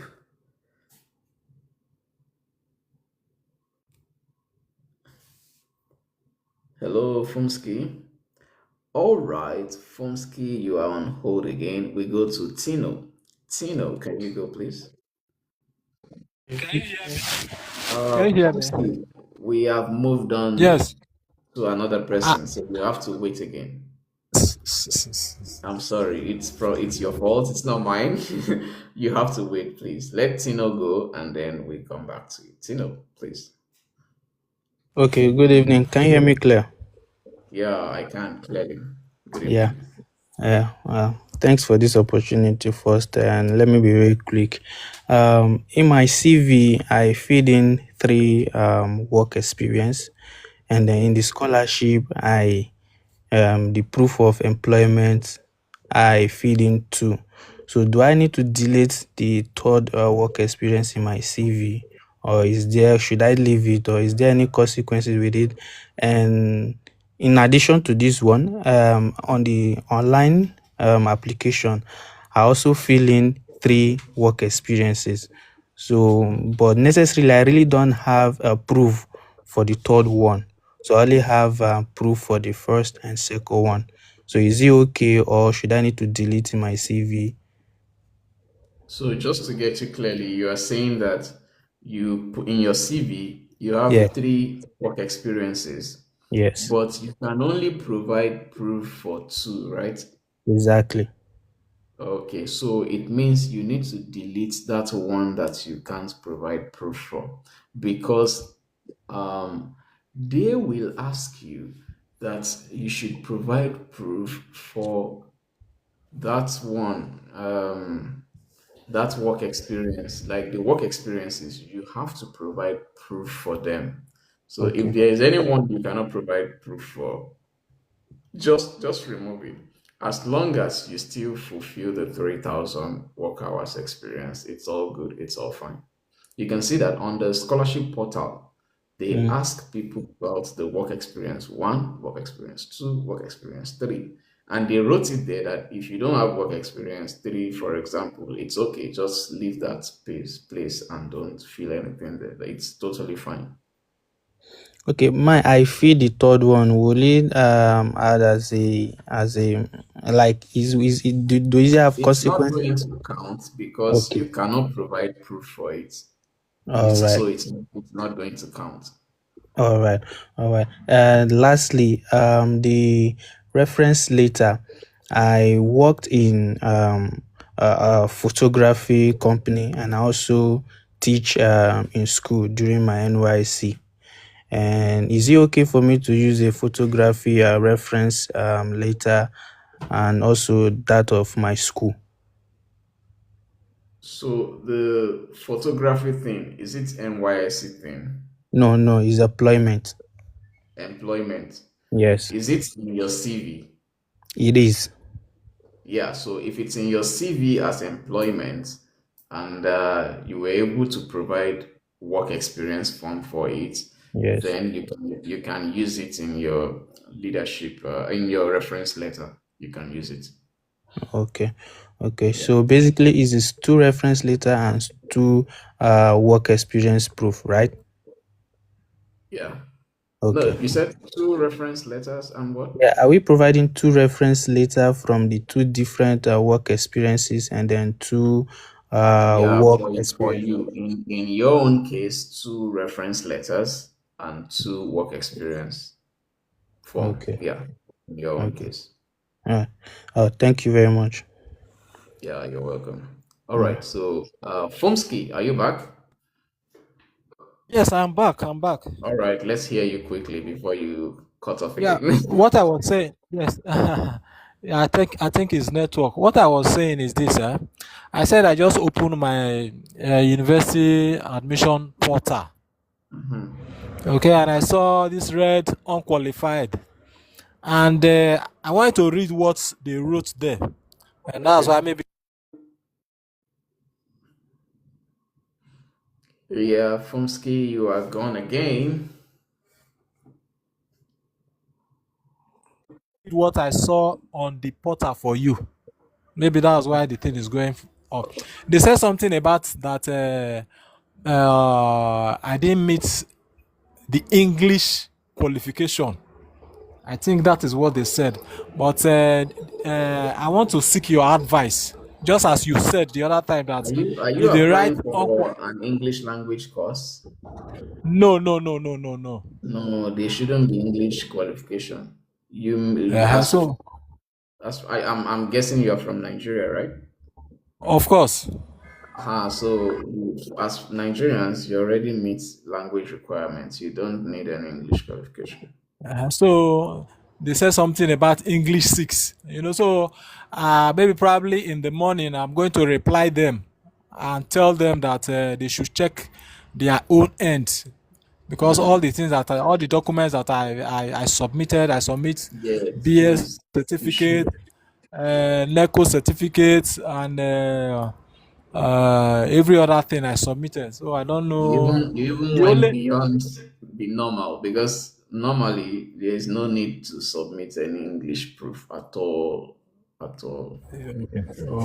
okay. So the only challenge I think I had, which I spelled out to them, was my transcript. So maybe Okay. because they told me that, yes, they told me that I should reach out to the schools because me, I learned about Sweden late. You understand? I learned about Sweden late, so the application was so close. Though I've applied for school to send to them, so the school said they might send it this weekend. You understand? So maybe because they told me that I should check if there's anything that I have not uploaded, I should check and see if it can be uploaded. That's what the reply they gave me on the portal. Oh, I see. I see. So you are Yes. saying that your transcript has not gotten to university admissions. Yes. Yes. So what you need to do is keep following up with your alma mater, keep following up with them, and then always be checking your portal to know when the university admission has got it. So I think, But then they have already written unqualified there.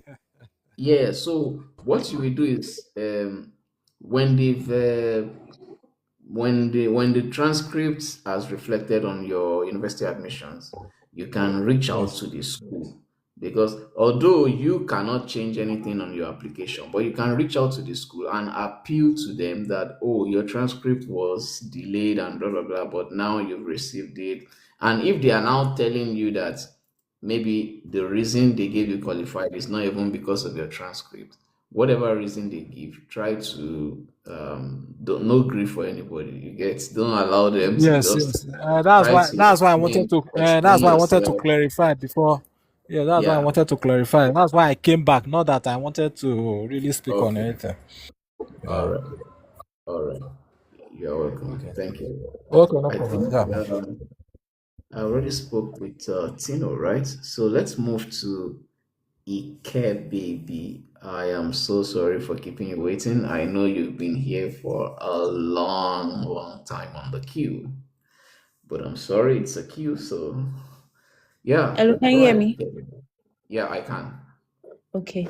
Thank you so much for this orientation. I really do appreciate it. It has been amazing. So, You're my welcome. question is about the credit. So, I was not like I'm trying to apply, but I was just like checking courses. So this particular course, they said I need like 60 credits. So, you were saying that the credit also means In unit. particular, sorry, can you come again? Okay. So I said that I was like just looking at courses from their website. So this Yeah. particular course said I need to have 60 credits of maybe a management course, right? Okay. So I said that you said the credit means units. So most of the courses I did were like two units. I think the highest was 6, and that was like COS or project. So how do I translate that? All right. Um, by the way, the course you were checking, is it a 2 year master's or 1 year master's? Is 120, so yes, it's going to be 2 years masters. 120, right? Yes. Okay, that's 2 years. Now, you said in the requirement they are asking you to have 60 credits in management stuff.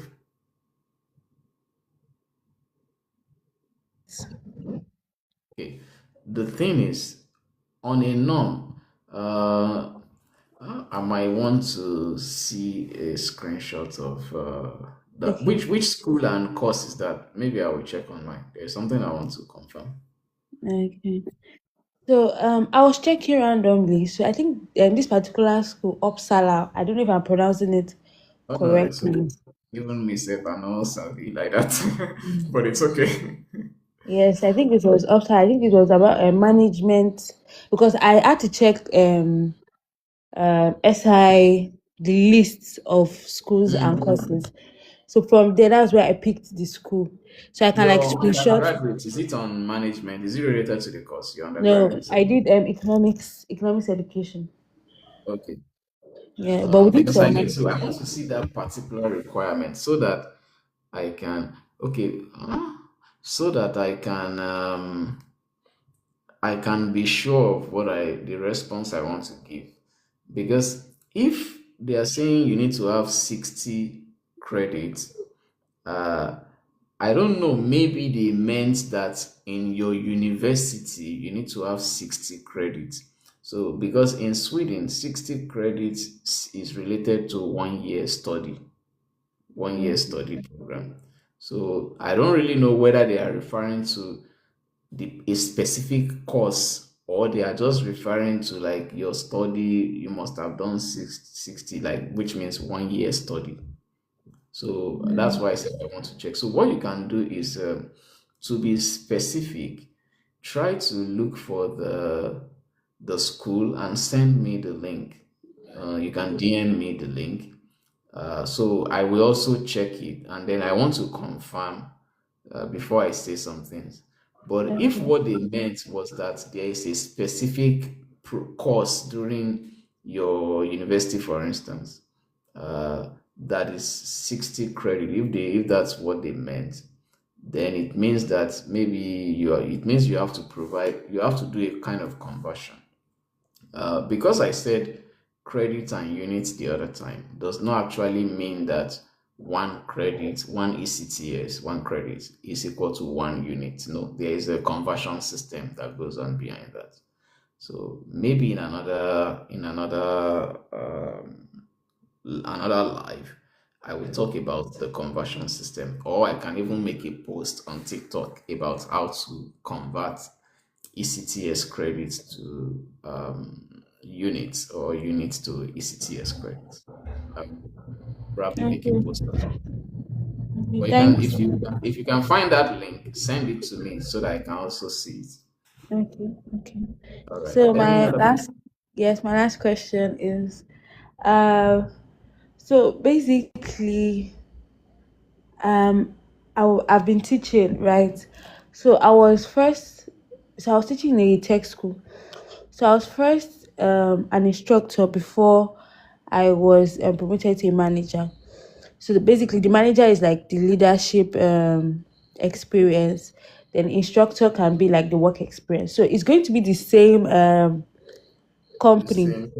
Yeah. Yeah. So how do I go about that?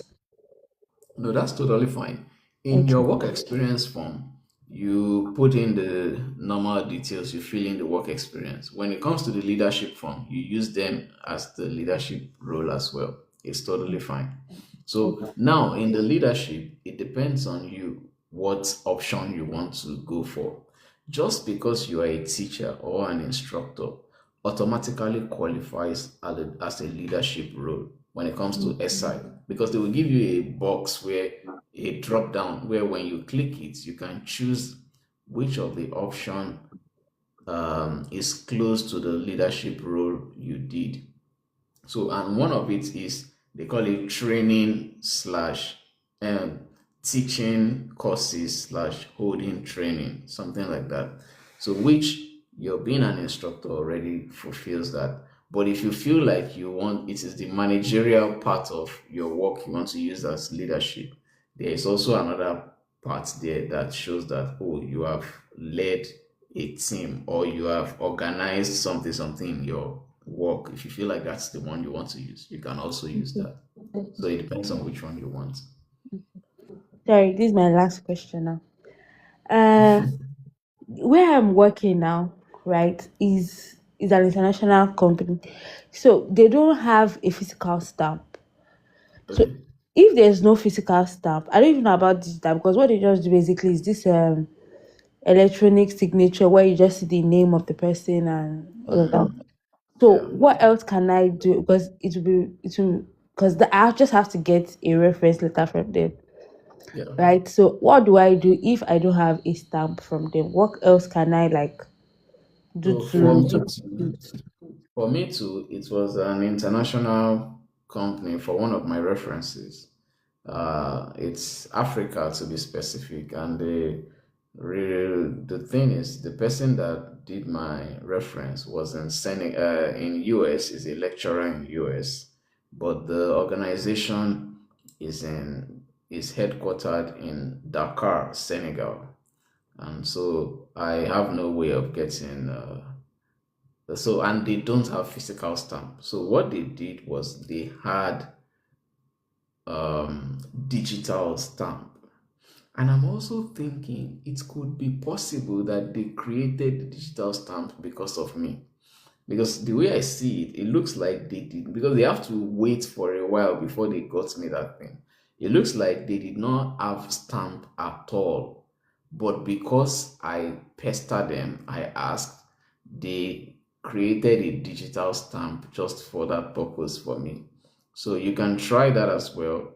The company, I send it to the person, they put the digital stamp. Even the signature was digital signature, not, you didn't use pen to make the signature. You just use a digital signature and then they send it back to me. So try first. If they don't have digital stamp as well, then you may want to consider using another organization for your reference if they don't have either physical or digital. Okay, thank you so much. That's all for me. Yeah, you're welcome. Another thing, how would we know when your next life is coming up? That's the thing. I usually make like a post. If you follow, you just need to follow me, I think. If you follow me and you keep checking my page, you will see my post. You will see my post. I usually make a post before going live, and yeah, that's it. Okay, Do you have a thank you so suggestion much. for me? If you have a suggestion for me, I will definitely accept that. I don't I'll know, definitely maybe consider that. it's YouTube. I don't know. I don't have any suggestion. All right, all right. Because for now, I think I prefer TikTok in doing things. The TikTok handles video live streaming very well, I guess. Yeah. So thank you, Ike baby. We are moving to the last person, which is Yummies. Yummy, yummy, yummies. You can ask your question, Yummies. Good day. Good evening. Yeah, good evening, Yummies.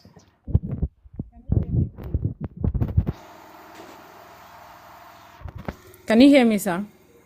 Yeah, definitely. Okay. So I just want to ask quick, just few questions. It's my first time here, so I don't really know how it's going. I just came across your TikTok post and I got interested.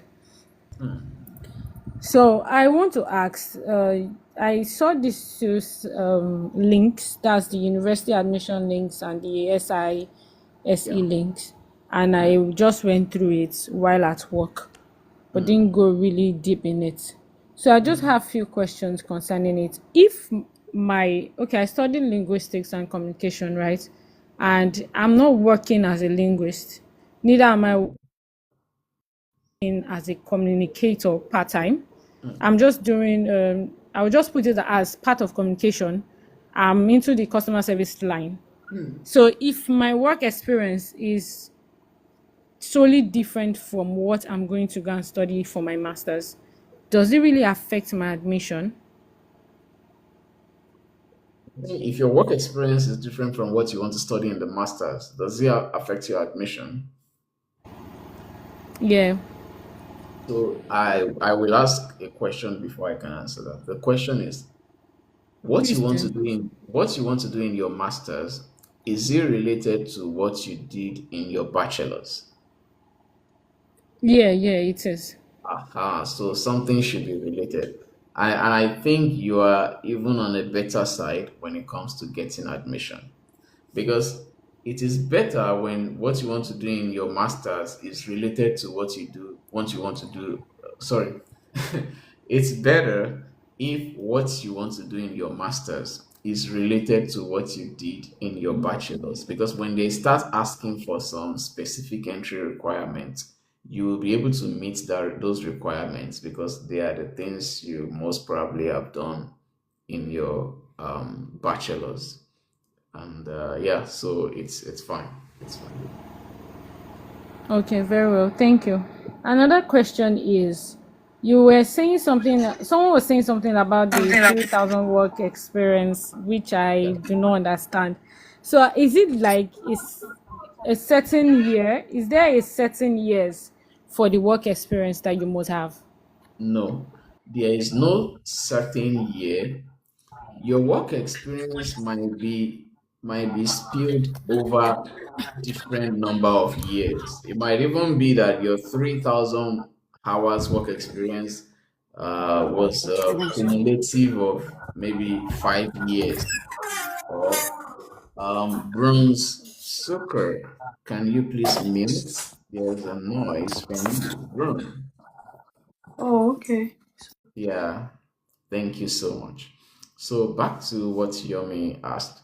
So there is no criteria for, oh, your work experience must be 5 years, 2 years, 3 years. However it is, it doesn't matter as long as it meets the 3,000 work hours experience. You might even have like work gap where maybe there is a gap in your CV. During that time, you didn't get job, you didn't get work, you were not doing anything. It could be that some people may be like, oh, they gave birth and they had to go for parental leave and maternity leave, or maybe even if they did not get maternity leave, like they just had to like leave the job space for a while because they are trying to give attention to the children or child. So it doesn't matter. It could even be that you had a freelance work and not even a regular full-time job. So however it is, it should just be 3,000 hours. Whether it's spread over 5 years, spread over 4 years, 3 years, it doesn't matter. Thank you very much. Another question. Sorry, I'm taking your time. No, it's good. If I don't know if the admission or the portal is open for registering now, because I don't have access to my transcript or any of my documents yet. I've not gone back to my alma mater to take those things. As for you, I just want to start doing it this year. As for you, you are not applying for this year's round. This year's round, just forget about it. Because for this year's round, they've started all the process since last year, since 2024. Since 2025, from October. So you forget about this year. What you want to focus on is the next year round, which is the 2027 admission. As for 2027 admission, it will start 2026 October. So that's what you want to focus on.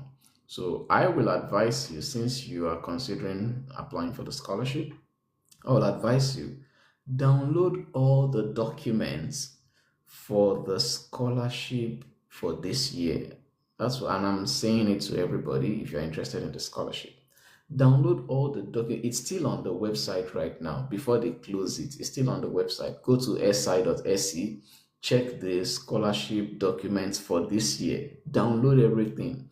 See how you can fill those documents and meet the criteria, so that when the scholarship for the year you are waiting for, which is the 2027, when it comes out, you will have gotten familiar with how the old document is. You might even have filled the last year and it's just like you're just copying and pasting, putting them there because you're already familiar with how the old thing is. So familiarize yourself with this year's application in preparation for next year. You get. So that is what I will say for. But for now, you cannot apply for the current one going on. That one is gone. You can't apply. Thank you very much. Lastly, No, no, it's good. The university admission, the portal. Can you apply to different schools, or it just has to be one? 4 schools, up to 4 schools. Okay. Yeah. All But right. different courses if I want, right? Yeah, you can choose different courses even from the same school or different school. It's fine. But you can only choose up to 4 courses. Okay, okay. Thank you very much. I really, really appreciate. You are Thank you very welcome. much. Promised. Bye bye. GTG, Bye. let's go, man. My bro, Yeah, GTG, welcome. good evening, bro. How you doing, man? I'm good. I'm good. How is everybody over there? Yeah, we are definitely good. Okay, let me not waste time because I know some people might also be sending a request. The thing there is I have just 2 questions, 2 quick one. Yeah, So my first question is it a must that we have to provide 3 work experience or 3 proof of work experience from probably is not a must, right? it's not. The Okay. when it comes to work experience, the criteria is Just meet 3,000 hours. 3,000 Yeah, it doesn't matter whether it's okay, from one job or two or jobs. 2 jobs, but just make sure it meets 3,000. Yeah, Okay. Then have you noticed that these 3,000 seconds, or is it hours that they are asking hours. for, when you calculate it, it's just probably you can cover that in 3 months. So what they are You actually can trying cover to that in what? 3 months, It's not like possible. I don't think it's, let's say, like 3 to 4, 5, 6 months, but it's not more than 6 months. I can tell No, you. it's not possible. Let me give you the mathematics behind it. Okay, what's the mathematics Let's behind it? let's let's say I do a job. I'm employed in a company, and I started the job January 1, 2026. I started January 1, 2026, in a company, and I work 9 to 5. That's 8 hours per day. So by the end of 2026, which is December Mm-hmm. 2020, the last day of December 2026, it means I've worked 12 months, right? Yes. So let's calculate how many hours I've spent in a month. And then from there, we can calculate how many hours I've spent in a year, which is 12 months. In a month, I did a work of 9 to 5, which is 8 hours. So that's 8 hours multiplied by 5 days because I work Monday to Friday. That's 5 days. 8 times 5, that's 40. And then because I work 4 hours, sorry, 4 weeks in a month, because there is 4 weeks in a month, that means in one month, I have worked 8 times 5 times 4. Remember, 8 times 5 is 40. 40 times 4 is 160. So in a month, I have worked 160 hours. Then, if you want to multiply that by 12 to get how many hours you've worked in a year, that's 160 times 12. That's like 1,920 hours. So Okay. it means in one year, I have worked 1,920 hours. So that's the calculation for Okay. people who work 9 to 5. Okay. Because also there's some work that involves you working Sunday to Sunday, like you don't have time and all those things. Yeah. Like, So even if you work Sunday, like Monday to Sunday, it will in a year you will still not meet up to 3,000 hours. Nope, you will not.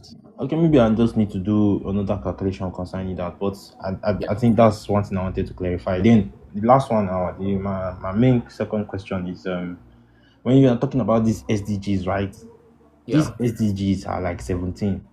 Yeah. Can you probably, okay, can you like focus more? Let's say, can you mix it up? Can you like work on probably two.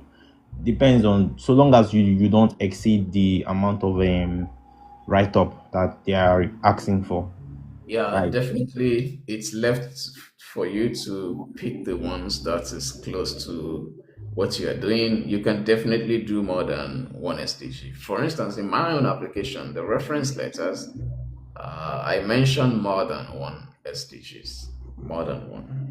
But in my motivation, because there is no much space to write a lot of things, I only mentioned one SDG. Okay, so that means if I can target, like, let's say two good one and kill them under the space of, let's say, the required amount of characters and words that they're asking for, I could Yeah, literally do that. yeah, for sure, for sure. Okay, now. Okay, so we move to So, thank but you. is it more advisable to do one or to focus on two? What would you say? It What would depends on you which aspect you are referring to. Are you referring to the motivation? Are you referring to the the reference motivation now? letters? I'm talking on the motivation.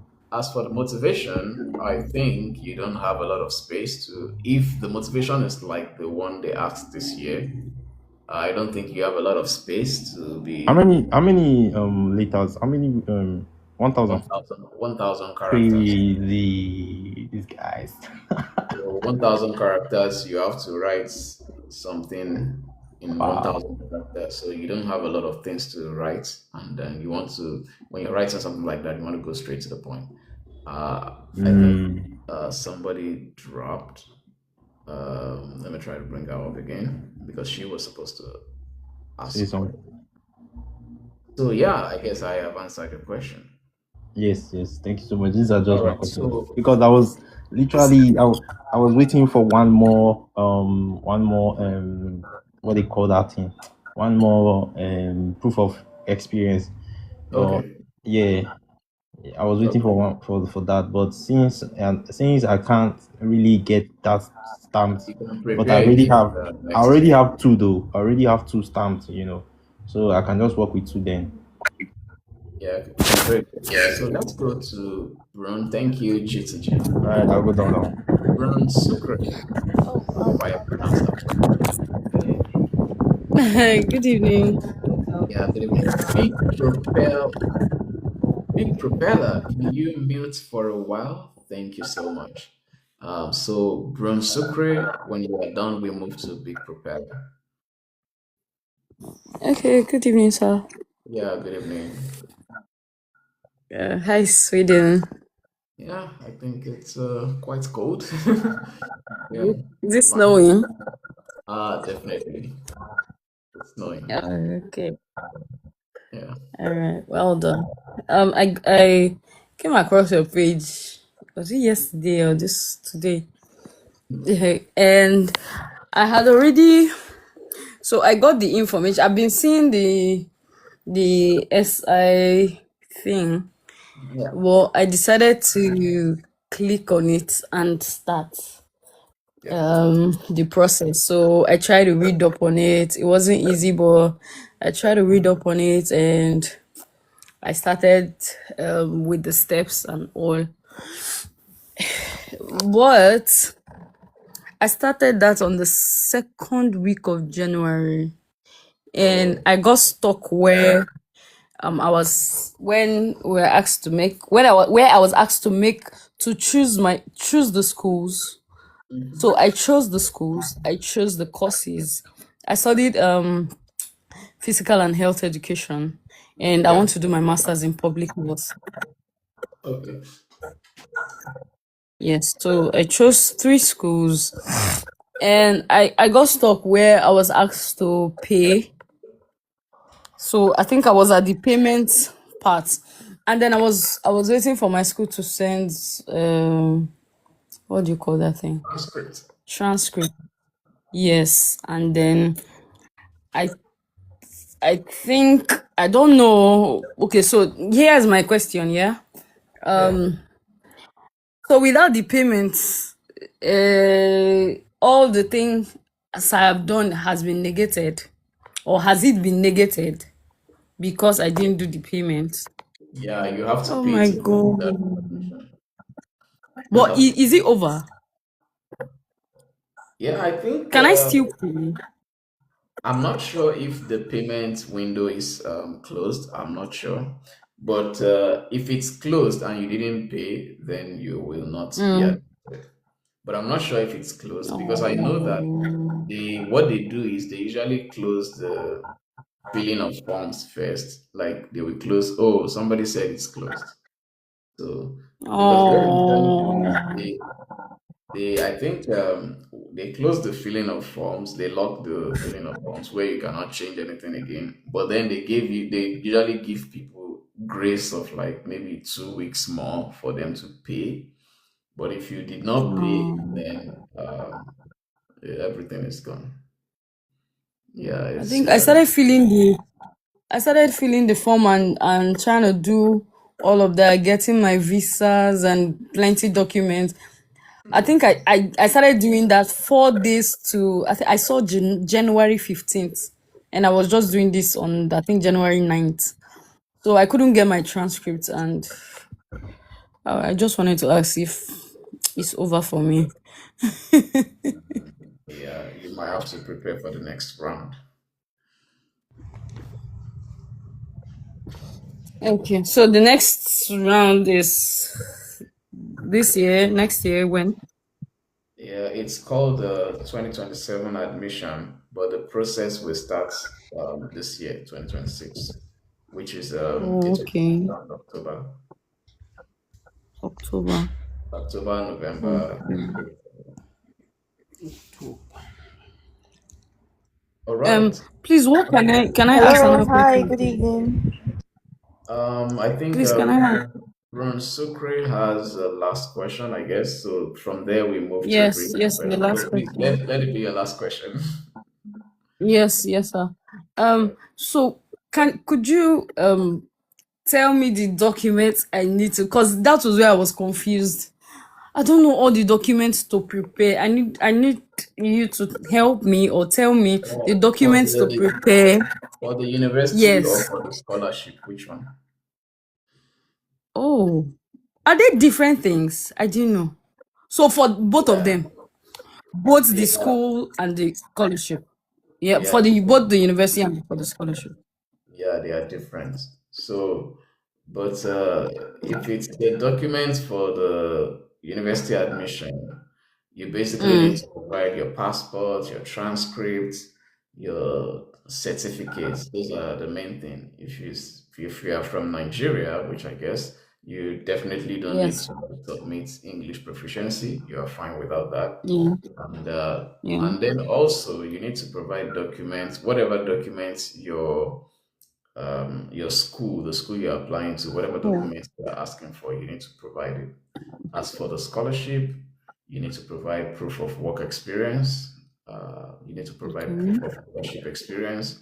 You need to provide 2 reference letters, and I think that's all. So all these things I mentioned for the scholarship part, they have a template for it. You are not meant to provide your own work experience, proof of work experience.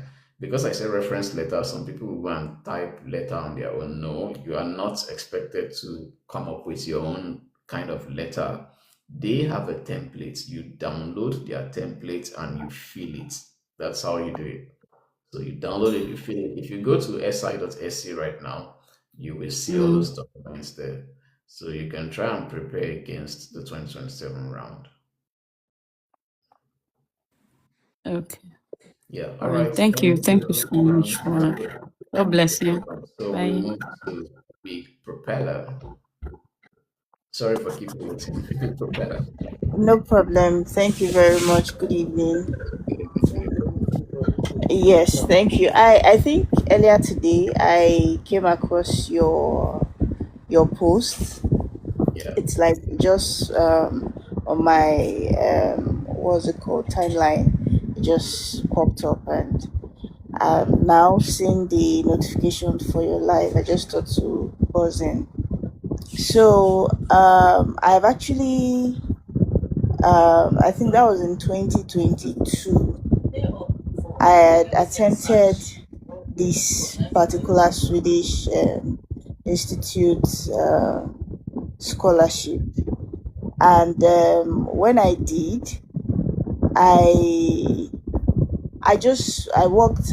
There's this guy quite popular on I think Instagram that does the same thing. He talks about the Swedish scholarship stuff, and that was the one who actually made me attempt it initially. So I attempted it. I worked with the knowledge that I have on it or about it, and I succeeded in. While you are asking the question, Yes. the live is gonna end soon in 4 minutes. So quickly Oh ask a wow. question. Yeah, Okay. because I set So a question. yes. So what I'm trying to say is that when I attempted it, I was on the waiting list. I was number 13 on one of the waiting lists. And somehow I just kept waiting to see if it's going to get to my turn, but it did not get to my turn. So I think from the previous person you were talking to, I would have to pay the application fee over and send my transcript over and repeatedly again if I want to continue the process. But I just gave up and I started to do my master's here in Nigeria. So my question is, does it accept PhD? Can we apply for? This is it. As for PhD, the scholarship does not accept PhD, the SI scholarship. But let me say something about PhD in Sweden. As Okay. as you might have probably known about PhD in the West and the developed countries, PhD is a job in Sweden. You get paid for doing research. So when you get a PhD position here, it's like you are getting a job and they pay you for it. So Okay. it means that you can actually apply for PhD from outside Nigeria, outside Sweden. You can be in Nigeria and apply for Mm. PhD in Sweden. If you get it, then that's totally fine. So you just apply for the visa you are going to apply for, the resident permit is the resident permit for researchers. So when you apply for residence permit for not you won't apply for the student residence permit. You will apply for residence permit for researchers. So it's usually Okay. a work visa because again, as I said, PhD is considered as a full-time job in Sweden. Okay. So you can so you won't have to go through the SI scholarship because the SI Oh, scholarship is only for masters. So okay. you will only go for the PhD. Is there a website that I could possibly search, or I For could the just do a PhD, random Google search? no, for the PhD, there is no website. What you do is you just search for the schools. Okay, so this is it. You can use the university admission website to search for schools, but Okay. also you can list out some specific schools that you might find interest in and search for when they are looking for PhD. Okay. Yeah, so when you do your search and you see that PhD opportunity is open, you can apply. So if you get it, then fine, you start applying for your residence permit if you get the PhD. And if you want to, if you have Okay. family you want to bring, you can bring them as well. Okay. Okay. Okay. Thank you very much. I was going to ask the period for which it will be open, but PhDs I are doubt. usually randomly, it depends on the research institute, whether the lab is cool, whether they need new students, or you just keep checking randomly. Okay. For Okay. instance, for me that I'm into robotics, I might go to KTH website, look for their PhD call for robotics, or search for Mm. some institute like that that are doing PhD for people into robotics. Oh, okay. Okay. Okay. No problem. No problem. Thank you very much. I really appreciate your time and commitment to seeing that, You're we can benefit from these opportunities. Yeah. So, guys, make sure you follow me. I will still be talking about more of this. And as I said, I have only shared the university admission part.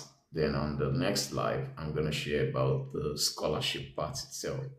BBI is the last person I'm going to bring up, and then from there we will end the live. So, BBI, the floor is yours. Hello. Thanks for the opportunity given. How are you? Yeah, I'm good. How is Sweden and his family? Yeah, it's going fine. Actually, my name is Suleiman. I'm from the northern part of the Nigeria. Oh, nice. And Welcome. I studied architecture, but I can see I'm trying to see how I can be able to pursue my career into masters. But the question I have is that does age matters? Does what? Age matters. Oh, no, no, no, Age. no. Age does not matter. Okay. So we find it difficult here in the north to very concerned on how to apply all this scholarship.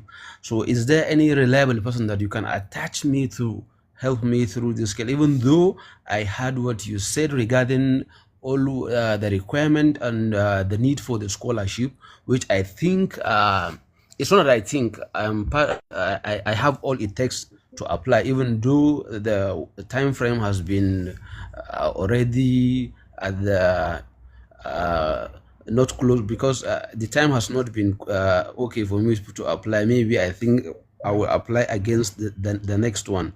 So is there any person in Nigeria that you can help me to see that I can be able to apply without having much difficulties?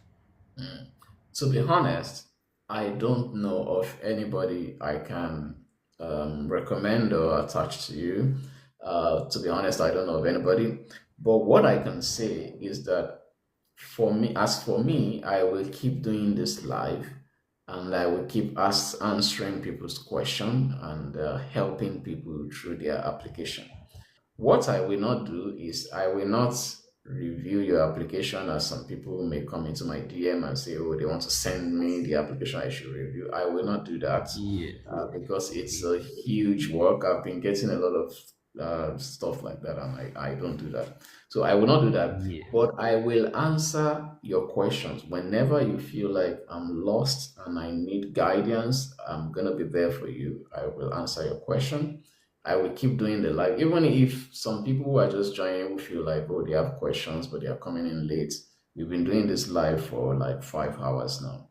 So Yes. if you feel like you still have questions, don't worry. You just have to follow me. I will keep on doing this live, and you will Oh, enjoy. all right. Yeah. So I'll always be, following along, so that if there is anything that I'm stuck, I can be able to even ask question, even or send a DM. And thanks Yeah. for the opportunity given. Thanks for the Thank you so opportunity. much, Suleiman. Thank you. I You really are appreciate you are it. welcome. You are welcome. All You are right, welcome. guys. It's a pleasure to have this live with you. I really appreciate your time so far. Interestingly, we started with like maybe 70 something people on the live, and we even went up to 80 something. And now it's interesting that we still retain like 35 people here right now for like 5 hours. That's a good, that's impressive. Thank you so much. I really appreciate you guys. And a lot of people, like some people drop roses and some, nice diamonds. I think they call them diamonds, all those things. And I really, really want to appreciate those people. Thank you so, so much. I really appreciate it. Um, Thank you once again. Don't forget to follow me. I will go live, and then when I go live again, I will talk about the scholarship side of things because I've already talked about the university application side of things. And thank you guys. See you another time. Bye bye.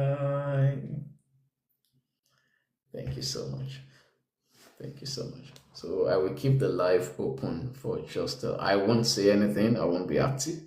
I'll just keep it open for like 10 minutes for maybe some of you who are messaging yourselves, contacting and chatting to maybe round up whatever chatting and messaging you're doing. And then when just maybe in 10 minutes, I will come back and I will end the live. All right. Thank you guys. Bye bye.